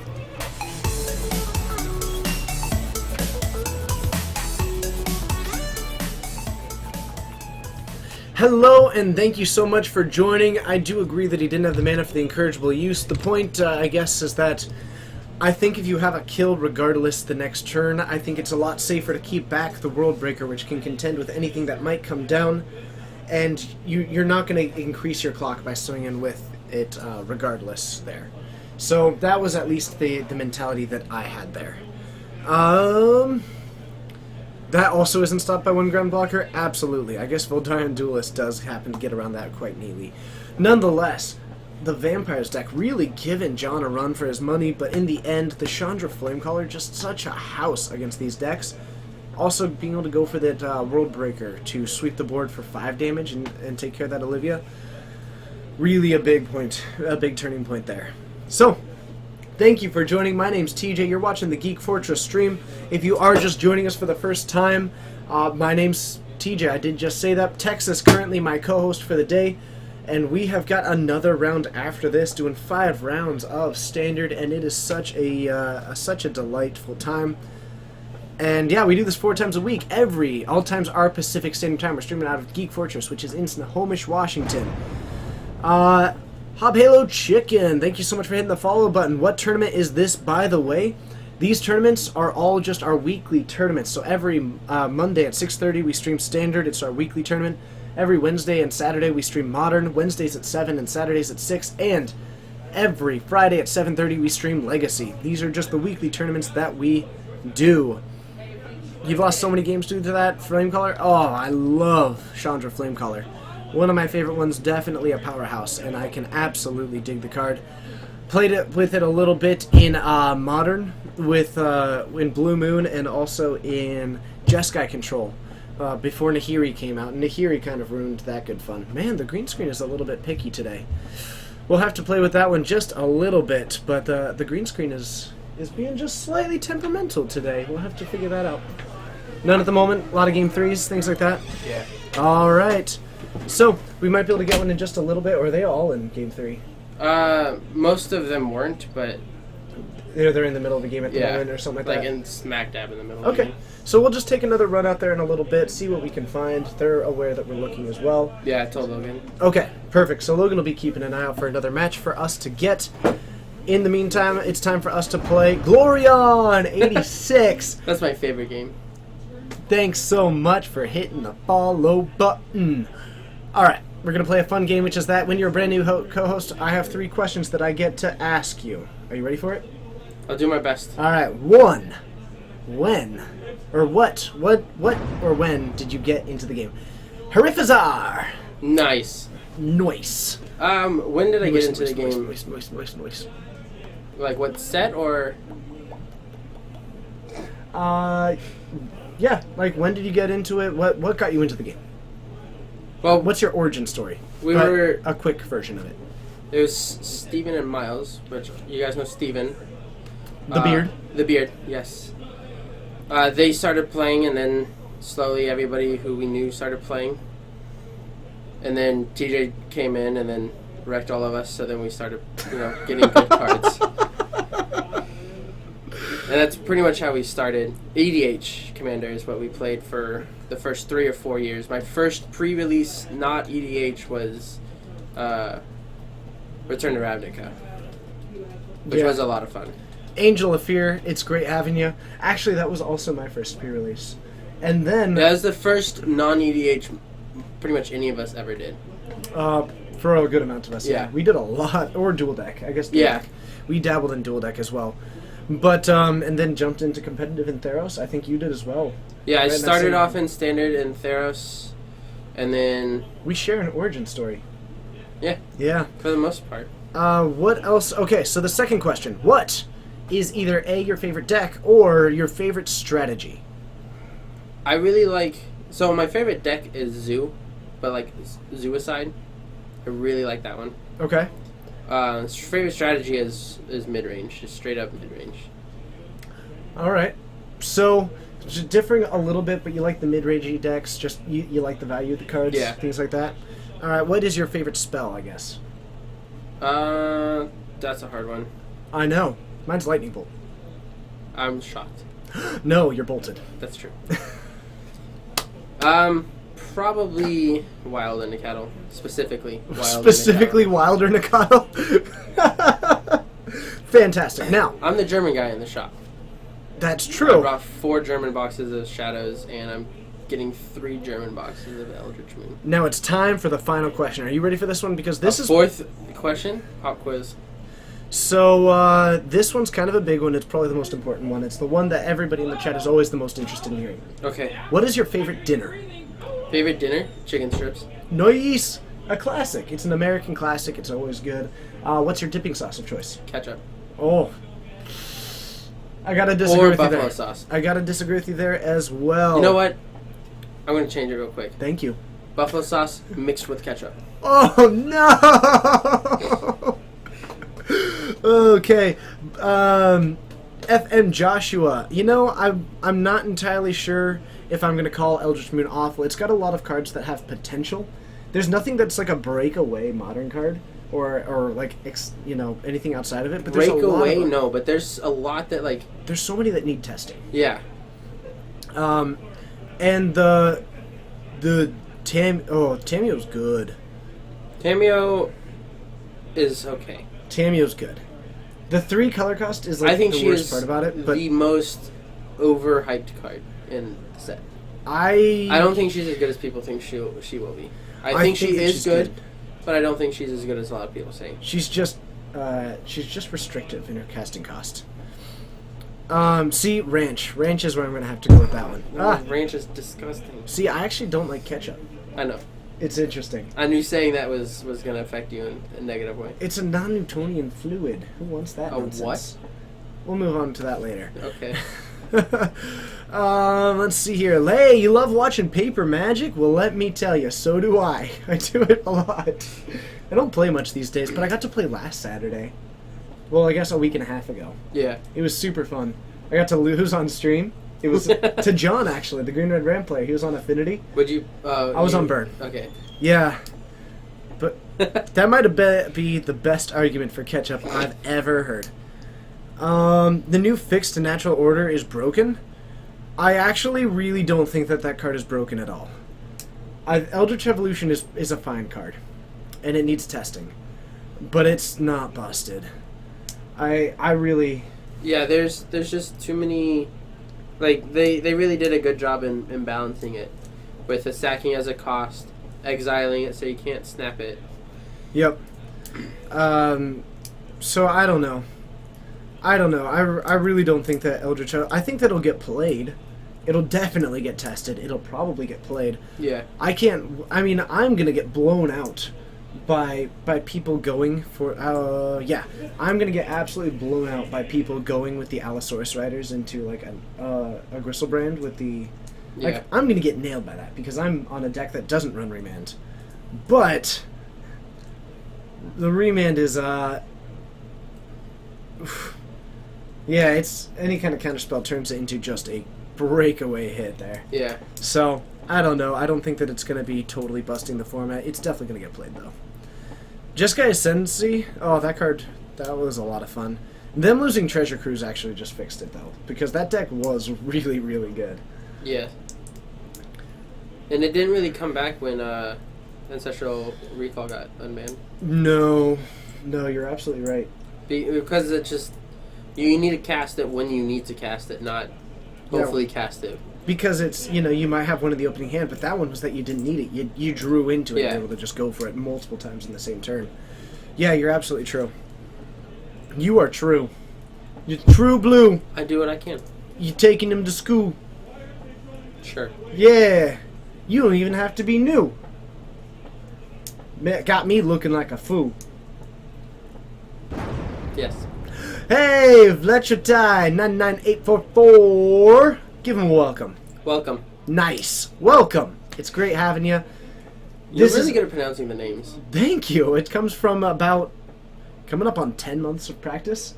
That's fair. 10 months at 20 hours a week. Does someone want to put... you know what? Let's not think about how many hours that is. Realistically, it was probably about 5 months at 15 hours a week. Yeah, you didn't start Modern or Standard for a while. It's probably been about 2 or 3 months of Standard. Stretching a bit there? What am I stretching on here? I don't know. Stop stretching. Oh, on the different rhymes. Oh. Yeah, absolutely I was stretching. But, I was just trying to be cool. Yeah, so about 5 months of 15 hours a week, followed up by about 3 months of 20 hours a week, and then let's remove a random... Let's not do the math. You didn't want to do it. Let's remove 20 streams because of just missing them. I've probably missed about 20. Which is actually pretty good now that I think about it. Yeah. Dang. Crash down reg. Still a lot. Nice. Anyway, we should be jumping into the next round pretty soon. We still have round 5 coming up. Man, there's so much Magic today. 5 rounds of Standard is a lot. 10 minutes. You want to go find someone? Yeah, absolutely I do. Absolutely I do. I don't think I can talk for 10 minutes. It's okay, I certainly can. If you haven't yet heard about it, to anybody who is going down to GP Portland, I've got some sweet news. So, if you're going to GP Portland, before you hear me say the rest of us, toss it into the chat. Let me know because I am really excited. Multiple of us from Geek Fortress here are going to be going down for GP Portland, and I am excited. Crash down Reg, hello, and it's great to see you. 3 matches left. They're all like in game 3 or so. Okay. You want to watch me and Josh play Pauper? Yes. All right. What are you on and what is he on? Josh, what are you playing? Oh, God. Here we go. Who's on which side? I'm on the wall. Okay. Well, for those of you who are always wondering, we're gonna get some popper up there. Alright, so we are gonna So get we got Logan on the wall. we're gonna get some mono green Stompy going up against blue black Teachings. I missed the game 3 by like 3 turns. Did you? Yeah. Ooh. That is let's go ahead and get some popper though. They've only got like 6.5 minutes left in the round. Okay. Want to get depressed? Think about how much money I spend. I actually spend a lot less money, like on Magic itself. I just spend a lot of money on the stream itself. So, Okay. to the Okapi, it's great seeing ya. And yeah, teaching match in 10 minutes. At least we'll get to see a preview of it. Until I'm done, have some fun.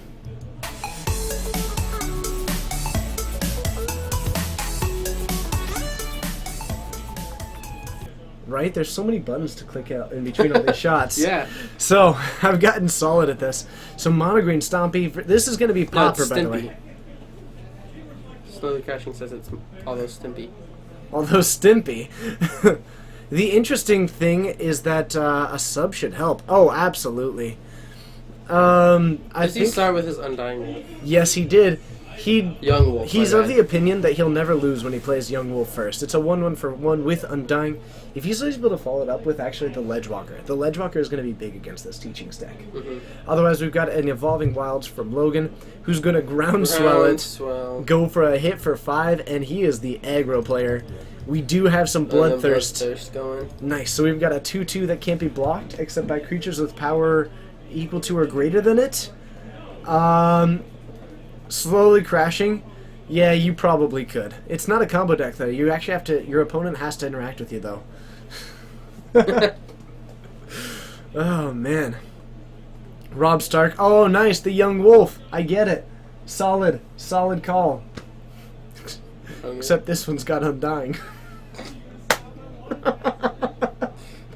So, that's okay, you don't have to get it. No, I get it. now. Okay. So, Josh got the 2 mana available. Not entirely sure what we could be looking at from Josh here. Groundswell. I want to see it. Looks like we have got... Is that an Edict? That looks like an Edict. Yep. Nice. We're going to get a hit for 2. He triggered his own Morbid!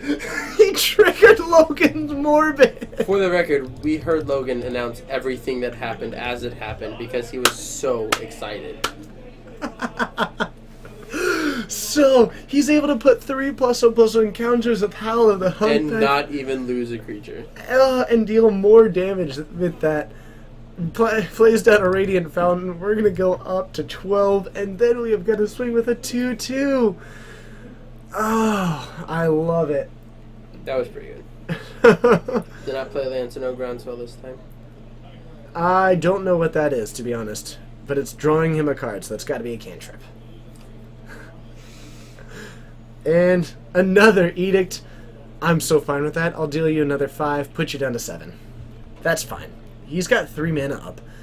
Like, playing down a Garruk's, that's the 3/2 trample? I think so. Garruk's Companion. Companion. So a 3/2 trample up on the board. And we're solid. So that's head. Oh, man. So, it looks like Josh is doing his best to send the Lannisters regards, but this Snake Umbra coming out, Undying, 3-mana enchantment. It's an Umbra, so if it would be destroyed, you instead lose the... Undying. Ooh, and are we going to get some response instead? Looks like a counterspell just going to take it down. See that, like, super tapping his land But, all the way upside but down? this is a swing for lethal. I mean, Logan nailing it with the Stompy. Yeah, Vines of Vastwood in hand. Did he really? Yeah. Beautiful. It's going to be really good against those Edict effects. For those of you who just have us on the background, that's false. It's false. Yes. Yes, unless Logan makes himself a creature, and then cast Vines of Vastwood targeting himself. Okay. So, whew, I imagine that Josh is going to be leading us off next turn. A young wolf starting it off. Rob Stark's certainly going to be pretty solid. The nice part is that actually I think that Monogreen, the young wolf is significantly better against decks with the mountain in it. It's the young wolf has consistently shown a dominance against the mountain. Mm-hmm. These are references that you don't understand. Nope. But it's, you know what? Don't worry about it. Don't worry about it. I'll just pretend like I know. You should watch though, if you ever get the chance. Watch what? Game of Thrones. Yeah, Dylan needs to bring in his season 1 set. Yep. I played Burn and Affinity in Pauper. Surprise, surprise. I don't believe you. That's fair. You shouldn't. Interestingly enough, I built Affinity first. Finished out Burn today. It's so much fun. Is it any good? Yeah, it's so Okay. much fun. I mean, this is Pauper. Everything's good. So That's we do fair. have the teachings in hand. We've got a Disfigure, which is going to be a really key card. Though I think Logan does have the Young Wolf in hand. He's also got a Nest Invader, which is going to be a really nice card for just developing a 2-for-1. The nice thing is that when Logan is running these Morbid cards, all the time he'll use these Eldrazi Scions as an enabler for his own Morbid. And the wolf. The Wolf. The wolf. Especially if you have a Hound on the opposing side of the field. Yay! References. So, we're going to draw a card, and Josh keeping a 1-lander. Not good. We're going to put down a 2-mana, and Josh is in trouble. We're going to disfigure that one now while Logan is tapped out. And this is a really key part. Josh made the right call there. Yeah. Doesn't give him Morbid, doesn't give him the ability to go for a Vines of Vastwood, and it doesn't give him the ability to play a Pump Spell in response. Going while he's tapped down is correct. We need to get both of these players kept 1-landers. I'm so disappointed in them. This popper is amazing. This Pauper is so amazing. And the discard. Looks like the Stencia, the one that's a 3/2 for green. We're discarding the Mystical Teachings. Don't worry, he can flash it back for 7. He'll get there eventually. Otherwise, Logan nailing it with this consistent... Another one. What's in his hand? A lot of 2 minutes. There's the Ooh. Do you go for the, You just I like the companion ledge for walk. the next 3 turns. I like just developing a couple more creatures. I think you just companion for the next 3 turns. I like this. What And is that? That's a Nest Invader. It's a 2/2 Oh, for 2 that that gets creates an the- Eldrazi spawn. Yeah. It's a 0/1, but that's Okay. going to give him a really great use for an Edict. It's going to give him a really good tool for creating these Morbid triggers as needed. And it's just a 2/2 for 2. He played the bounce land. Beautiful. Absolutely beautiful. Oh, man. And still had to discard. This is like the format's like an onion? Oh, yeah, it is. Oh, and her Rancor coming down. When he's tapped down, I like a Rancor right now. Put onto the, I guess... Interesting. On a twisted side of me, I would have loved to... Oh, then we have to have... Another, yep. We had Hunger Pack. With, Ooh, oh my goodness. that's a swing for 8. Oh, sorry, 9. Messed up there. He is definitely But Josh has got 3 mana now. Oh, okay, so I was right. Doomblade. Oh no, it just comes in tapped and he gains a life. Yeah. A Doom, he's going to go back up to 8. We lose all the plus and plus counters there, and I think Logan got greedy there by putting all of his resources That's into one exactly what I was thinking. thing. He does have another Young Wolf in hand, but by putting those plus and plus encounters onto the same thing, I mean, He needs to play up, yeah. it's definitely needlessly risky when he could have really had a board that would have either had 2 more damage, will likely would have had 2 more damage available to him. Yeah. Actually, no, it would have been 4 damage on both of those creatures. So instead we get a swing for 3 when it would have been an additional swing for 1. And actually it would have been a swing for 7 because he could have put that Rancor back on it if that was the right one. Yeah. To the Ravings, yes, we are just playing some Pauper to wait until the next round. They should be on turns. Round 5 coming up soon. Just watching a little bit of Pauper as we wait for the next round to begin. What did he cast? Oh, the graveyard. I thought Yep. that was his hand. So, we've never gotten the opportunity to stream Pauper before. People have asked us to do it. Hopefully you're enjoying it, and I'm hoping to stream a Pauper tournament in the future. That sounds Fun? fun. Yeah. My only problem is that then I wouldn't be playing in it, and I've got 2 decks put together for it.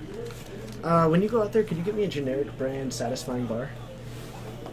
For the Yes, next round? I got Thank it. you. Ah! Kicking the table, I'm causing a fuss. You don't have to go out at the moment. It's just when we get the next round up. What is Pauper? Pauper, Pauper. It is a format comprised entirely of commons. I thought those were the things with the strings that you pull in competitive street side. So it's commons only. It has a limited ban list, but basically, if it's ever been printed at common, it is legal. If it's popular enough, I would hope. I like the format. It's a lot of fun, and the trick is just going to be actually doing the commentary. I've actually been thinking about potentially trying to talk to Josh Monks from the Card Kingdom stream to come down and do it. Oh. Because I think he's Just fairly like on a knowledgeable in the Sunday? format. Yeah. So not entirely sure, or just seeing if one of our other people is surprisingly adept at Pauper, just to make sure that we can get someone. Pretty much. I have a foil in the Momongoose.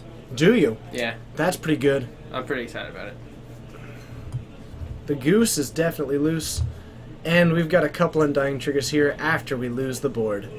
So Josh able to get back up to 9, but he's still in trouble because, I mean, Man, Rancor is such a good card. yay! And swing for lethal.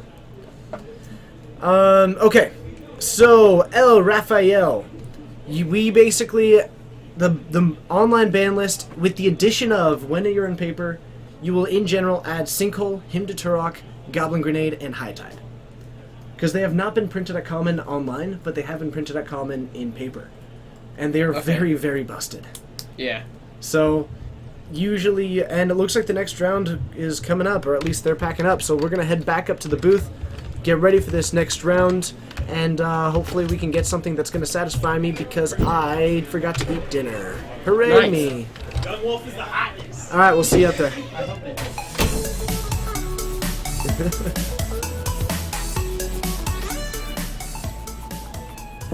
Hello, and thank you for joining. How are you sit down doing? for a second? Sure, Say come hi. sit down for a moment. Hi guys. How's it going? Good. Got to play Young Wolf. Yes, you did. Young we Wolf is actually so we made a good. lot of Game of Thrones jokes. We were talking about how the Young Wolf, we called it Robb Stark, except that yours has Undying. Okay. And then we talked about how it really excels against decks running the mountain, especially if they have some hounds in play. You haven't Yeah, watched yeah. Game of Thrones, but Not yet. yeah, we were making some pretty solid references. Sweet. Yeah. Young Wolf is just the best. I'm so excited for Pauper. Yeah, we're working on it. We're gonna try and stream some Pauper in the future. Can we add Young Wolf as the hotness as a quote? I Yeah. would love that. If one of the mods wants to hop on that. Please do. Uh, So for this round, they're in turns. They're like 4 minutes under, something like that. Okay. Pretty close. So we should be getting another round coming up soon. Wonderful, and then we're gonna try and get the finals. Yeah. Wonderful. Yeah. I like the finals. Yeah. It's gonna be so fantastic. I can't handle it. If you're just watching, my name's TJ, and this is Logan, not Texas. Texas. Texas is out there trying to do some cool things for us, and it's gonna be excellent. Notice how earlier I talked about how the other co-hosts make fun of my overly done hand gestures, but Yeah. Black Iron Barkus. Yes. Oh, that is beautiful. Clearly they should have seen that coming. Continued Bram references. Okay, so Hold the door. That's all I got. That's all I got. but we're gonna get in that one. But if you are just joining us, be sure to hit that follow button because we stream 4 times a week. It's gonna be sweet. You can join us Mondays at 6:30 for Standard Pacific Time. You can join us Wednesdays and Saturdays. Wednesdays at 7, Saturdays at 6 for Modern. Again, Pacific Time. We don't really change location. And you can join us every We're Friday. on turn 4 right now. Wonderful. Okay. Thank you so much. And I'll be going back up there. Also, I'm leaving. okay, Oh, never mind. no Bye, problem. stream. Texas says bye. The Raven sings. Thank you so much for hitting the follow button. Is that a Game of Thrones reference? Raven sings? No, that's not a Game of Thrones reference. Okay. Uh-huh. I don't know yet. Nice generic brand candy bar. Mm-hmm. Mm-hmm. That's pretty sweet. Did you tell them about what we're doing at GP Portland, our meetup? So while we were at GP Portland, a lot of the streamers are going down to play, myself included, TJ included, Coleman included. Thanks, G Gibbs. Thank you very much for that. A lot of us are going down to GP Portland, and Friday night, of GP Portland, Uh-huh. we're all going to be going to, I don't know, Pizza a schmizza. pizza shop. I Though don't know which one. someone recommended another one. We'll have to Another consider it. A lot of us are going to a place at the same time, same place. It'd be awesome if you showed up and be like, hey, we know you guys. I'm a Fortnite. Just come down, hang out, have food with us.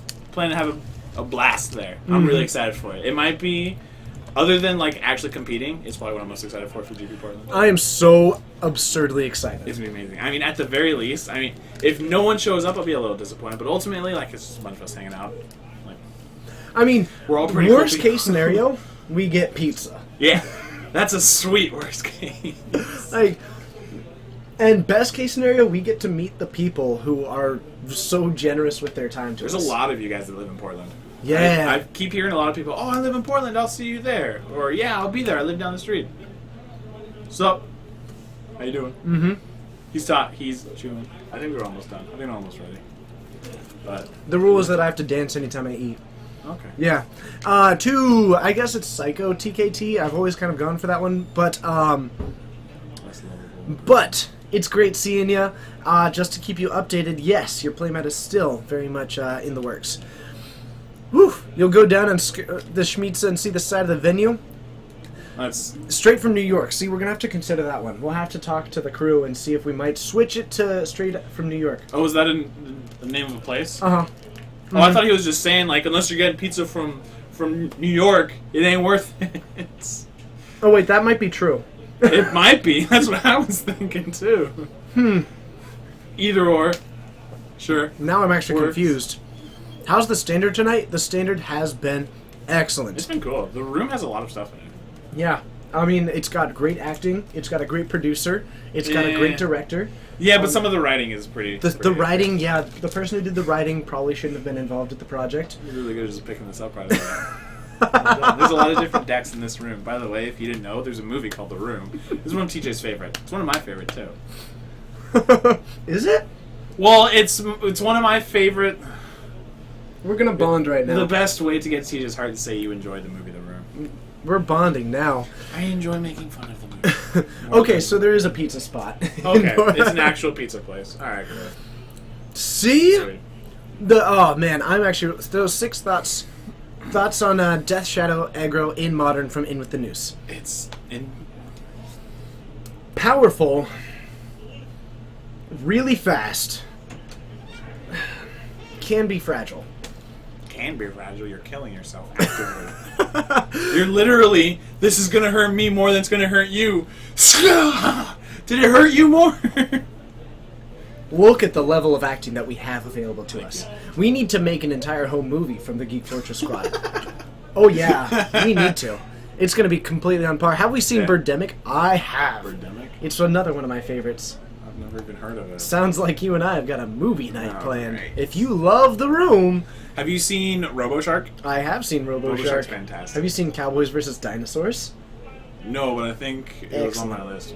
Yeah. Oh, it's excellent. RoboShark versus MechaShark also. It's fantastic. Oh, are you Have you heard- Shark vs. Giant Octopus too? Own that one on Blu-ray. Have you heard of Ginger Dead Man?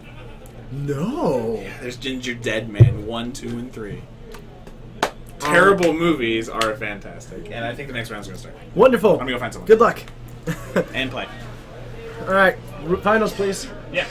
All right, well, we are getting close to the time for our final round, so I'm going to start pushing some of the buttons to get that ready. We did lose Logan there, but we are getting ready for our 5th and final round. If you can't tell, sometimes we take a bit of a tangent. Hopefully you all enjoyed our talk about some of the worst movies that exist. But they're so much fun. What about that one movie with that one guy and that one where they're doing a thing and that one person that... I love that movie! It's so good. But, like, the ending is a little cliche, but, you know. Have I seen House? No! Dom Hyphy. I have not seen House. I'll have to look into that. Sorry. When we go on these bird walks of sorts, when we go upon these impulsive I don't know what that was. Oh man. I don't know what that sound was. And we are getting ready for our finals. Alright, so I do really like the bad movies. I like the fun movies. Apparently we go on all kinds of stuff, and you get to learn all kinds of things about I like the weird stuff, and I like... So here's the thing. If you aren't a big fan of bad movies, let me offer the perspective of someone who's really... I really, really love those bad movies. And I think that we are possibly in a time, and don't get me wrong, some of it is definitely funny, and I laugh at it, and that's fine.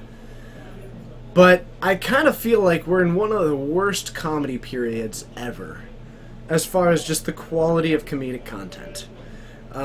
When it comes to just movies in general. And I think it's because movies are just inherently difficult to create comedy for. They just are. It's so difficult to create one string of comedy that can last over the course of an entire full-length movie, and the bar has just been set really highly. Hi. Hi, Coleman! Are you now going to be my co-host? I guess so. Alright. So, is that our finals? No, actually, the finals game, they started early, and they're already about 20 turns in. And they... Why didn't they just jump over? Or would they prefer not to? They would prefer not to. Okay. So we've got... Is this just got control for AJ? This is Andrew on Fevered Visions. Oh. Yeah. But that's... His last name's Humphrey-Rich, right? Yes. Okay. So this is on Fevered Versions going up against Red Green Ramp. Yep. Okay. So, I don't know about you, but how do you feel about giving cards to a ramp deck? Well, the funny thing is, I actually lost to this exact deck last week, playing, in Prism. Uh-huh. Not to Fevered Visions, I actually lost to a sideboard card that he might bring in later. Really? Alright, let's head on down, have some fun.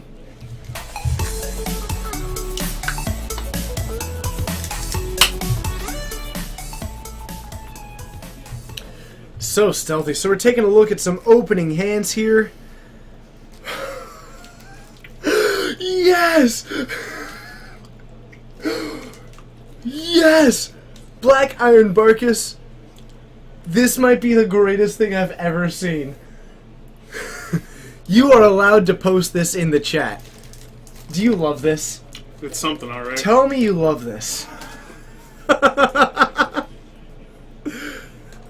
That is glorious.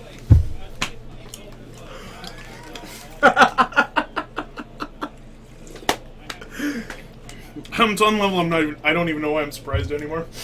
Okay, you have to admit that is the most beautiful screenshot of all time. I don't even know how you could possibly be upset about it. I'm not. It's just like at some point you're just gonna be like, sure. It's so It's sweet. not even worth reacting to at some point. You should react positively because it's awesome. Oh man. Bottom. So, Black Iron Barkus. Yeah. There it It's is. actually at the It's very actually bottom. at the bottom, yeah. Nice. Yeah, that is a beautiful thing. Did you see earlier where we had hold on. All right, so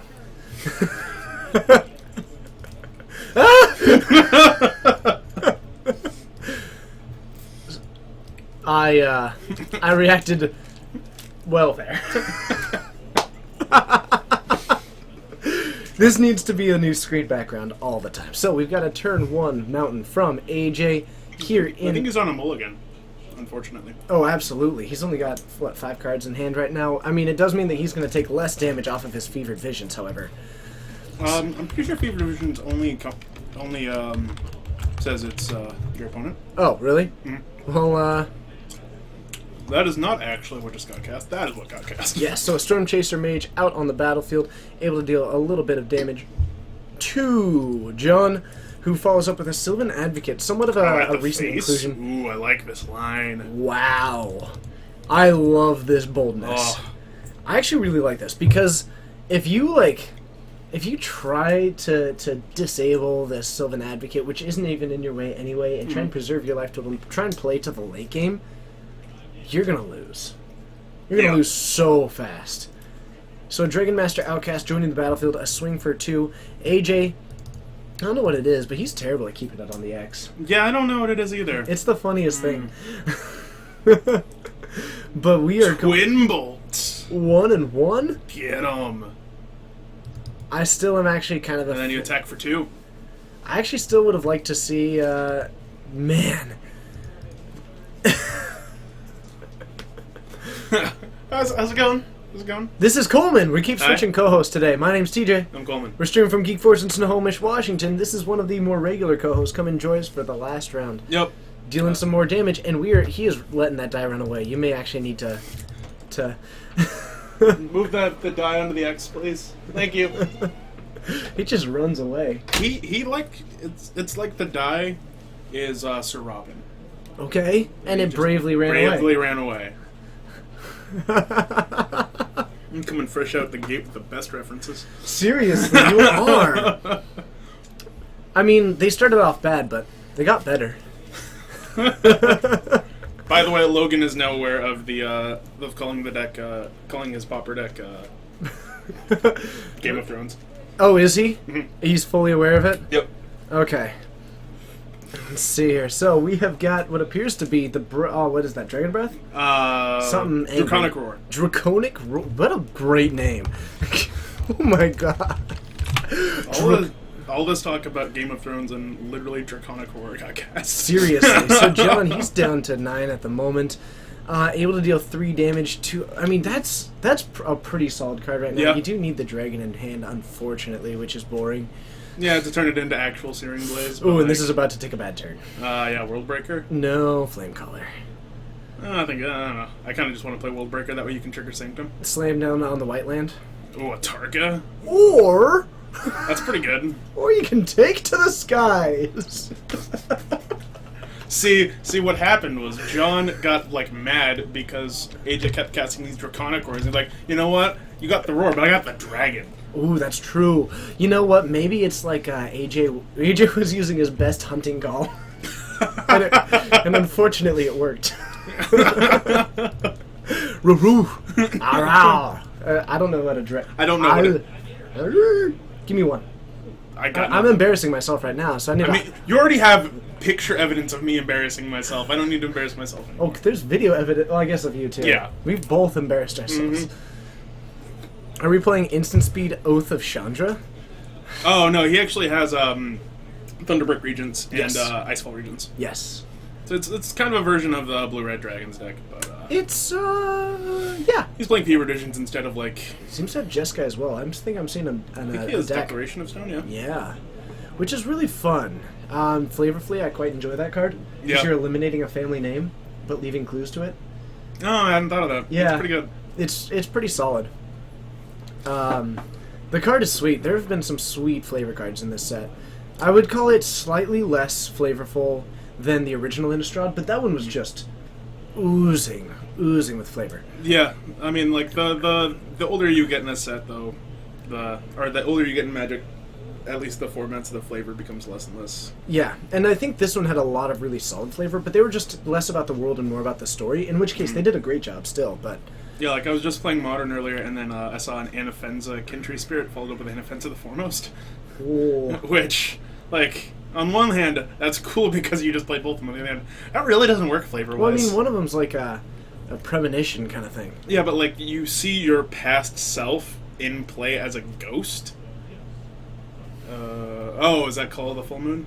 I don't know, but that might have been among the least helpful Yeah. card reveals that we've ever gotten, and it was actually just a little bit surprising. I saw. I knew it was a red card. Oh! I think we were able to see his own face in that. I think we saw That's his true. reflection. Yeah, I think that's what it was. He's just trying to get more FaceTime. I'm gonna have to remember that for when I'm on camera. Bring it down. All See, right. the joke is whenever apparently I've gotten a joke that I should put my phone on the actual playmat when I'm out there because my phone's almost always on. Of the chat. stream? So you have the stream in the stream. True, but then you can't have it when you're on camera. Oh yeah, and then I turn it off. Yeah. But, yeah. Let's see here. But yeah, you normally pretty much overload on mod duties. Yeah. I'm casting a lot of counterfluxes. Oh, overload. Overload. Like, Yeah, that's what it is. I'm not what casting kind of elec- electrickery is this? I'm not casting Electrickery. That card's way too good against me. Because let me tell you about playing elves and how many times you get Electrickery. I would like to hear you tell me about playing elves. let me ask you. I guess let me just generalize this so that I can really let me get into the other decks that you play as well. What's it like to lose?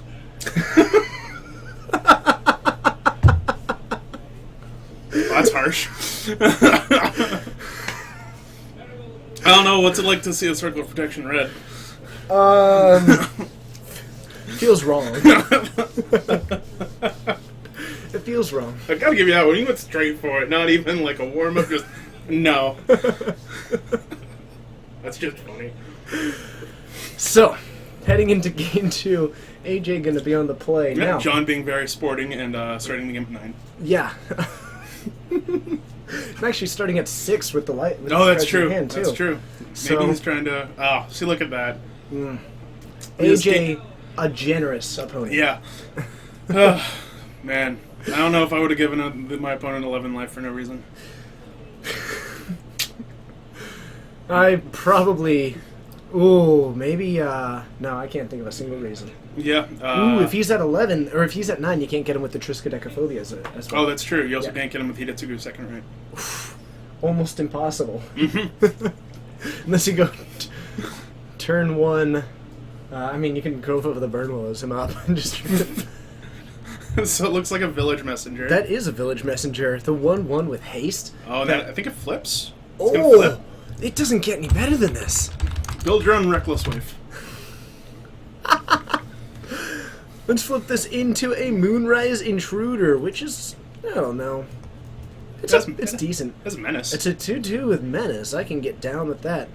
So we're going to lose a little bit of life. We're going to put down a Storm Chaser Mage, swing for 3. This is a great line Yeah. by AJ. Last time we didn't see nearly as aggressive of a start.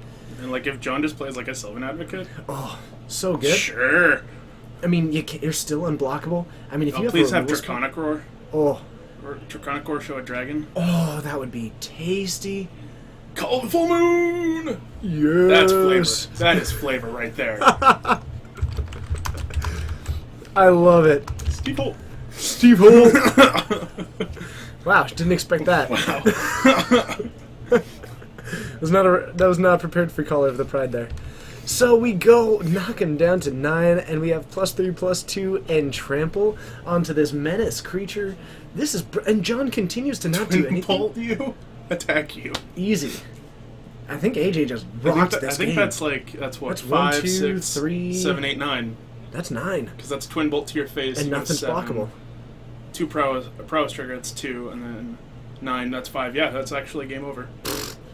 That was what, turn 4? Mm-hmm. It's not bad. That's not bad. Yeah, that was. His opponent cast 2 spells, and none of them mattered. And casting no spells on the... Look at that. John ended at 9 again.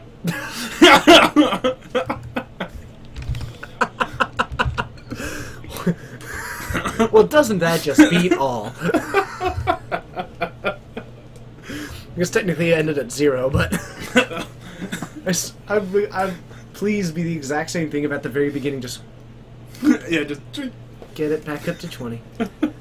Just like last time, but this time. Oh, and I reset both of the scores instead of giving them both wins. Ah! I'm clicking buttons. I shouldn't do that. Buttons are better to be clicked than not to be clicked. Buttons are better to be clicked when David is available. Yes, that's very true. David, oh, I guess let's take a quick one. We haven't really given this thank you. So right now is the moment where I don't think that he's in the chat, but we need to give a serious thank you to someone named David Bradbury, and actually there's going to be a secondary one here, who, if it's not us, was put together by him. Yes, Everything definitely. that you see. Yeah. Everything that you see, Everything that you is see not and the everything you don't see here, too. all the players, I guess, are themselves as well. No, I'd like to think David's half these players. Like, The legs. yeah. Yeah. But, phenomenal person. Very generous with his time and his energy, and has helped us really put this together. And also to all the phenomenal co-hosts, every single one of them, I can't appreciate enough. Everyone here is great. Got a good team here. So we're grabbing a forest off of this Oath of Nissa. John gonna be dropping down that forest and kind of getting down with the Elfie way. I don't know really what I'm saying. I don't know where you're going with that, but like, uh-uh. not sure I'd follow you there either. It's okay. Oh, I get that. So, We do have some removal in hand, but we're just going to pass it back. So we're that going to gets get the flipped? flip. And I think John is trying to bait to see he's got this removal spell. Maybe waiting to see if he can go for a better target here. I don't know. I don't know if I'd do that. I think I just want to kill that. Yeah. The nice part is that there is that other village messenger out, so actually he's just going to take the 3. Ooh, I don't know. It's a risky play. Yeah, especially when your opponent's on 1 land. I think you want to punish him for it. Oh yeah, don't take the 2. He's on the 1. It leaves him with a 1/1, and if you just cast anything, then you're Like, all of a sudden. especially since you can't follow it up with like a Sylvan Advocate. If you had a Sylvan Advocate, that's something else. Oh, Jotty Offshoot, that's actually not bad. That ain't bad. Yeah. But see, this is even more argument, in my opinion, for bolting it. Because then it wouldn't have flipped. That means that you have a 0/1 to contend with his 1/1 haste. Yeah. And that's going to be fine for Like, some I time, think and now you you're at have the to do Proctor it part. now. Like, because otherwise... But now it just flips back. Oh yeah, like, come on. Obviously, John. You might as come well on. take out the other one, since that one's just going to flip into a 1. Yeah. So unfortunately, AJ missing land drops. Otherwise, I think he has like triple Draconic Roar in his hand and the dragon. So, John doing some... yeah, he's got a 2/2 because he just passed on his own turn, but that's not that great when John is gaining far more life than actually... I mean, he's only AJ's gaining dealing. 2 life a turn, or gain like 2 life this turn. I mean, he's at 19 after... on turn, what, like 3? Against an aggro deck? Meh. Yeah, I don't know. I mean, like, Thunderbreak Region, they're really good at closing a game out. True, but I feel like it's slightly worse than a Tarka. Maybe a little bit. I mean, but if you, like, play 2 of them, a Tarka can't really do anything, otherwise they take 6. Right. But John's at 19. Yeah, but then he'd be at 13. Oh. Triskaidekaphobia Exactly, next turn. come on! Like, this... Followed up with a Triskaidekaphobia, take the win. No, Exactly. You're 100% Come right. on. This is clearly the only meta in which the most fearsome life total is not 0, but 13. So, That and Mental Magic. 13 and 10 are super important in Mental Magic. that's hilarious. Oh, man. And now that tree. Yeah. Oh, the tree is also pretty important. Yeah. So we're going to drop down a Sylvan Advocate again. Now we do have the double block available, though we did Yeah. before because we have 2 Jotty Offshoots. Draconic Roar, and I think AJ is saying, hey, this didn't go the way I was hoping. Yeah, it's a smash, which is weird. I didn't expect to see He smash runs... Smithereens. I think he's brought it in because Hedron? they've played enough, and the Hedron Or Hedron Archive Archive, yeah. is a card that John usually uses pretty effectively. But it looks like that is going to go in the favor of John, which means that it's probably time for... Coleman, tell me what time it is. Is it John didn't end the game at 9 time? Break it down. Alright, so we're going to head back up to the booth. We're going to try and get another matchup there. We've got 33 minutes and 44 seconds. I mean, if that's not the most perfect time, well, we missed it. See you up there.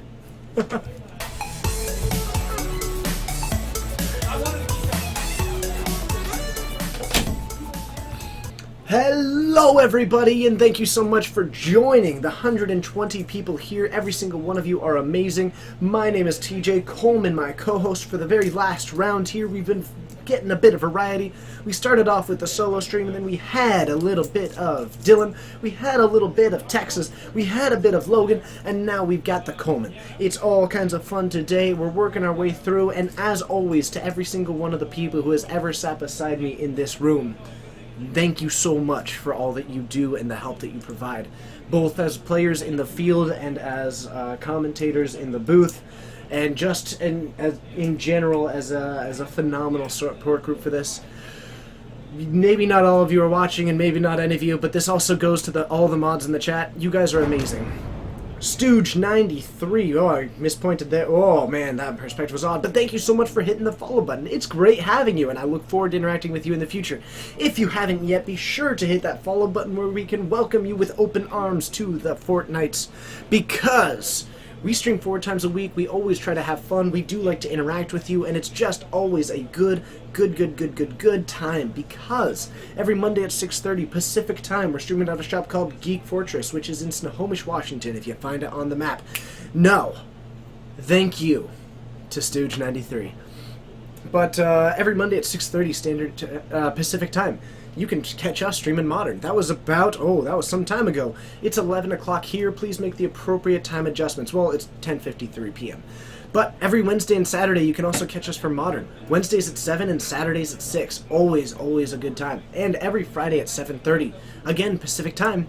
Check it out because we have got Legacy, which is always just such a sweet format all the time. I mean, just some of the most powerful spells that you... Oh man, that degenerated pretty quickly. But to all the people who have hit follow today, to all the people who have always been here since the beginning, open the pack. I've got bad news for you. We did earlier, but I can show you what was in it. I think if I can find exactly that pack, I'm sure I can. I can get there. I can do this. We can get there. The trick is finding the foil red card. Not to provide any spoilers or whatnot. There we are. Alright, so if you want to see what the pack was, we had an Undying Rage. We had a Squadron Hawk. We had a Plague Witch. We had a Desperate Ravings. We had a Civic Wayfinder. Lovey, thank you so much for hitting that follow button. It's great having you, and I look forward to interacting with you in the future. We had a Screeching Scab. We had a Commune with the Gods. We had a Thornwood Falls. We had a Man of War. We had a Witchmane Lion and a Roar of the Worm. We had a Necrotal and a Relic of Pog. And in the end, we had a Crater Helion. But then we got the foil, and we found out it was Carbonized. That's what... Because... And we got a Carnivore. I apologize for that if it was awful. I may have just sung this pack. What happened now? I may have just sung this pack.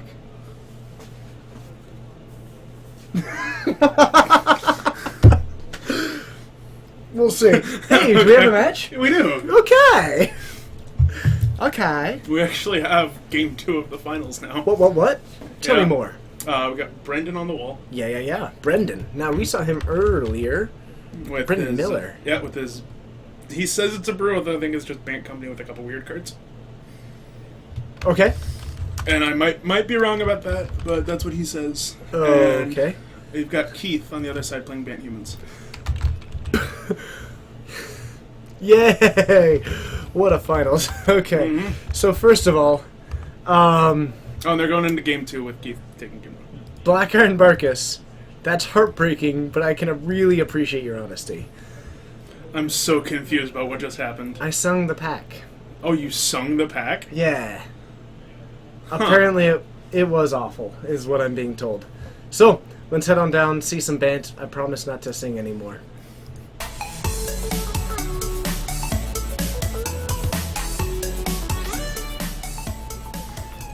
Kidding!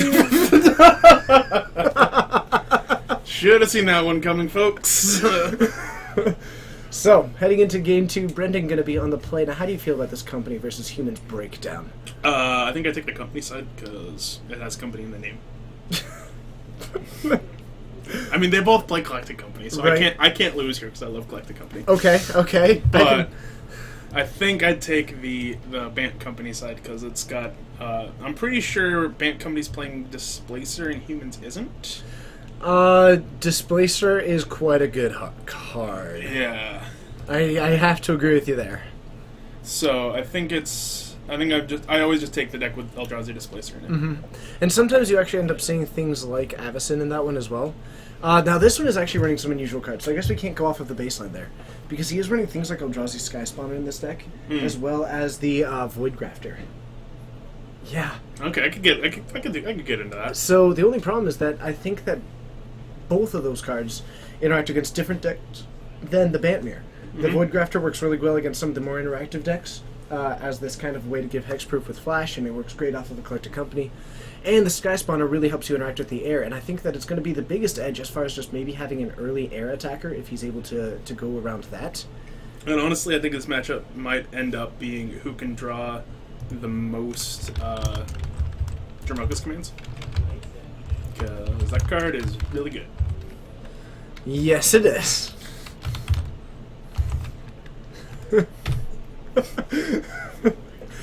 It worked for Kesha. You mean $, huh? That's what that name is. I don't see an S. I see $. Come money ha. So we've got a 3-win inspector from Brendan starting off. We're going to have just hitting them down to 19. We are at 19 ourselves off of, however, this Caves of Koilos. Brendan establishing his dominance. He's really moving into the mid zone. really going into the attack step. Yeah, this is like, if there was a red zone camera like in football, it's Well, with you, it would never not be active. Come this on. guy. So we've got a Lambholt Pacifist coming down, and for a name like that, you'd really think it would be a worse card. But this card, a 3/3, that I mean, it can't attack right now. True, It's a but- pacifist.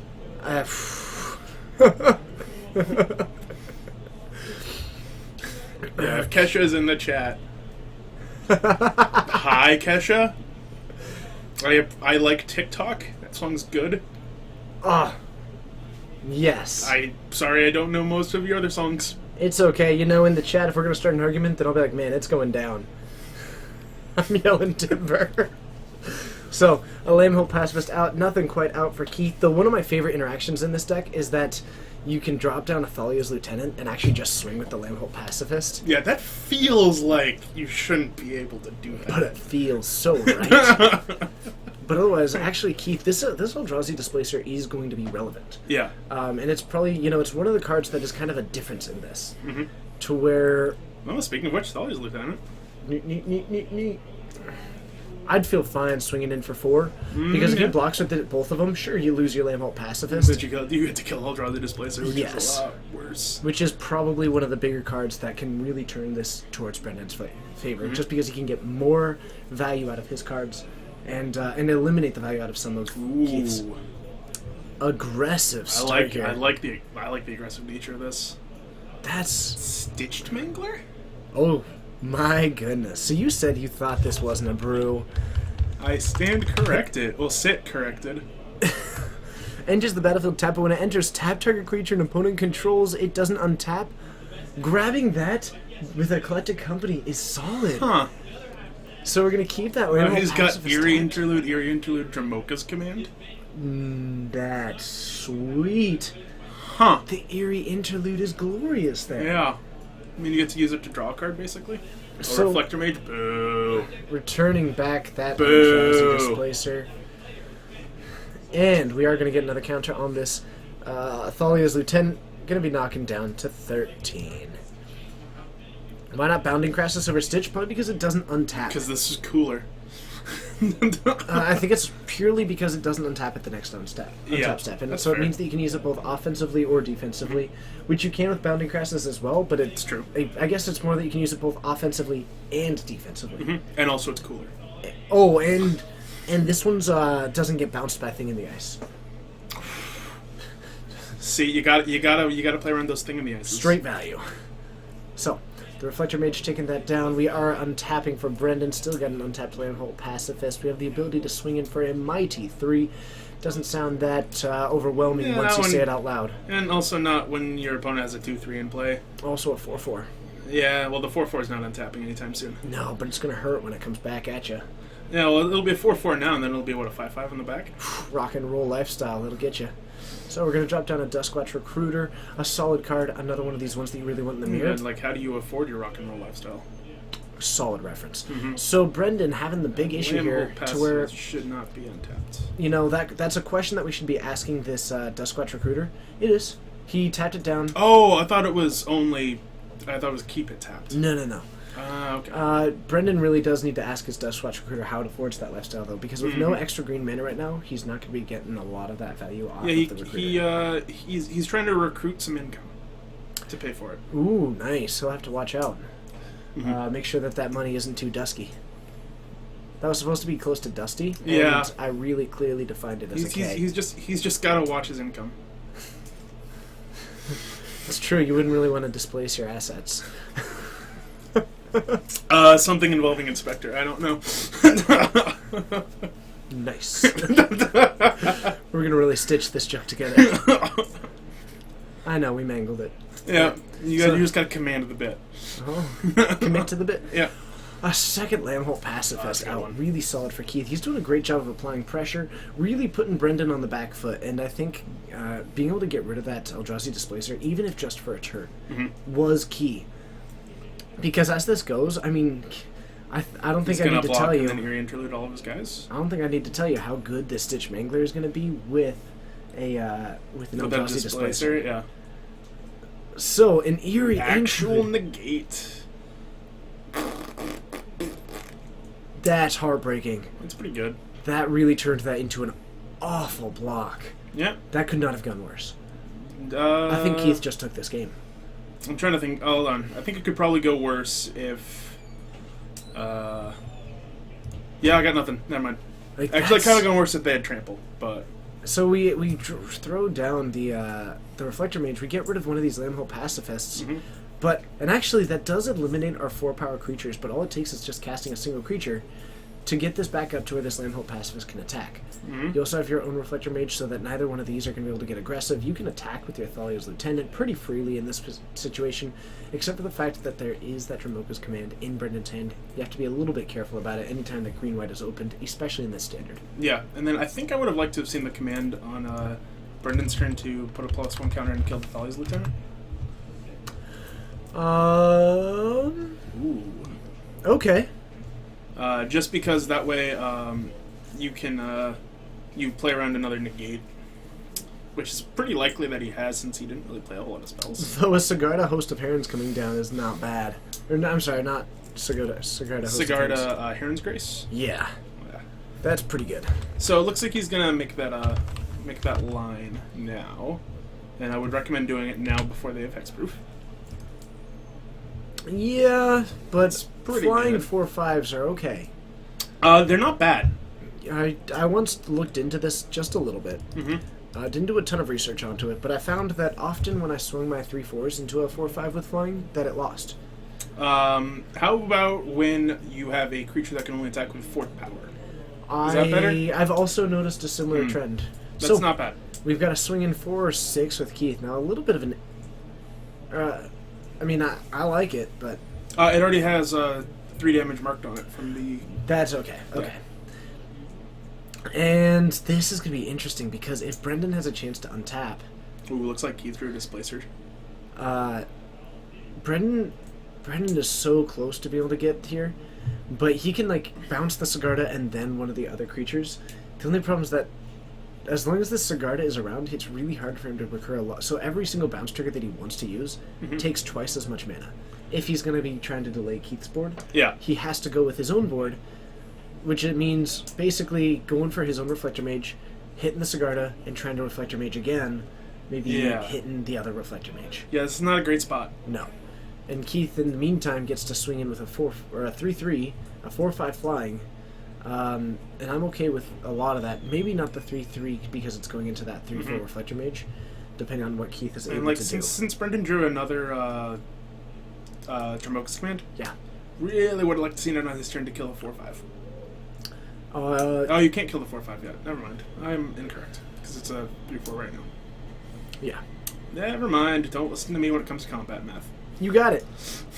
You're usually just all about comboing. Yep, Yeah. that's accurate. The Sigarda beat Rage Fang. It's great to see ya. Thanks for joining us. Rage Fang. That's what I imagine X's sound like. That was like a static. Ooh, yeah. Craig Fang. Nice. Love it. So, and Sure. Keith. He's got his own Displacer that he wants to bring to the party. Yeah, I think this is just the best attack you have Yeah. because otherwise you. It's a 2-turn clock no matter what. Yeah. This forces Brendan to have an answer to it. Mm-hmm. He's going to untap and have the ability to start flickering your Sigarda. But, I mean, if nothing else, actually what we could see Keith do is almost force him to, Yep. I like this. I don't actually like this that much Because right now, while he's not able to, because keeps him from casting the Displacer, and that's the only out that he has to this Sigarda, is flickering it and making it come back in tapped. I don't know. I actually like flickering the Reflector Mage here. He did. Sorry. Just not doing it on my turn and then leaving up negate. Oh no, I totally like this. Agree to disagree, I guess. That's fair. I guess but you don't play Yeah, around he's your still interlude. dead anyway. Like, I just think that you are probably going to win the game in, like, 2 turns. And that way you can leave that play for next turn and still hold up negate. See, and I think that from Keith's perspective, he had the kill for next turn. He had the flying 4/5, and he had the ability to just swing in for the win next turn if it didn't get tapped down by this Displacer. Yeah, but, like, if Brendan draws a company, Maybe just be a little bit cautious about Yeah. the potential outs. that is the one card that I would want to play around there, is company over anything else. Okay, and so maybe go for the... I guess Keith was making the board that was much more commanding based on the board state, Yeah, and didn't play around the hand as much. I would play around the hand a little bit more, because I think you could probably deal with the Reflector Mage Eldrazi Displacer on his end step. Solid point. The only counterpoint that I would kind of have to that is that, Brendan had enough mana for a long time. So it was basically the odds of He had him 5 mana, top like, decking it. If he had a company, I think he would have cast it by that point. I guess. So it's kind of like the odds of him top decking it. I agree that the more conservative and likely still would have been on I the mean, main I line. still think I don't think it really mattered a whole lot, but I think that's what I would have done. Yeah. Let's head back up to the booth, and we got 15 minutes left. Oh, snap. Oh, snap. Caster. Bolt. So let's try and get another match going on, and we'll see you out there.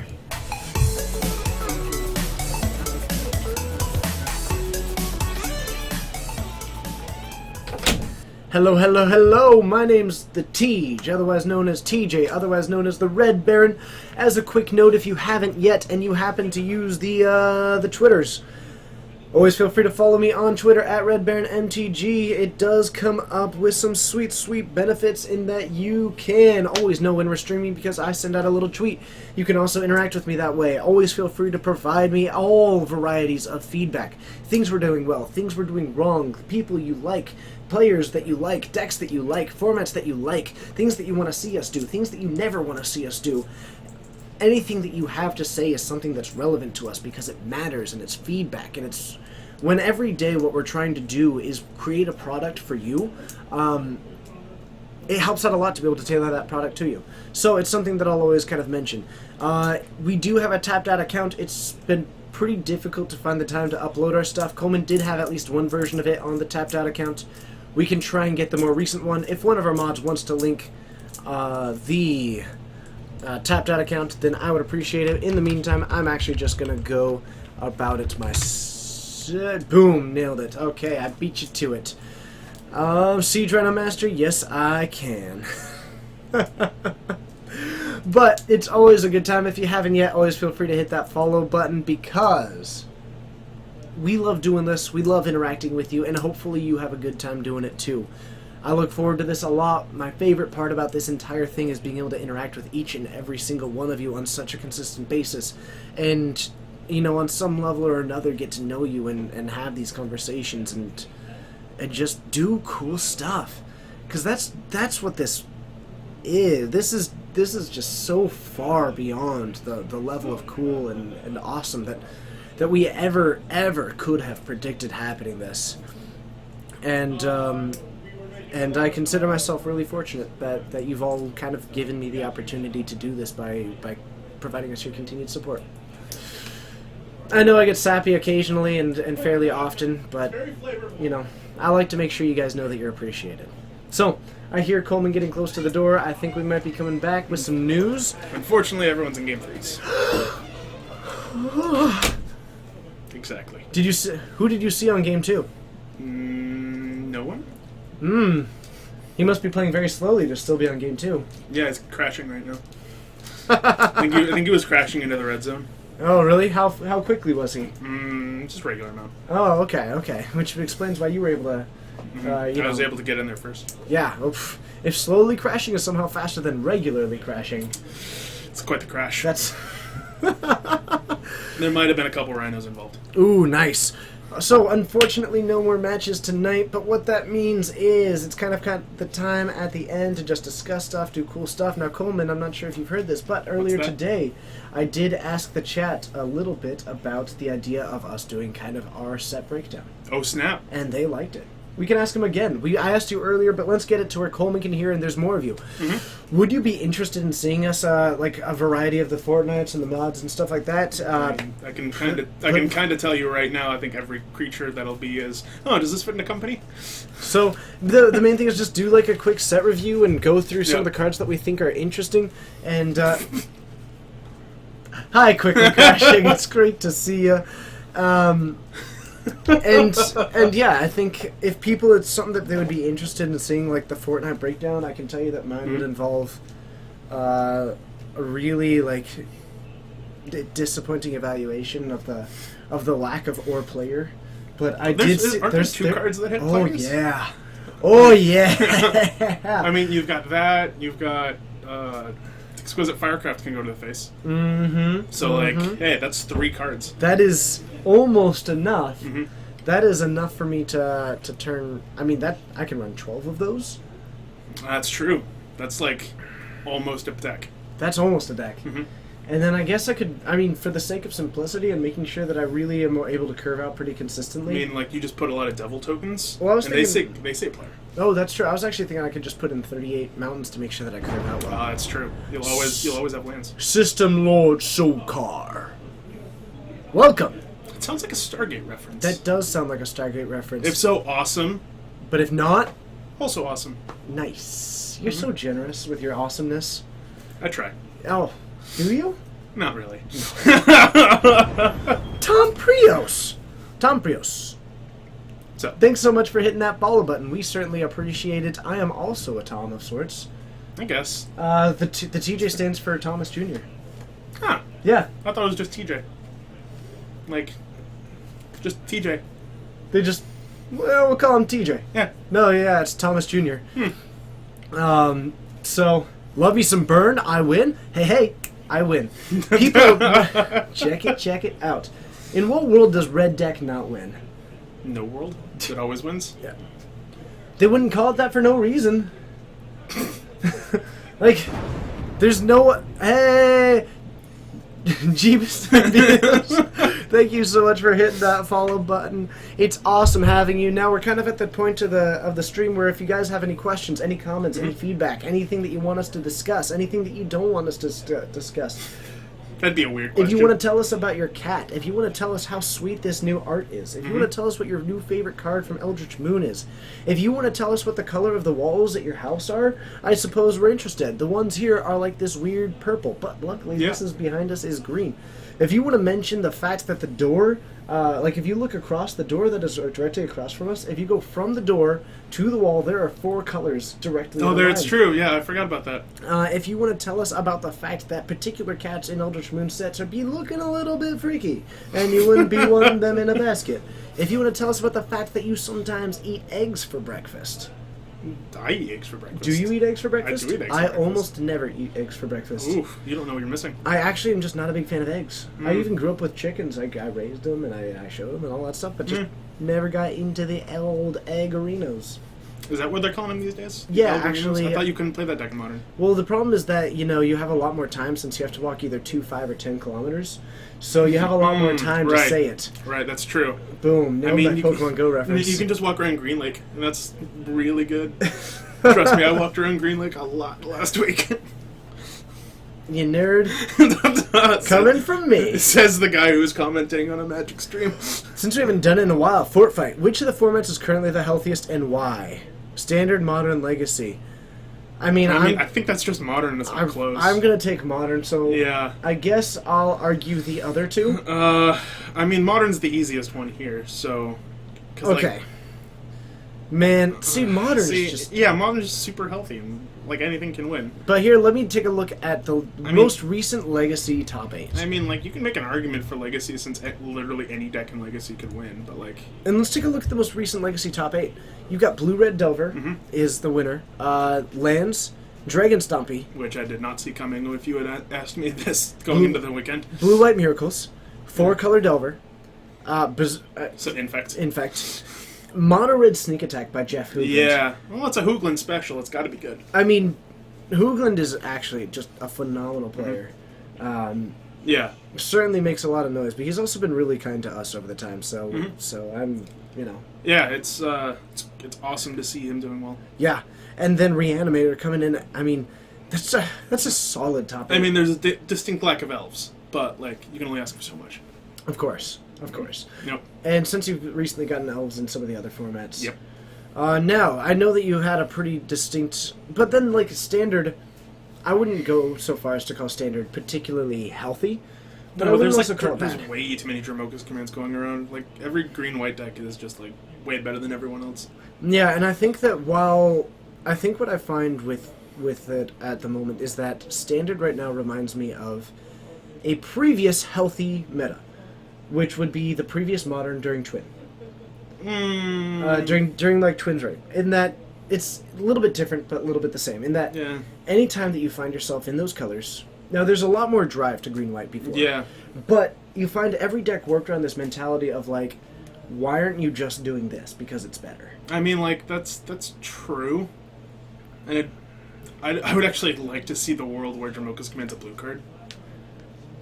I think most blue players would just because the Yeah. ability's on it. Yeah, just to see what that would Then do. you get banned. Yeah, exactly. Like it's just weird. Like Dromoka's command's taking over the format, and like everyone's like, yeah, it's just like something you gotta deal with. Yeah, and I mean between Tyler's like Dromoka's command being the ultimate answer to And like just about you everything. can't play Stasis Snare and you can't play Silk Wrap because of that card. Right. Standard and Legacy are better, and you're wrong. And you trimmed your beard, Mm-hmm. which immediately makes you like your entire credibility just shatter. And you No, used to no. have more hair. No, see, Chris Van Meter and I we had a bet. I don't believe you. Well, he works for Card Kingdom now. Better put more change in the meter because your time is running out. That's not bad. I gotta save that one for later. No, but see, he and I had this bet that who would shave their beard first, and I won. No way. Are we at 200? We are at 200. Oh, wait. Are we one away from the 2,900 100? followers? Wow. Mine says 2,899, so that might mean that someone did unfollow. Either that, yeah. No, we are one away. Wow. We need to come up with something That's to do at insane. 3,000. I I don't know. don't know yet. Yeah, I guess we could always just give more stuff away. That's true. We could do like a thing where it's like an iconic card from each of the host sides. Oh! Lonnie Ray! Lonnie Ray! Dropping that 2,900 follow! Boom. Johnny Croat! The Johnnies are coming out in force! The Brewers are coming out! Nice. This is... Oh man, I got Wish I had freaking a out. Johnny card. I wish I had the combo player. The combo. Or just any old Johnny. But now we would true. need two Johnnies. That's true. We pulled up a Johnny earlier. Man. Man. Thanks, everyone. 2,900. Wow. Like, 3 or 4 months ago, we were celebrating hitting 1,000. Yeah, I was gonna say I was stoked when we had 100 people. Oh, dude. Yeah, I was super like, holy crap, we had 100. Seriously. What is happening? Coleman with the playmat on it. Oh, man. I'll have to look in. I'll have to contact Inked about that. I still gotta say, we gotta put an airband together. Yeah, that's fair. I could do that. Yeah? Yeah. I mean, last time that we asked this, like, a bunch of people said, yeah, we totally watch an airband video of you guys. With at least, it has to be an 80s song. Oh, obviously. Or otherwise reminiscent of the 80s song. Like, I mean, I still think I'd put up Shut Up and Dance. Ooh, see, well, I can appreciate that one. It's just a little bit, I can't really, if I'm going to be the vocalist, I got to be able to, like, do, like, a power slide. I need to be, like, What about I twirling an Believe in a Thing invisible Called mic. Love? Just listen to the rhythm of the heart! We are the worst. We're the best. Lonnie Ray, thank you so much for joining us and watching a couple of streams. If there's anybody else who's just on the fence, always feel free to let us know, because I'd love to give you a hearty welcome, and I Yep. do love welcoming people. Let us know how the singing was. And how awesome it made you feel. Just following, no TJ. Nice. Oh, for those just following, I'm assuming. I mean, The Room is a. The Room's great. It's a classic piece of It's American. so funny. It's so good. Yeah. I was talking about this earlier, so I forgot to finish my point, which is that I really think that like modern comedy is at almost an iconic, not an iconic, like just a supreme low point in which movie comedy doesn't work. It is too much time for actual humor to be developed. Your joke either runs out or it's not fully developed for the punchline, because then it's just like a run-on joke with a punchline that doesn't exist. And so I mean, find like, comedies just there are some reasons about that, but then like Trainwreck was hilarious. right, and there are certainly exceptions, Yeah. and I laugh at some of them, but I just feel like comedy right now is just I so think, difficult. Yeah, I to think actually movie do. comedy is really good. Stand-up, however, is great. Stand-up is brilliant. So, but movie comedy Yeah. is at a low point. But what I do think is that bad movies are hilarious. Some bad movies are hilarious. Other movies are just bad. Well, yes, but that's kind of like that is why I love these bad movies, is because to me they are truer and almost like they're so much more capable of eliciting a laugh Because that they're just so weird. that feels genuine to me. Okay. That doesn't like it gets me to laugh, and I feel like what I'm laughing at is like truly funny. When it's just a joke that's based around like, oh no, maybe it's that like I'm slowly getting older, but I find that like a lot of the movie humor is just very. See, that works in some movies, but really doesn't in other ones. Like I can watch The Room and laugh really hard, Uh huh. but like I can't watch Birdemic at all. Oh, I love Birdemic. Like oh, because they never reload, Oh. and the birds.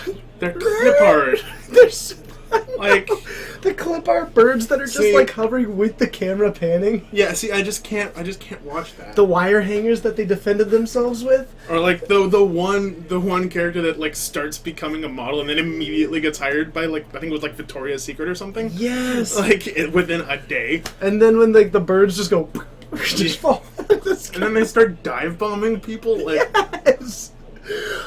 You're laughing right now. I am, but like, see, I'm laughing describing it, but like watching, I'm like, what is this? It's really Oh. funny.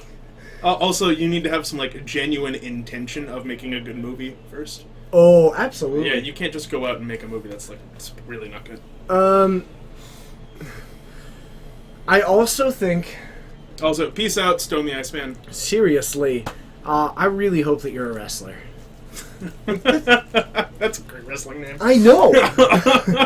Wow. And in this corner, it's Stone the Iceman, Hailing from parts unknown. weighing in at a 60 card deck. Oh no, he's got to be from England. That way you can pose weight in stone. Nice. It's from England. Oh, well done there. But yeah, I think we need to make a phenomenal host movie. We need to make a movie, and it's going to be an action movie, and it's going to be literally nothing but one-liners, no other dialogue. It's just going to be that. Looks like we need to take out the trash. Yeah, Okay, and then you're just going to beat someone in the trash bag. I got dibs on the villain. Oh, yeah. No, I think that goes to David Bradbury. Oh, he's got the hair. Yeah. Yeah, that would be better. You can be like the henchman.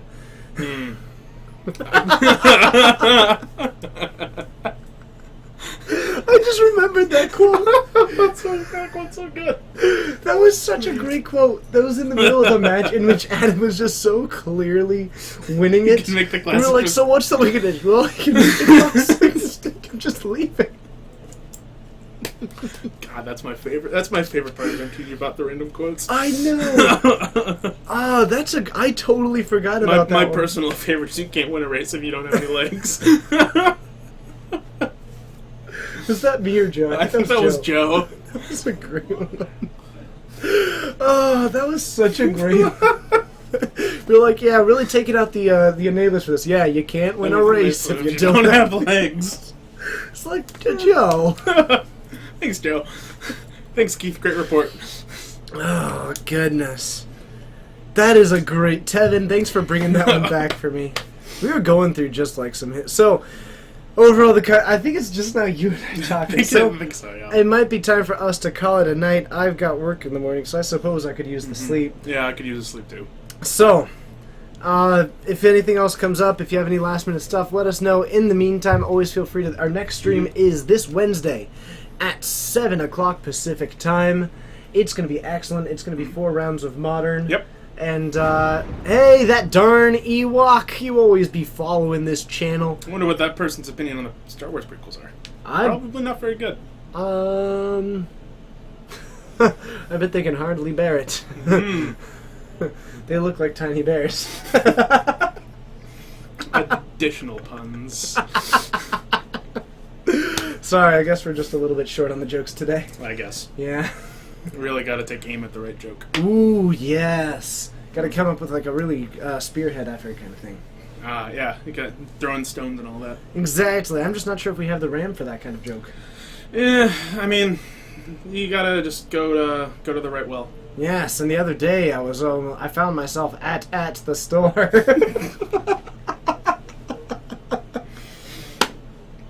Yeah, I really had to force that one. Fireblade, I'm glad that you enjoyed it.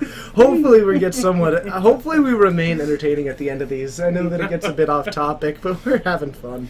And Pun fights. pun fights. What to think when you always thought mono green or gruel is the thing when you. Wait, what? Tom Prius, what to thinking when always have thought mono green or gruel is the thing, but then you find out love and Esper control? 5 colors. Ooh, nice. you Actually, get to I play would both. say that you should just go back to mono red, because that's the true path. Or you play 5 colors, and you get to play all of those red spells and all the Esper cards. I can dig that. Yeah. And then you use green to fix all those colors. Yeah, and then like you get to play like Battle of Wits, so you can Ooh. play as many cards as you want. And a sliver. Just Sure. one. Just one sliver. Just one sliver. Just one. Yeah. It has to be the sliver that makes other slivers, though. No, it's the sliver that actually gives other slivers an upkeep cost. Oh yeah, hybridation sliver. That's actually a really good one. That way it can come in and acts as basically your own sack outlet for your blood artist. That's strong. Yep. Then you get to play. That's strong. Then you play Prismatic Omen. The way that you said that was so great. You play. That's strong. You play Prismatic Omen. That way it fixes all your lands. And Cryptolith rights. And Cryptolith Rights, because that way you're blood artist, so you want to have creatures. Yeah, and you really don't want to be casting Yeah. Gemhide Sliver, because then you'd have 2. Yeah, but then it's like just our worst version of self-encouragement, right? Exactly. Oh, man. So, I think we're going to call it a night, but definitely check it out for the next stream. Mhm. But, Bring your From- favorite elf cards. okay. From Geek Fortress, in Snohomish, Washington, my name's TJ. I'm Oh, no, I forgot to find us who we're going to host you over to. I always...